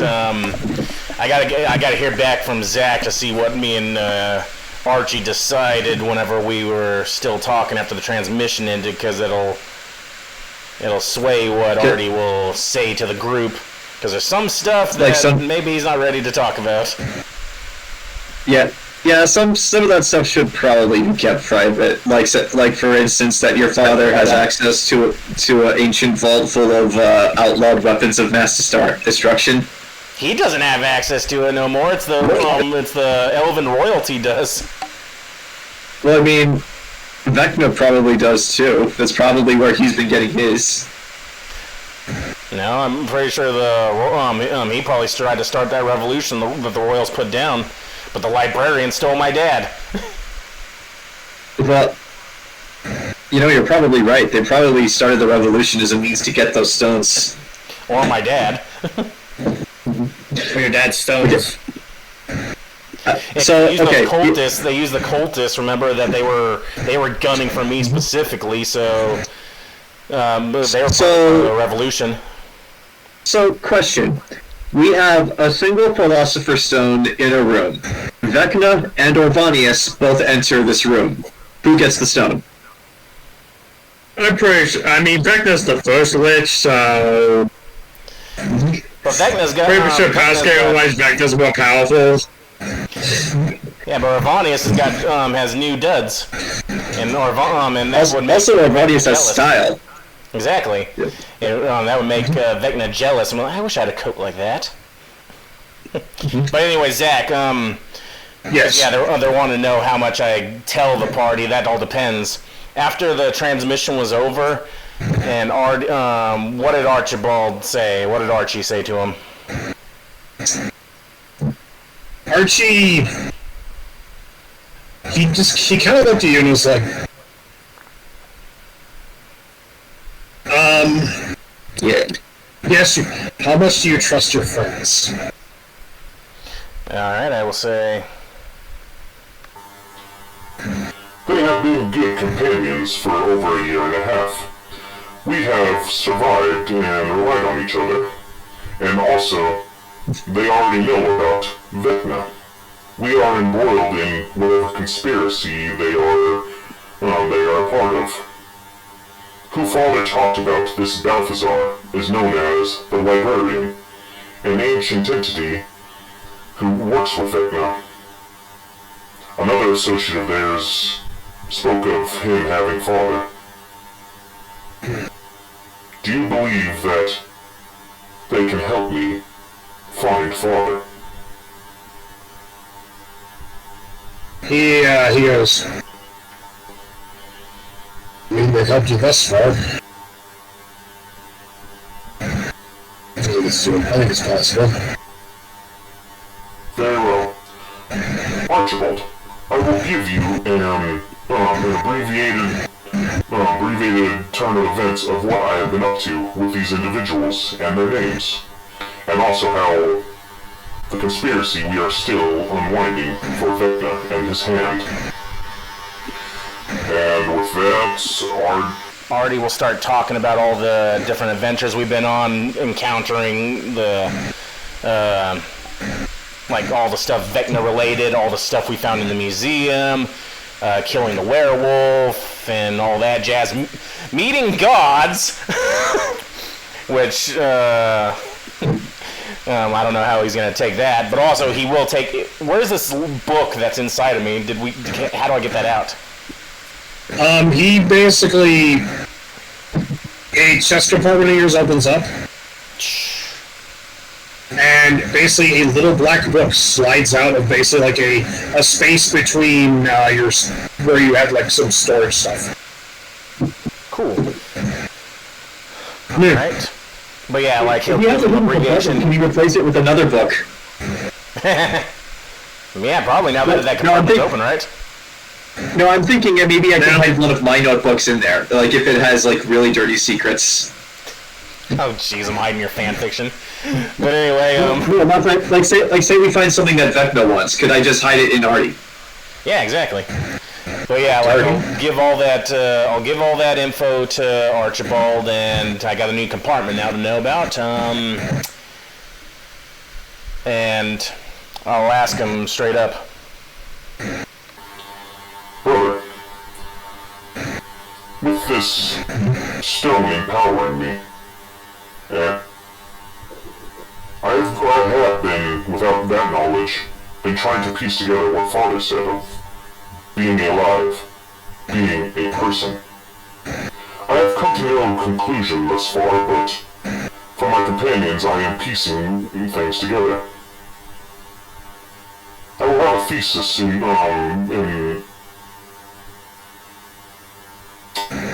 Artie's calculating indeterminate amount of time, but I believe I will have a thesis at some point.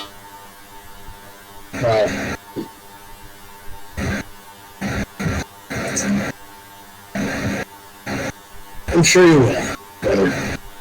I'm sure you will.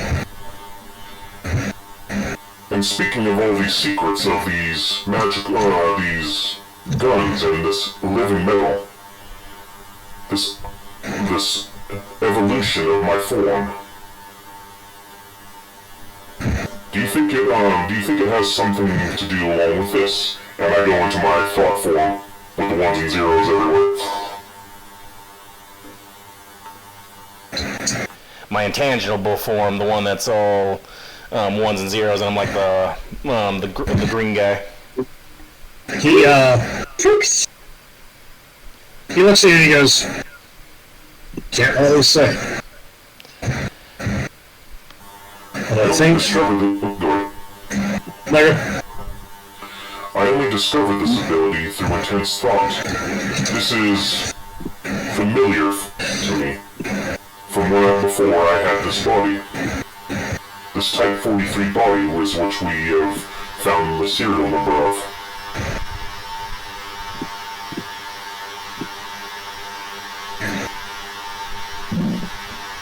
Well,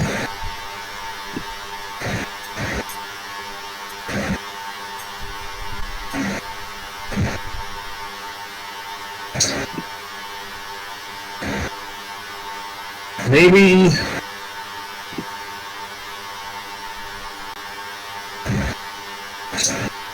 there's a possibility that one of those souls had a similar type of magic.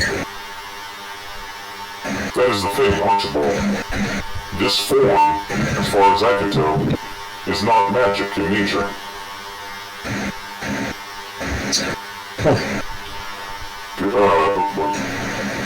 Wait, because out of character, this is psionic. Right, he goes... I don't know. Maybe it has something to do with the way Father built you.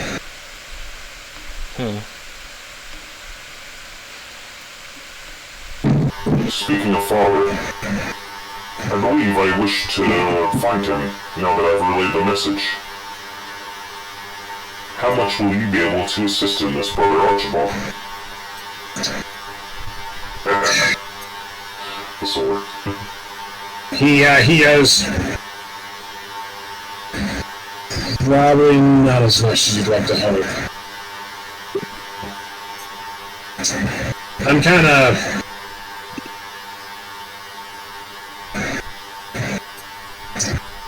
I'm down here. Unfortunately, I really can't leave here. Not yet, anyway. Very well, brother. There is still a mission to accomplish with my companions under Miss Greenleaf. But my new goal is to find Father again. Is there any way to communicate with you directly? Miss Greenleaf had given us a ring of sending, which only went to her. Do you have a similar device?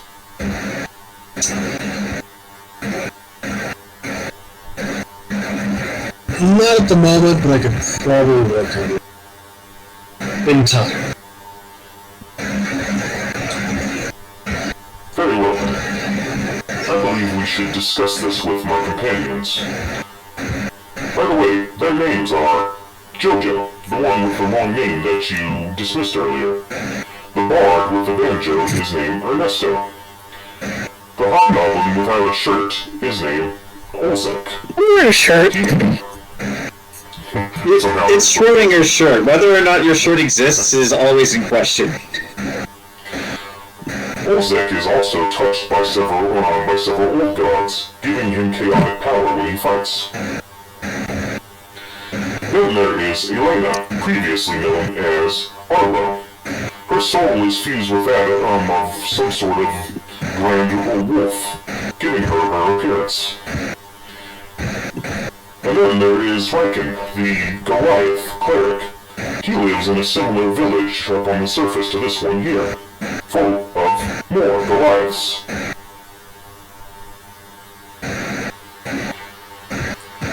And then also there is Typhon, the deer fox, who is in fact actually an old royalty of the Fey realm, all nearly forgotten.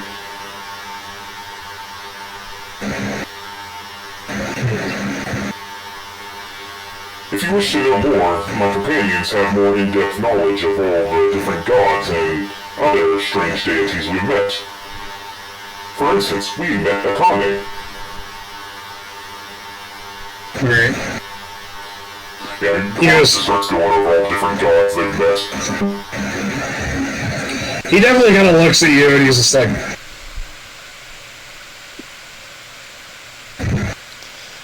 And then he also talks about that dream in hell wherever, what's her name, referred to him as a wrench jockey as well.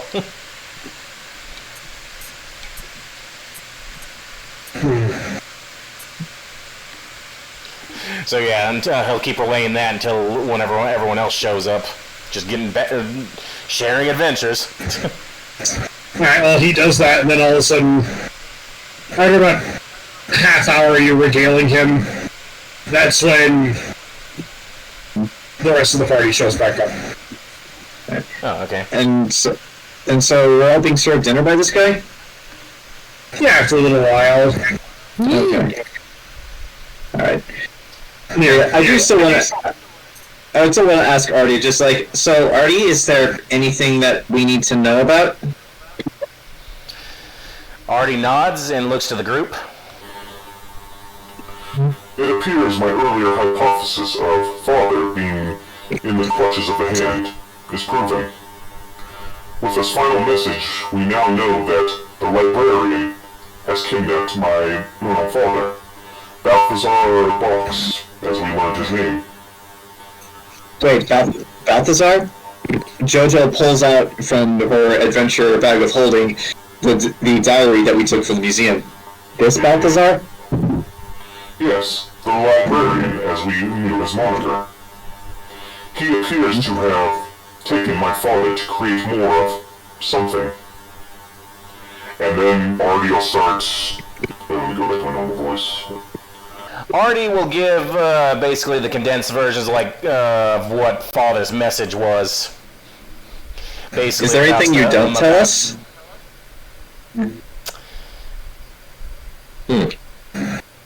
trying to think if Artie is he is about teaching, so he had to ponder that. So Artie would say he'd give all that stuff about the Philosopher's Stones that the Elven or the Lagosian. Did Father tell us to keep that a secret? Me and Archie, Zach. Because it's our secret now. The Elven royalty, the secret of the Philosopher's Stones. That's mine and Archie's secret to have, right? Not anybody else's, or are we allowed to share? No, that's your secret. That's your. No. Like Archie, Archie's like, yeah, feel free to tell him. So don't tell him what the fucking vault. Okay, yeah, good. I won't talk about the vault, but I will talk about everything else, and then getting down to it. Also, wait, where's my voice? Also, it would appear that what powers me is something called a purified Philosopher's Stone. Is it different than a regular Philosopher's Stone? From what was revealed, when a Philosopher's Stone, the ones known through in historical texts, when the souls combine to become one, they become blue. They have been purified. And it appears that this stone has bonded to my consciousness. It has become my soul. So many souls fused into one rock, and the many become one soul. Nice. It's like, but the many become the one. Correct. And that one appears to have become mine. Well, in any case, for what or however that works and whatever that is, this is actually still it's good news to a degree. We know that your father is alive, and we also know that they need him for something, which means that they're going to keep him alive, which means that we can find him. Precisely. Which brings me to my last point. I know that we are on a job for Miss Greenleaf, but we have been interconnected into this web of Vecna and his hands' machinations. Would you all be willing to help me rescue Father? Yes. I don't even need to think about that. I absolutely will help you. Artie looks to Elaina. Captain Artie, You've helped me. You've helped me, so I'll help you. Turns to Ernesto. I mean, yeah. It's like... Then I look to Riken. You help with my people, of course I'll help yours. And then I look to Olzec. No! You should get back. Of course, I already... Lastly, I actually... That's what friends are for. And then I looked at Typhon. Meep! I've always hated you. Typhon just kind of goes, Thank you, everyone. I truly appreciate it. My father's name is Orville Winchjockey. His safety and his rescue is now my main priority. I thank you for your assistance, friends. Well, I actually have something of an idea of where we could begin with that. And Archibald, for that, we might need your help.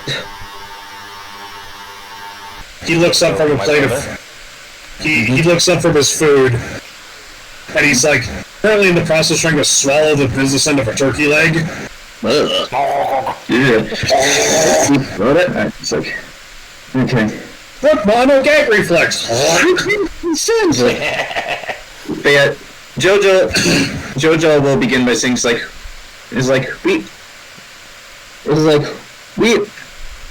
we are down here with Artie on an expedition, yes. However, we do have a goal.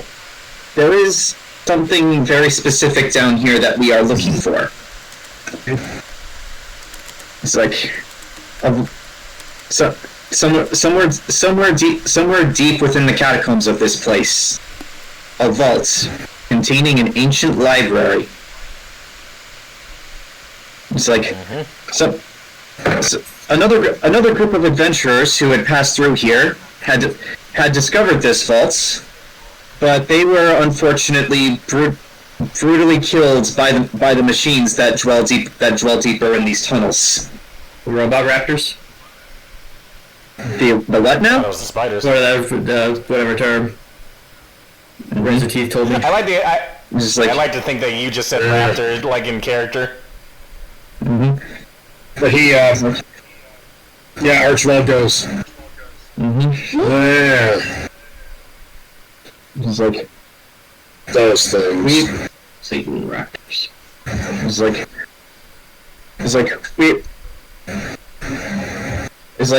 we were actually hired by one of those adventurers' family to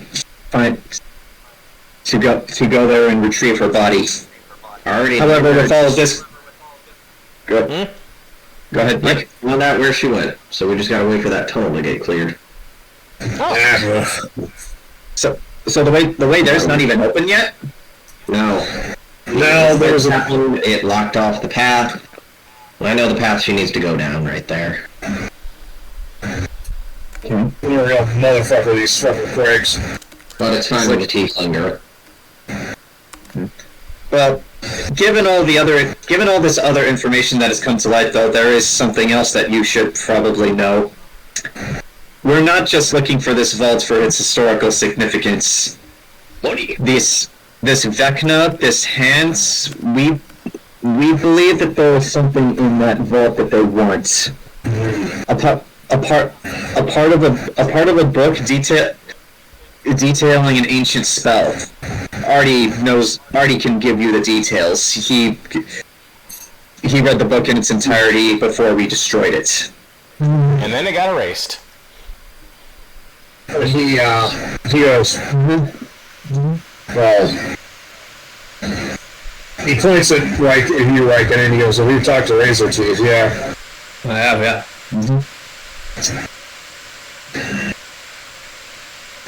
These creatures. He goes,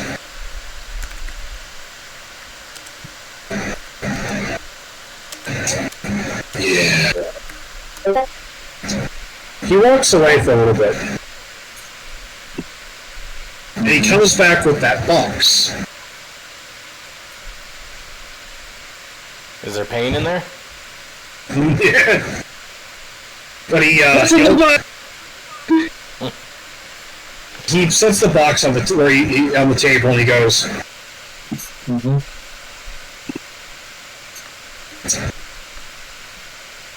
my travels, I was gifted this by the Lady of Bullets. Oh. Yeah. I regaled her with some of my father's abilities, and she had heard stories about a gnome visiting her family. I spent time with her. Kids. Funny little things, you know? Little girl came up to here. Well, he kind of goes here, and then Cinnamon walks by him and takes his hand and puts it over his hair.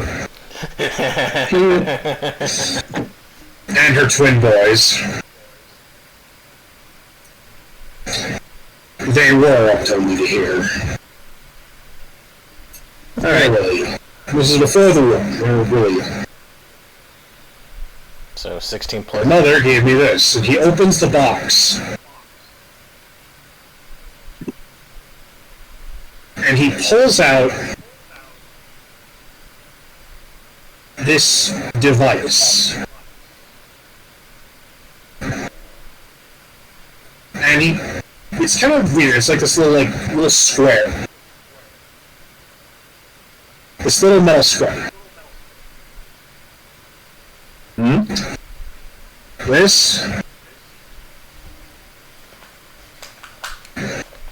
is a piece of pure Vartan steel.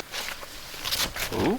I guess it's not a device, but he basically opens up and he basically pulls out a bunch of these pieces of metal.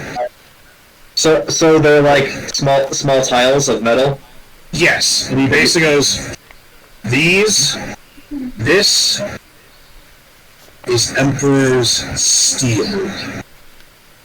This is the steel used by the Vartan Imperial Guard.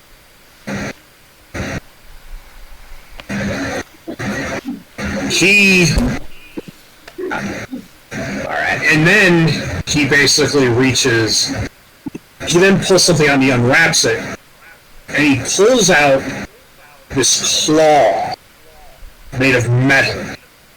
Fear that claw. And he goes, we pulled this out of razor teeth. Oh. These two metals have the same composition. Ooh. So the Now, so Vartan steel. Oh, he's still talking, okay. Vartan Imperial steel is the finest steel ever made. The process to make this metal takes decades to learn, which is why it's a family trade secret. The knives and blades you make out of this can cut through even the finest full plate metal, full plate armor ever designed. So it's like a Calcum. Well, he goes, yes. But he holds up one of the tiles, and he takes the claw, and you see, well actually he basically pulls off he takes one of his gauntlets, and you see him take the claw, and he shoves it straight through. Oh. Alright. So these things are sharp. And then he takes the piece of the Emperor's... Well, then he takes a piece of the steel, and the claw... It's like watching a knife pass through butter. And you hear a slicing noise, like paper being cut. So it can cut itself. There, yeah.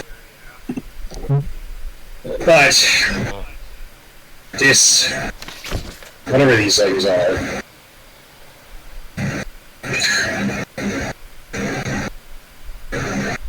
Razor Teeth probably told you about the red one. He looks at you, Riken. The red, with the red markings on its face? Yeah. That if you target that one, It's the one that gives orders. Yeah. Razor Teeth pulled this off of it. Mm. Now,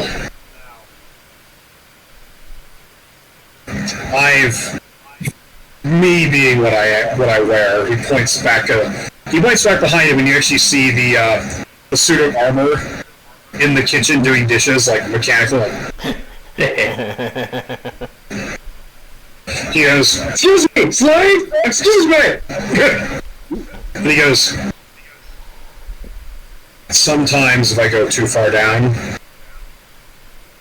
I can hear something talking to me.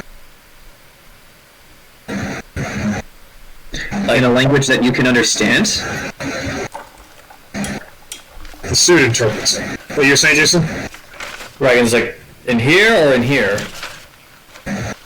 In here.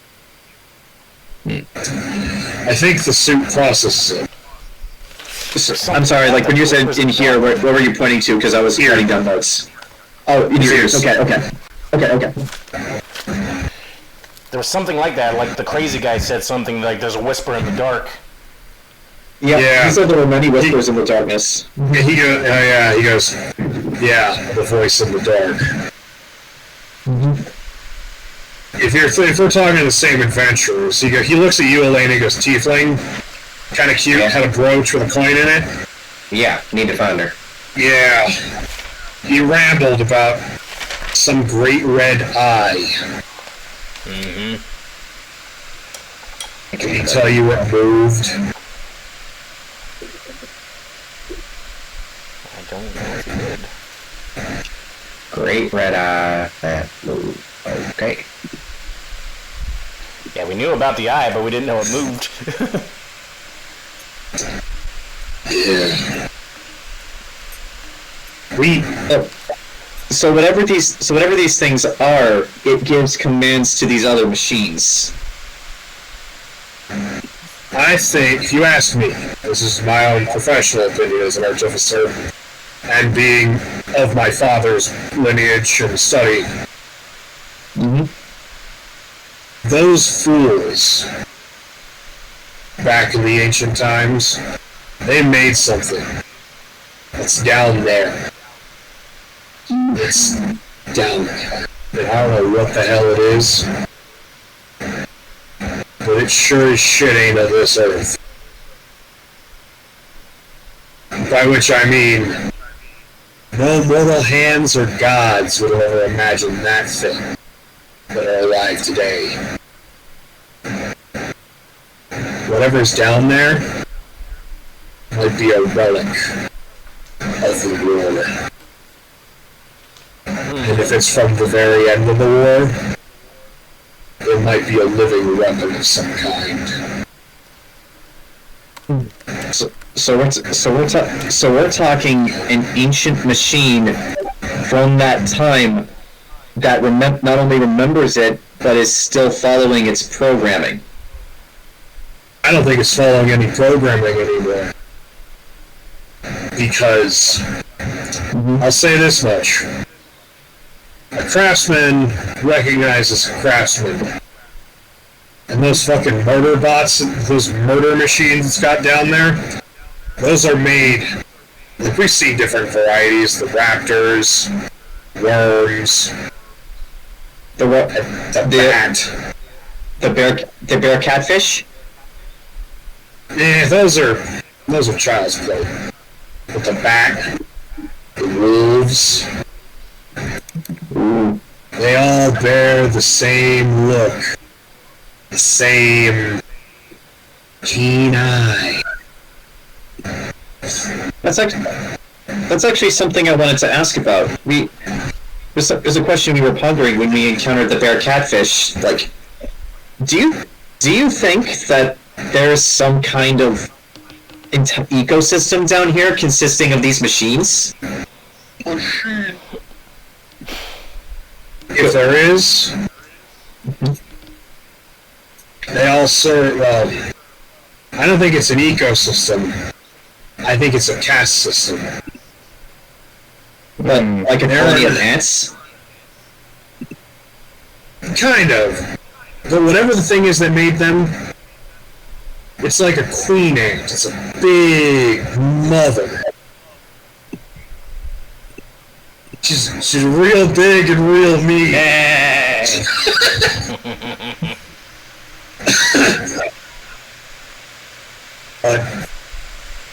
I think whoever made those machines, it's smart. Because it knows what it's doing. Because he points at the claw. Its protectors are armed to cut us down in as few hits as possible. Which tells me it's malevolent at best.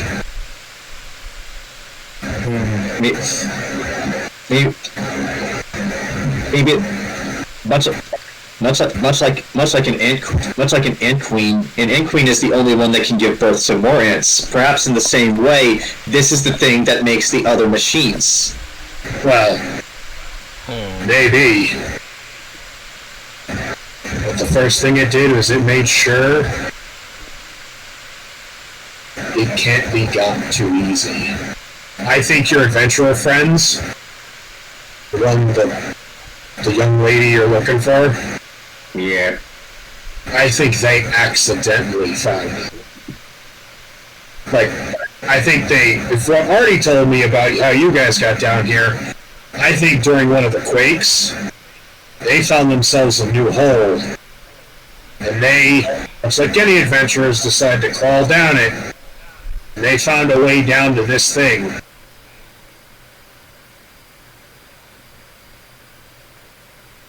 They did that.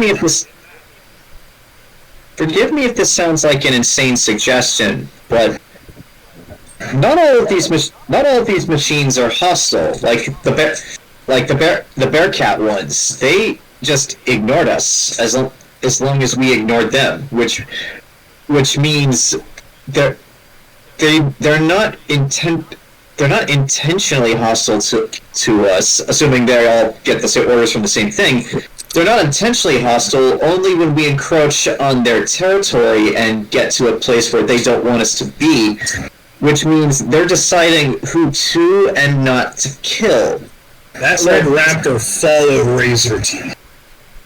Ooh. Those things, the ones that are armed like this, they're there because they're meant to kill, unprovoked. Well, the drones and the guards may be, but like this red thing that gives the orders, do you think it could be spoken to? Perhaps even reasoned with? Do you think Artie could speak to it? Look, I'll tell you this right now. That red thing is following the orders of its maker. And its maker... Oh yeah, Nifty, yeah. No, Nifty did talk to it. Nifty actually goes... Artie raises... Yeah, Artie... Nifty goes... I can speak from experience. The cat's out of the bag. Artie told her. Archibald is like whimsically enthralled with Nifty because he's kind of like, it's small and adorable, but if I armed it to the teeth, it'd be. And we can leave her with him while we're adventuring so she doesn't get damaged. Yeah. Maybe we can get Archibald to put a switchblade on it like Jinx does to her toys. But he goes... Yeah. Time to find some Nazis. But he goes, or Nifty goes...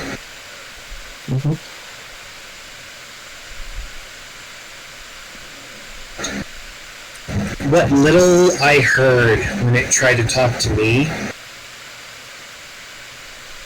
this thing in the dark has no desire to negotiate. It's... Not with us, maybe. No. It does not want to negotiate. It thinks... I'm a very rare breed. I am the last, possibly, of my kind. And it thought I was insignificant. Oh, jeez.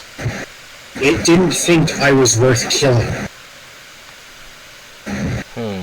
But others... Okay. From what I could gather, at least from what I've heard, and from the other machines that I saw before I made my way up,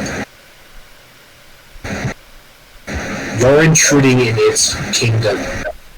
Not its home, not its abode, not its domicile, not its fortress. Its kingdom. This thing thinks itself a god. Oh, great. This is an intelligence that thinks itself like thinks. This is an intelligence with a god complex. You're intruding on my domicile. And as far as it's concerned, and how it feels about you, Nifty tries to speak, and then you hear suddenly a crude mechanical voice come out of Nifty. Profanity blocked. You. How rude. Watch your fucking mouth. What's your fucking language? This machine that thinks itself a god, and it's these protectorates of it that can cut through steel. Have they been shown to be able to be killed? Archibald goes, we tend to try and avoid them. I mean, we took this off of it, he shows the claw again, and he goes, I think they can be, you gotta be smart. Well, shit. Like the 30 goes, damn it. Maybe we get maybe with some artificer upgrades, maybe we'll do it. I need a gun, a bazooka. We're gonna need. What else do we need? Oh yeah, I gotta ask you about things. While we're here, shoot.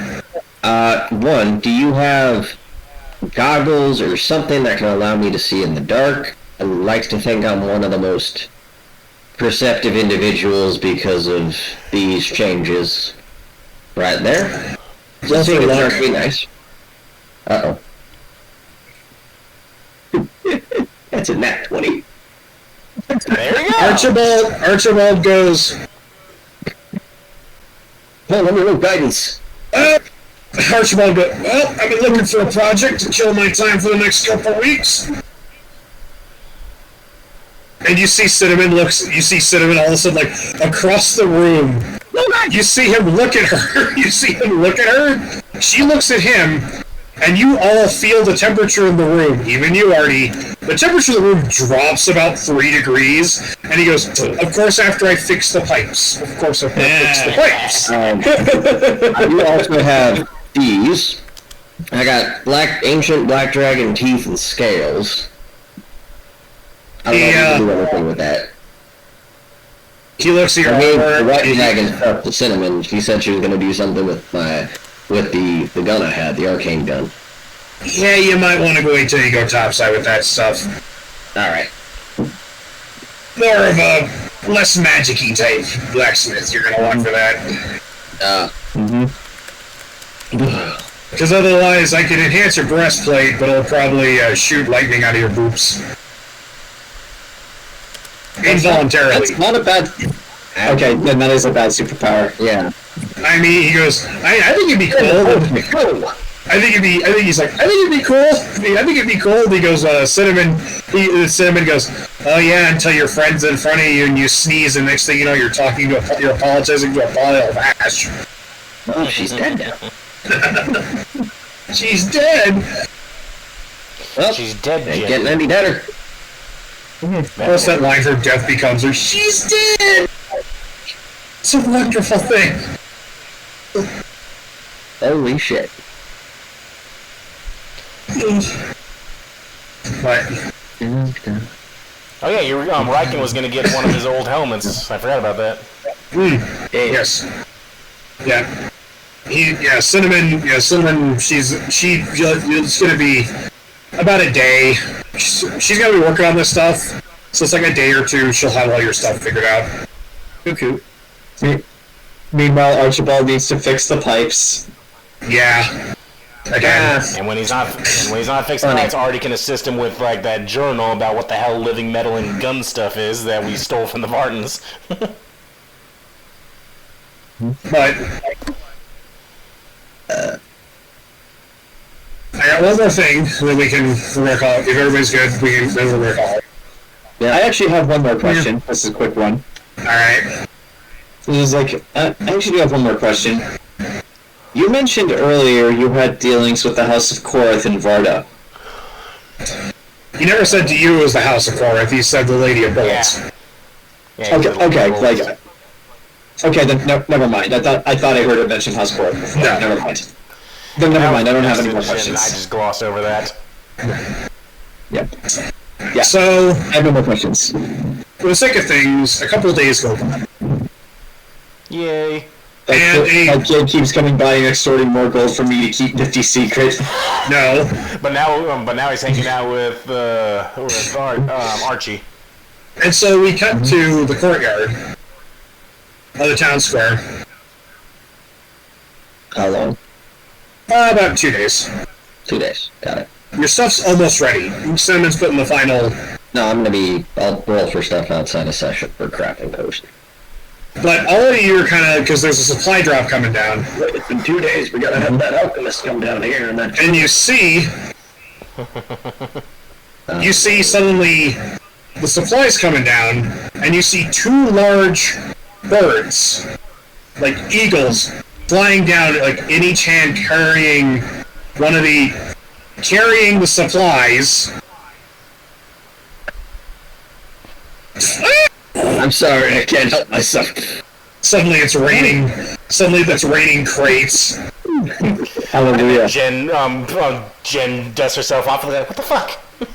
What the fuck, Elaina? But so, like, roughly on the map you see where I'm pinging, that's where they drop off everything.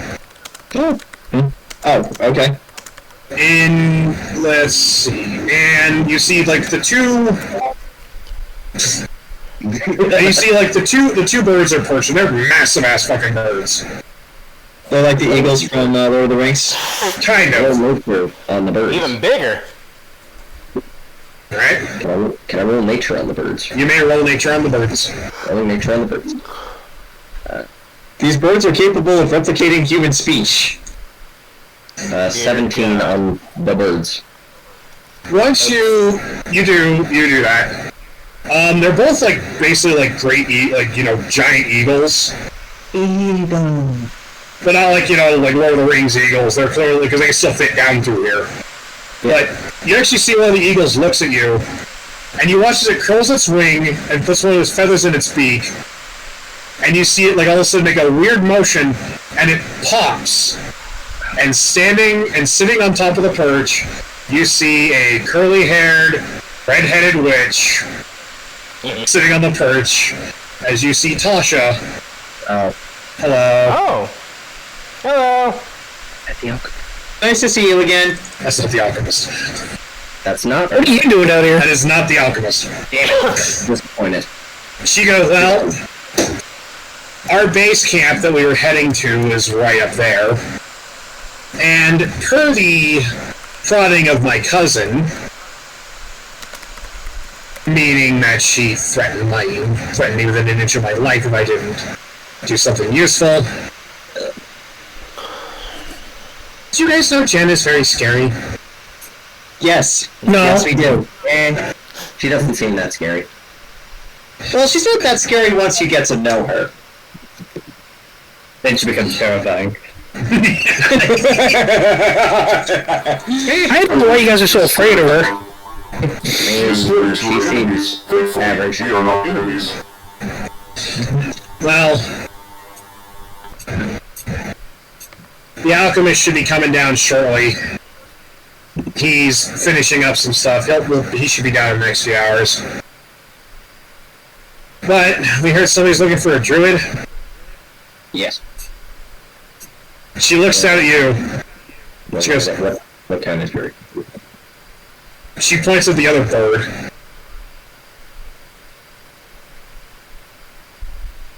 that's perched on the wild thing. shaped? Is that a wild shaped person or is it actually a bird? Wild shaped. Okay. And yeah. It'll do that in a second. But at that, suddenly the blonde-haired kid runs up to her. And he hands Tasha 4 gold, and then runs off. Snitch. What the? Then she goes, You seen that kid before? yeah, that's the kid that extorted you for gold. Well, I know that, but like the picture, like have you seen that before? No, we've not. I'm setting up something for the future. Okay. Yeah, that kid's gonna be one of our professors in the next campaign. And he runs off and meets another kid. And gives them 4 gold. And the two of them wander off.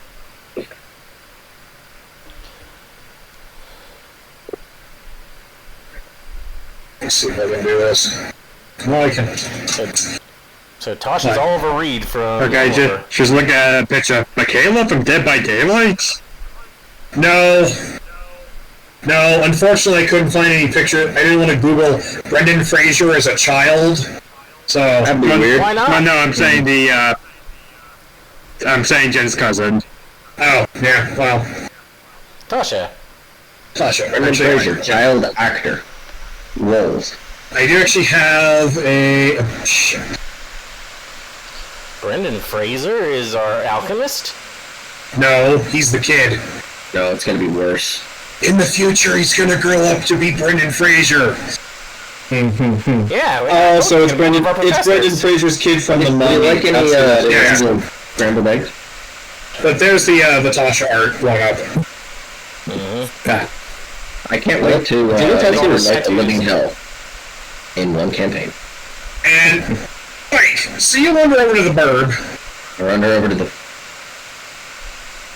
And the druid, who I think it is. he looks down at you and he goes, oh, hell. It's you. Oh, joy. And suddenly, sitting on the perch, everybody's favorite punching bag. Fucking so Yeah, we brought. Yay!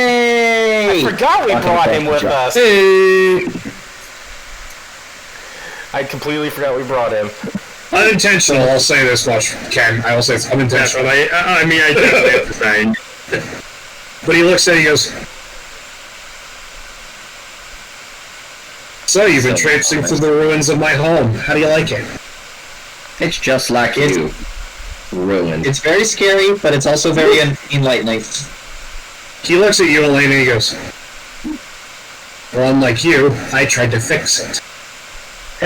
By kidnapping children. But let's get beyond the pleasantries of your shitty life, and then you identify what this flower is. He looks at it, and you see him suddenly go,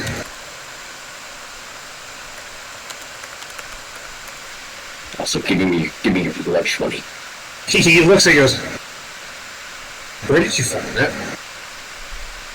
Just right outside the town. That's what actually led to the town, was a breeze across the flower.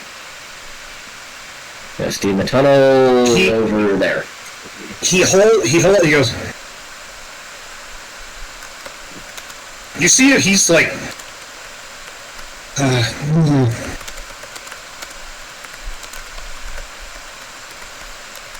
I made this.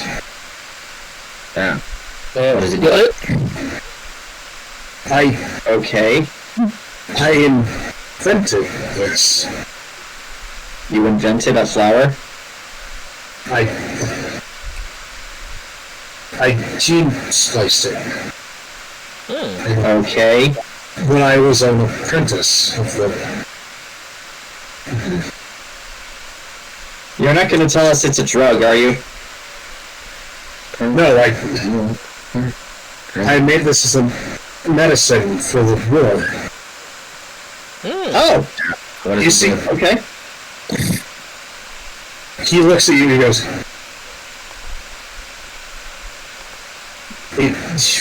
you're gonna need, he looks, he goes, it only makes one potion, functionally useless. resurrection.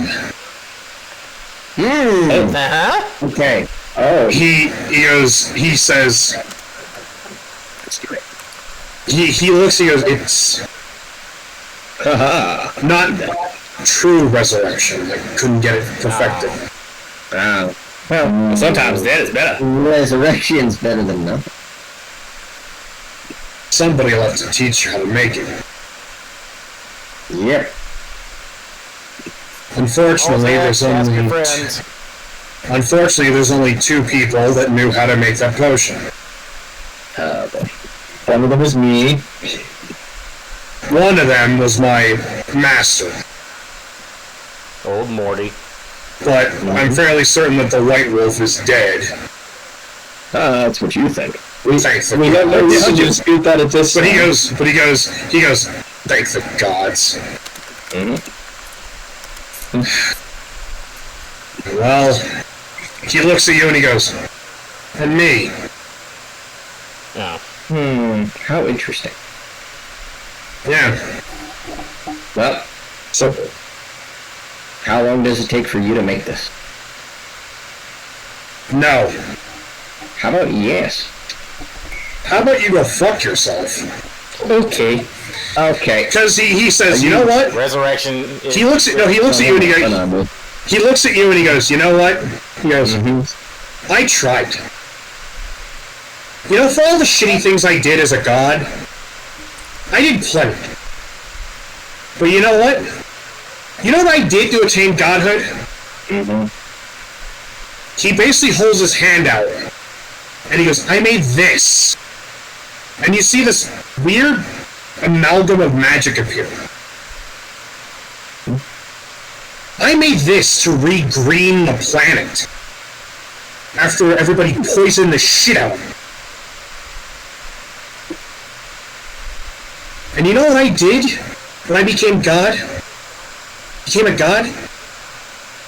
Without thinking, I unleashed it upon this world. Oh. So the fact that you're all breathing clean air, you have food, everything's green and fine, is because of the thing I did. Oh, it's a proto-Riken.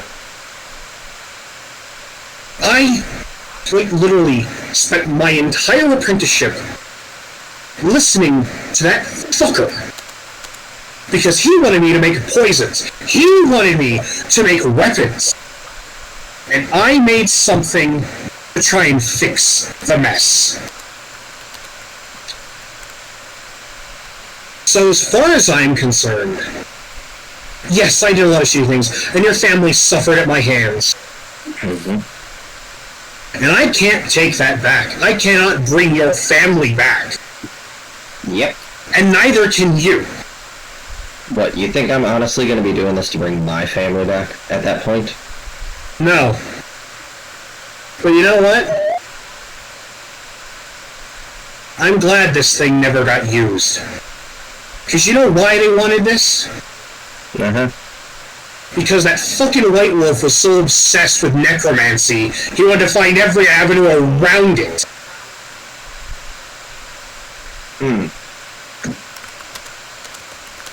I may have unintentionally revealed something. He actually, and Savannah, yeah. If it makes you feel better, I appreciate the clean air and plants. Like, he looks at you and he goes, well, you're a farmer, of course you do. And he goes, no offense. But he also goes, you know what? The only thing the White Wolf gave me, he pulls down his shirt, and you see this scar.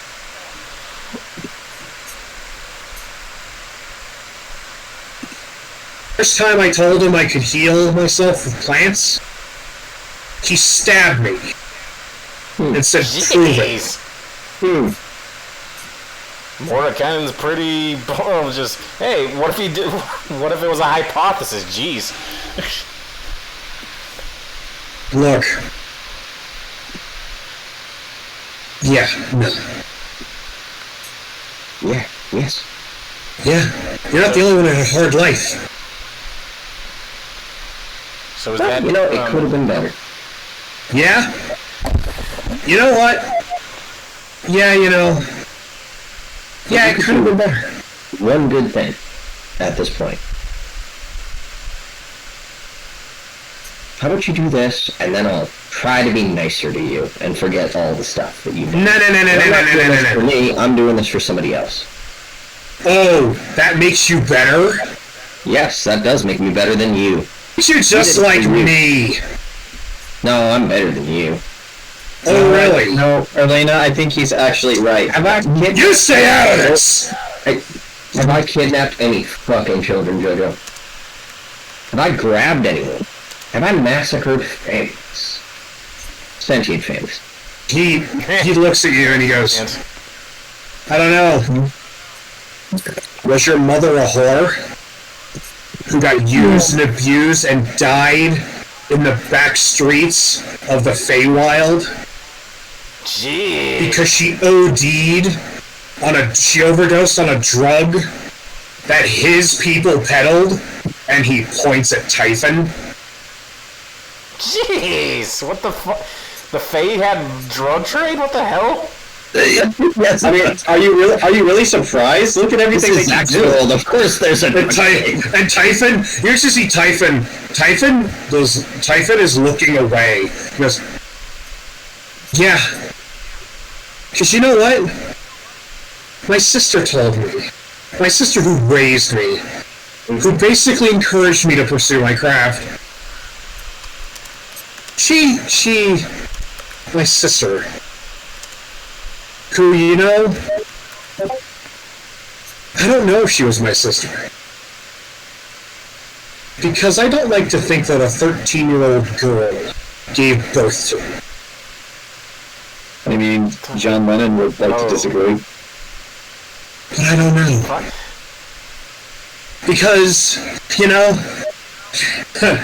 Sylvanas actually goes, while you're exploring this world, bear in mind, you're looking at what's left of it.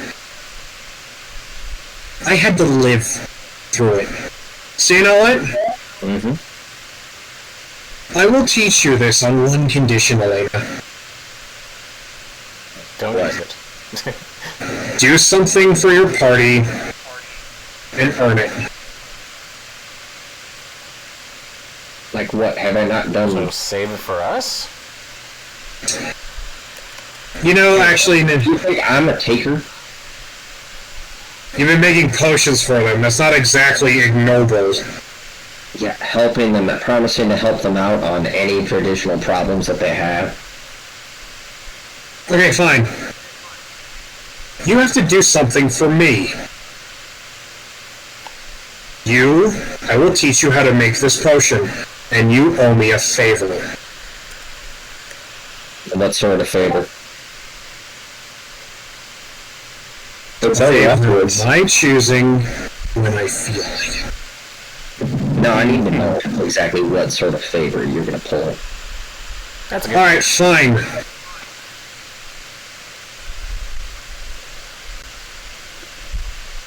He looks down at Olzec.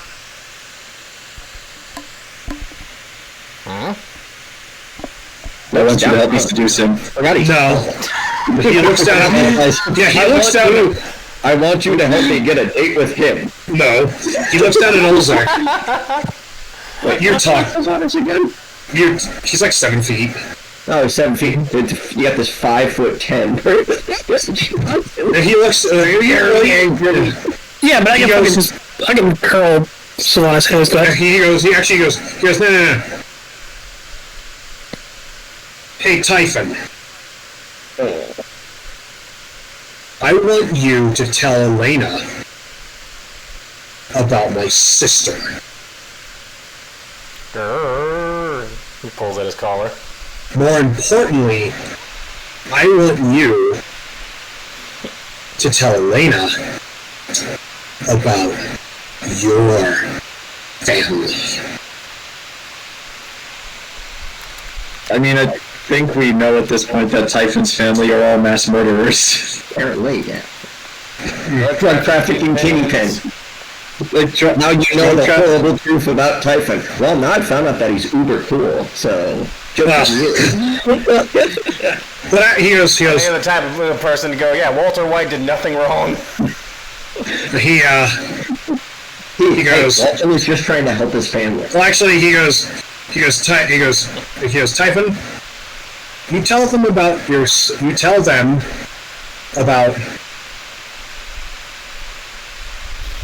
my sister, and fuck it, you get to know the full story. Mm-hmm. I want you to tell them about my service to your father. Ooh. Service to father. Once you regale Elaina with these stories, I'll come back. And I will teach you how to make this potion. Alright, seems fair. Typhon's been holding out. And you have to be nicer to me. Sure, I'll give you the Jojo treatment. Elaina, I think he means you have to treat him better than the way you treat me. I'm treating you about as friendly as I can right there. Sadly, that's unfortunately true. I know that. I mean, to be honest, no offense, Elaina, but that's a very low bar. I mean, you're like the least nice person of this group. He actually goes, yeah, Sylvanas goes, yeah, that's a tripping hazard in the lowest level of the 9 hells. We bet you. Damn. Well, it's not like you're Artie. Elaina, he's like saying it's not like like you're Artie. Artie, you notice she's always nice to Artie. He goes, he's like, Elaina, the only way I was able to get you to be my friend was to make a deal with you to stop seducing the guy I like. So I don't know. Yeah. I don't know if that qualifies as real friendship. It's an exchange. Wait, that's your agreement? That's kind of messed up, Elaina. That was the agreement. Well, he has to be protected from her. She is a problem.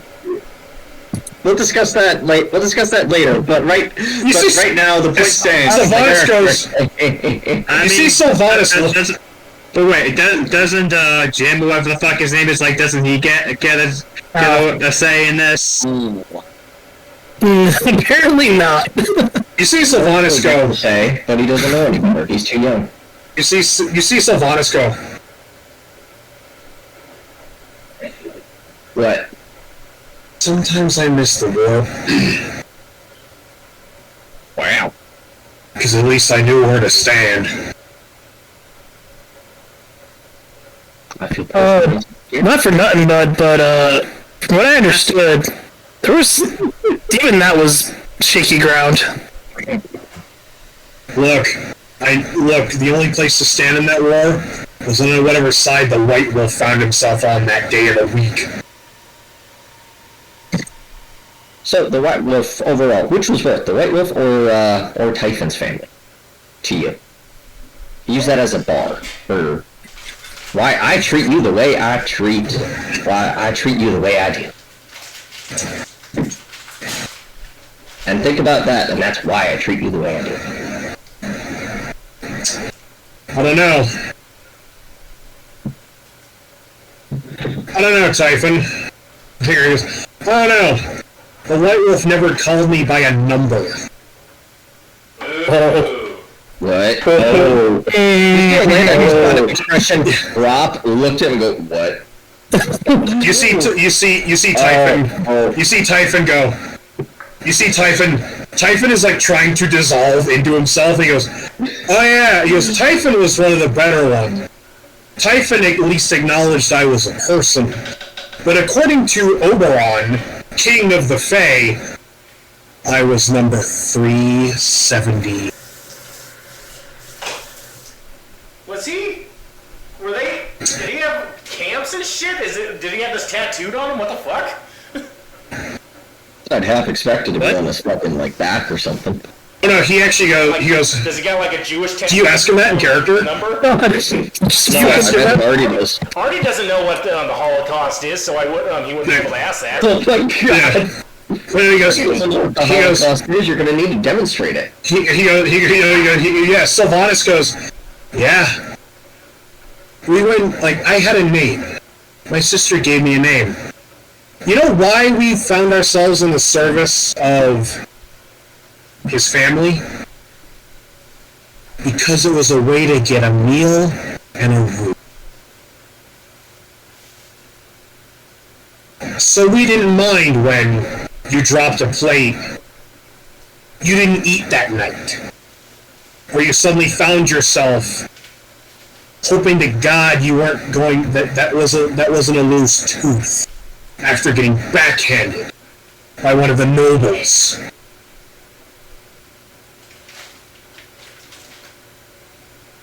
And then Oberon found out I could do magic. Suddenly I was no longer a number. I was suddenly Siler. And I was presented to the White Wolf. On a platter. And in his care I found myself. And when eventually I found myself a newly anointed god, I kept trying to encourage Oberon. Trying to get him to see reason. To fight. To not retreat to the Feywild. To share the resources, the bounties. Did you know the Feywild was one of the few realms at the end of the war that actually had fresh food, clean water? And they were extorting the people of Midland for it. Nestle. Typhon. Typhon is worse than Hitler. No, Typhon. Typhon's father. Typhon looks up. Typhon actually goes, and Typhon speaks. And only I can hear. And Typhon can. Oh yeah, he can speak common. Yeah, he can speak common now, and he goes, he evolved, and he goes, that's why Sylvanas and I ran operations to sneak supplies out. Yeah. Typhon and I stole food and water. And in some cases destroyed supply lines when the food was going elsewhere.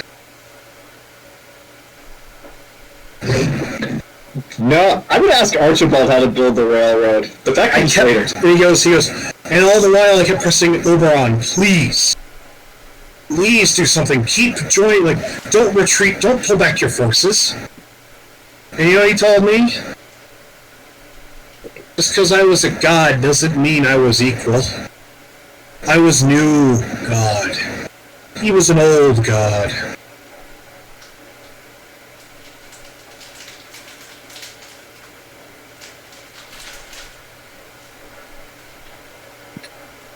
I even managed to convince Titania, Typhon's mother, which she treated me like a person. For what it was worth. Then again, she married into that psycho household that Typhon called a family.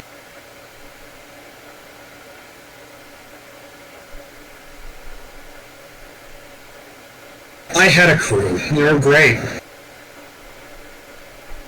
Some of them got caught. I had this little fangirl. She was a nymph called Moth. She wrote me letters telling me to keep up the good fight. She also asked for a lock of my hair, which I never gave her. And he actually she took my shirt. But he goes, so yeah, you wonder why I snapped, why what happened? Typhon, what happened to my sister? And Typhon goes,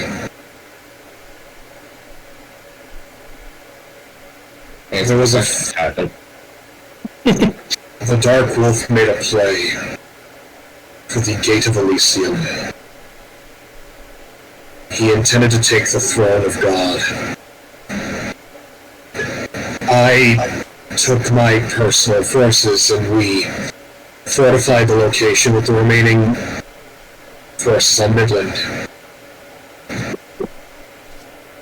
my mother showed up with reinforcements, which included Flavia.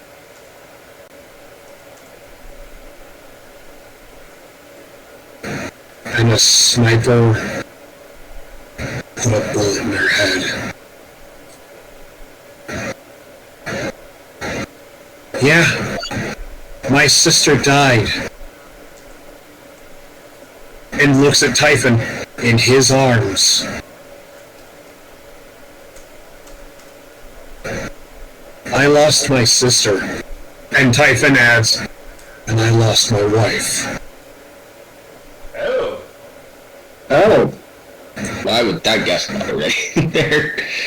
But you know, Oberon hid in his palace.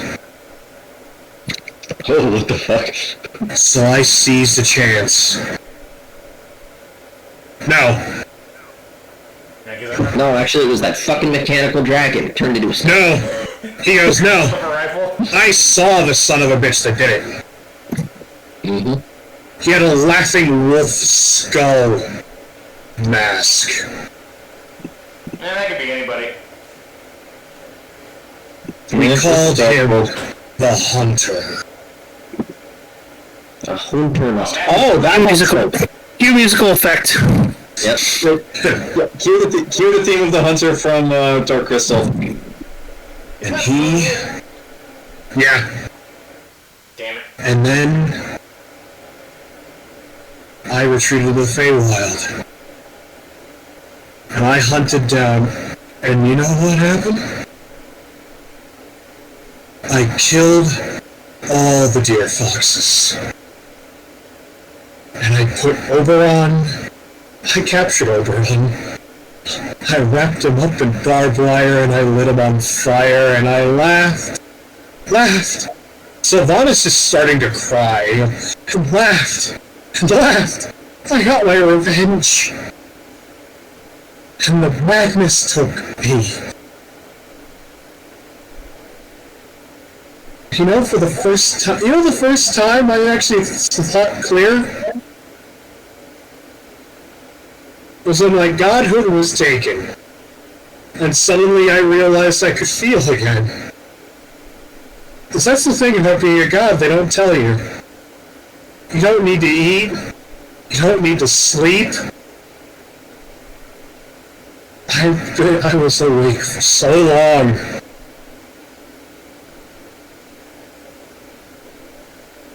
I went mad. So whatever happened to your family, Elaina, I am sorry. If I could take it all back, I would. If I could go back and tell myself what would I become in my grief, in my sorrow, in my madness, I would have finished the job that my mother did when she tried to strangle me by stealing her rations.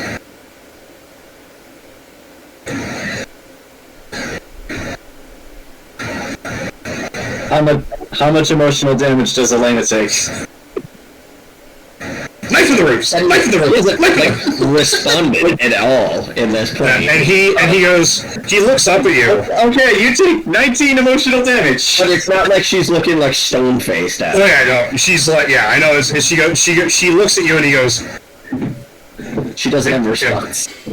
And Typhon actually goes. Well, you know, she heard the entire party talk about it right there, so yeah. And you actually see Typhon go. For what it's worth, I hated my father.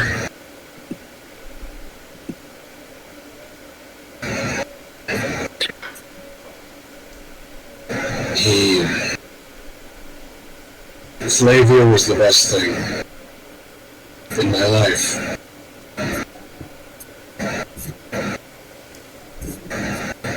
She, too, was magically gifted.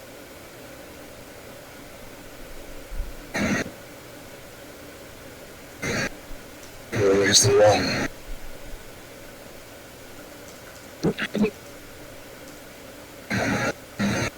unfortunately.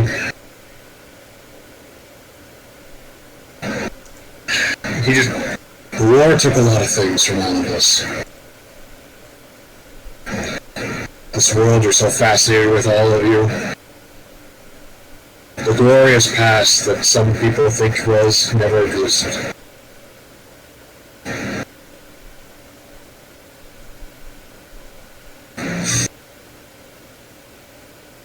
Yes, Olzec? Well, really, Steven, Olzec's gonna walk over to Typhon, pick Typhon up, then he's gonna walk over to Salar, put a hand on his shoulder with Typhon in his other arm, and be like, in name only.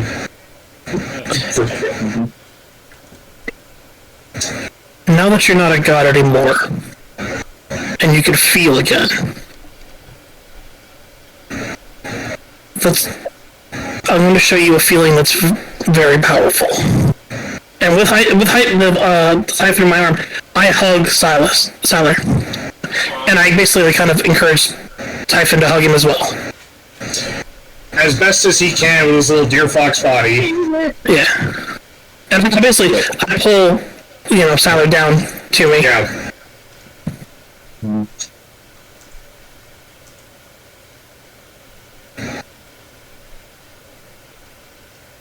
What's Elena's emotional thing right now? You're very low. Can't hear you, Grant. Sorry, microphone was over here. What's Elena's state right now with all this going on?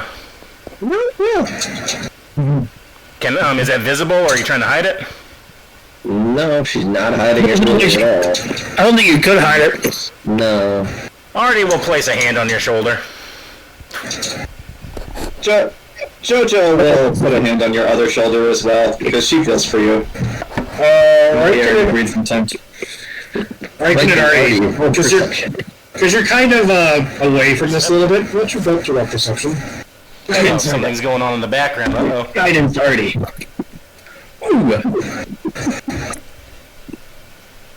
As a third eagle walks in and polymorphs into a dragon. As the third eagle flies in, and you see Vecna appear in front of you. Well, I'm dealing with this problem right now. Sup, bitches? Meteor sword. Perception, but I will put my hand on your shoulder. I cast Mass Meteor. Actually, I have a Don't say you were underground! Yes, but the ceiling above you can still be hit. Damn. I cast Wish at 10th level. 10th? Artie and Riken, as this is kind of happening, and this big emotional thing is kind of going on in front of you. You kind of look around, and you just kind of looking around a little bit oh man, this is, and you kind of look up at the hole. I'm here for this. Yeah. You see, as you kind of look around, you see, it's kind of getting, there must be some sort of adverse weather up top, because it's starting to get a little dark. And then, you both start to notice that, and it, actually, especially you, Riken, there's sort of a dark, black cloud inside the cave that's slowly enveloping the hole.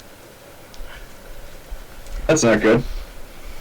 Creating, basically obscuring the light coming down, and it's a imperceptible magical darkness that starts to fill the hole. Well, that can't be good. I don't mean to interrupt, but... Points. Yeah, okay, Artie. Patting your shoulder to tap your shoulder. That's not natural. You all now see this. You'll now see this weird black amorphous cloud suddenly filling the hole. I cast Mage Armor on myself, and then I'm going to attempt to get a closer look. I don't want to get too close, but I want to get.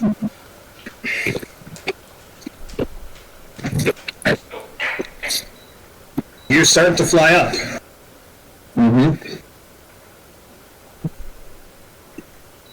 Let me check something.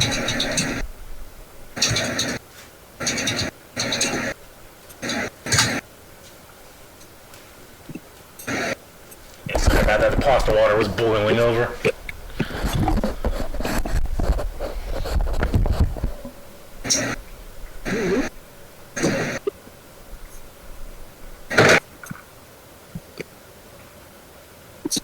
As you start to fly, all of a sudden, you see this purple thing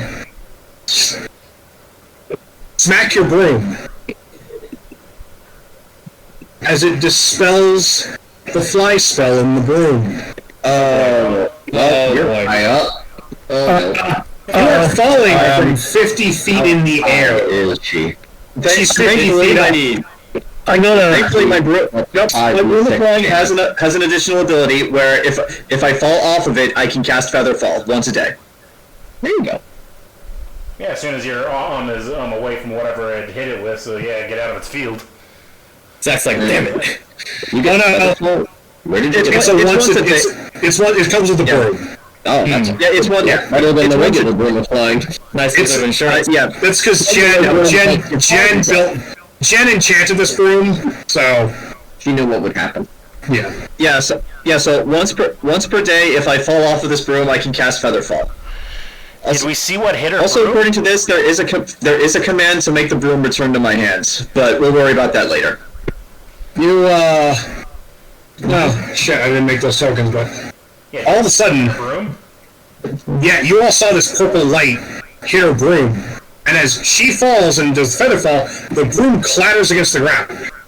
Okay. As you all hear thud, thud, thud, thud, thud, thud, thud. Helldivers! We're in Helldivers! As suddenly you all hear, Democracy is coming. yeah, you suddenly hear like, you hear the sound of like people yelling, you know, people like, what the? And then you hear Bob Roberts comes running around the corner. So they're calling from the fucking chasm. They're calling from the fucking. As a bolt goes through the back of his head and out the front. Bob. Everyone hits the ground. Wait, who got hit? Bob Roberts. Oh, Bob. Everyone dies. Everyone dies. And I'll have to rearrange where the tokens go. What do you mean by bolt? Like a bolt from a crossbow. How close is he to us? He's about here. Well, like, how close am I to him? Could I get to him in less than a minute? In theory, you could. That's probably something we'll have to see next time. Unfortunately, I only made next time. I will.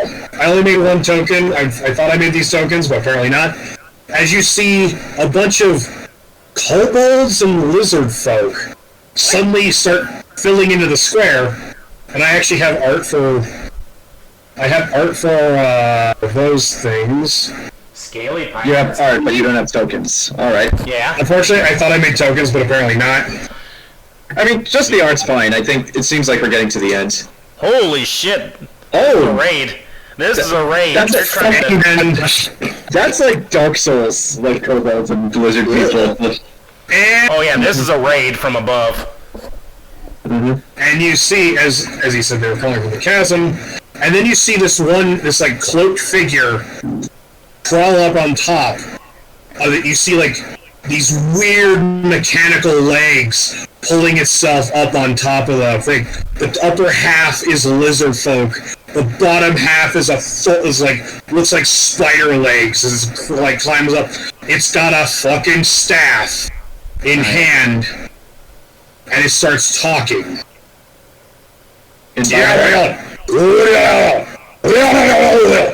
Comprehend language. Does anybody speak gibberish? And as we'll close, Artie, you hear this thing say, "Kill the menfolk. Grab the women for the breeding stock." Oh my god! As you see this thing standing on top. Yes. No. Don't like that. Okay. I do not like that. What is no? Fighting, Zach. And you see it like basically tap its staff. "In the name of the undead, God. Seriously, undeath. Yeah. Well, what does a Okay. god of undeath want with breeding stock? Oh, if only I was a life domain. Wait a minute. And I will say this before combat starts. Elaina, Cinnamon throws you your gun. Thank God. I will have new stats for it next week. Oh boy. Riken, Hi. she throws you your helmet. Sweet. You now have a +1 to your AC. Yeah. And Ken, she tosses you 2 new picks. One is Ice Light, the other is Ebony Black. These both have unique abilities. One does an ice attack and the other does acid spray when you play with them. Very nice. Nice. Imagine, like, he doesn't know this, so this will be something he'll have to, like, find out in combat. Oh yeah, no, you really have to you're gonna find out, like... And so... Yeah, so actually, I'll get the full stats. It's either +1 or +2 helm. I haven't figured that out yet. I gotta roll for some stuff. No, Zach, what you do is you give him the picks, but make their description question marks. It's like, what does it do? Try it and find out! Exactly. Yeah. But, I don't like the looks of this spider fuck. Okay, so And with that- we're being attacked by rapey lizards that worship an undead.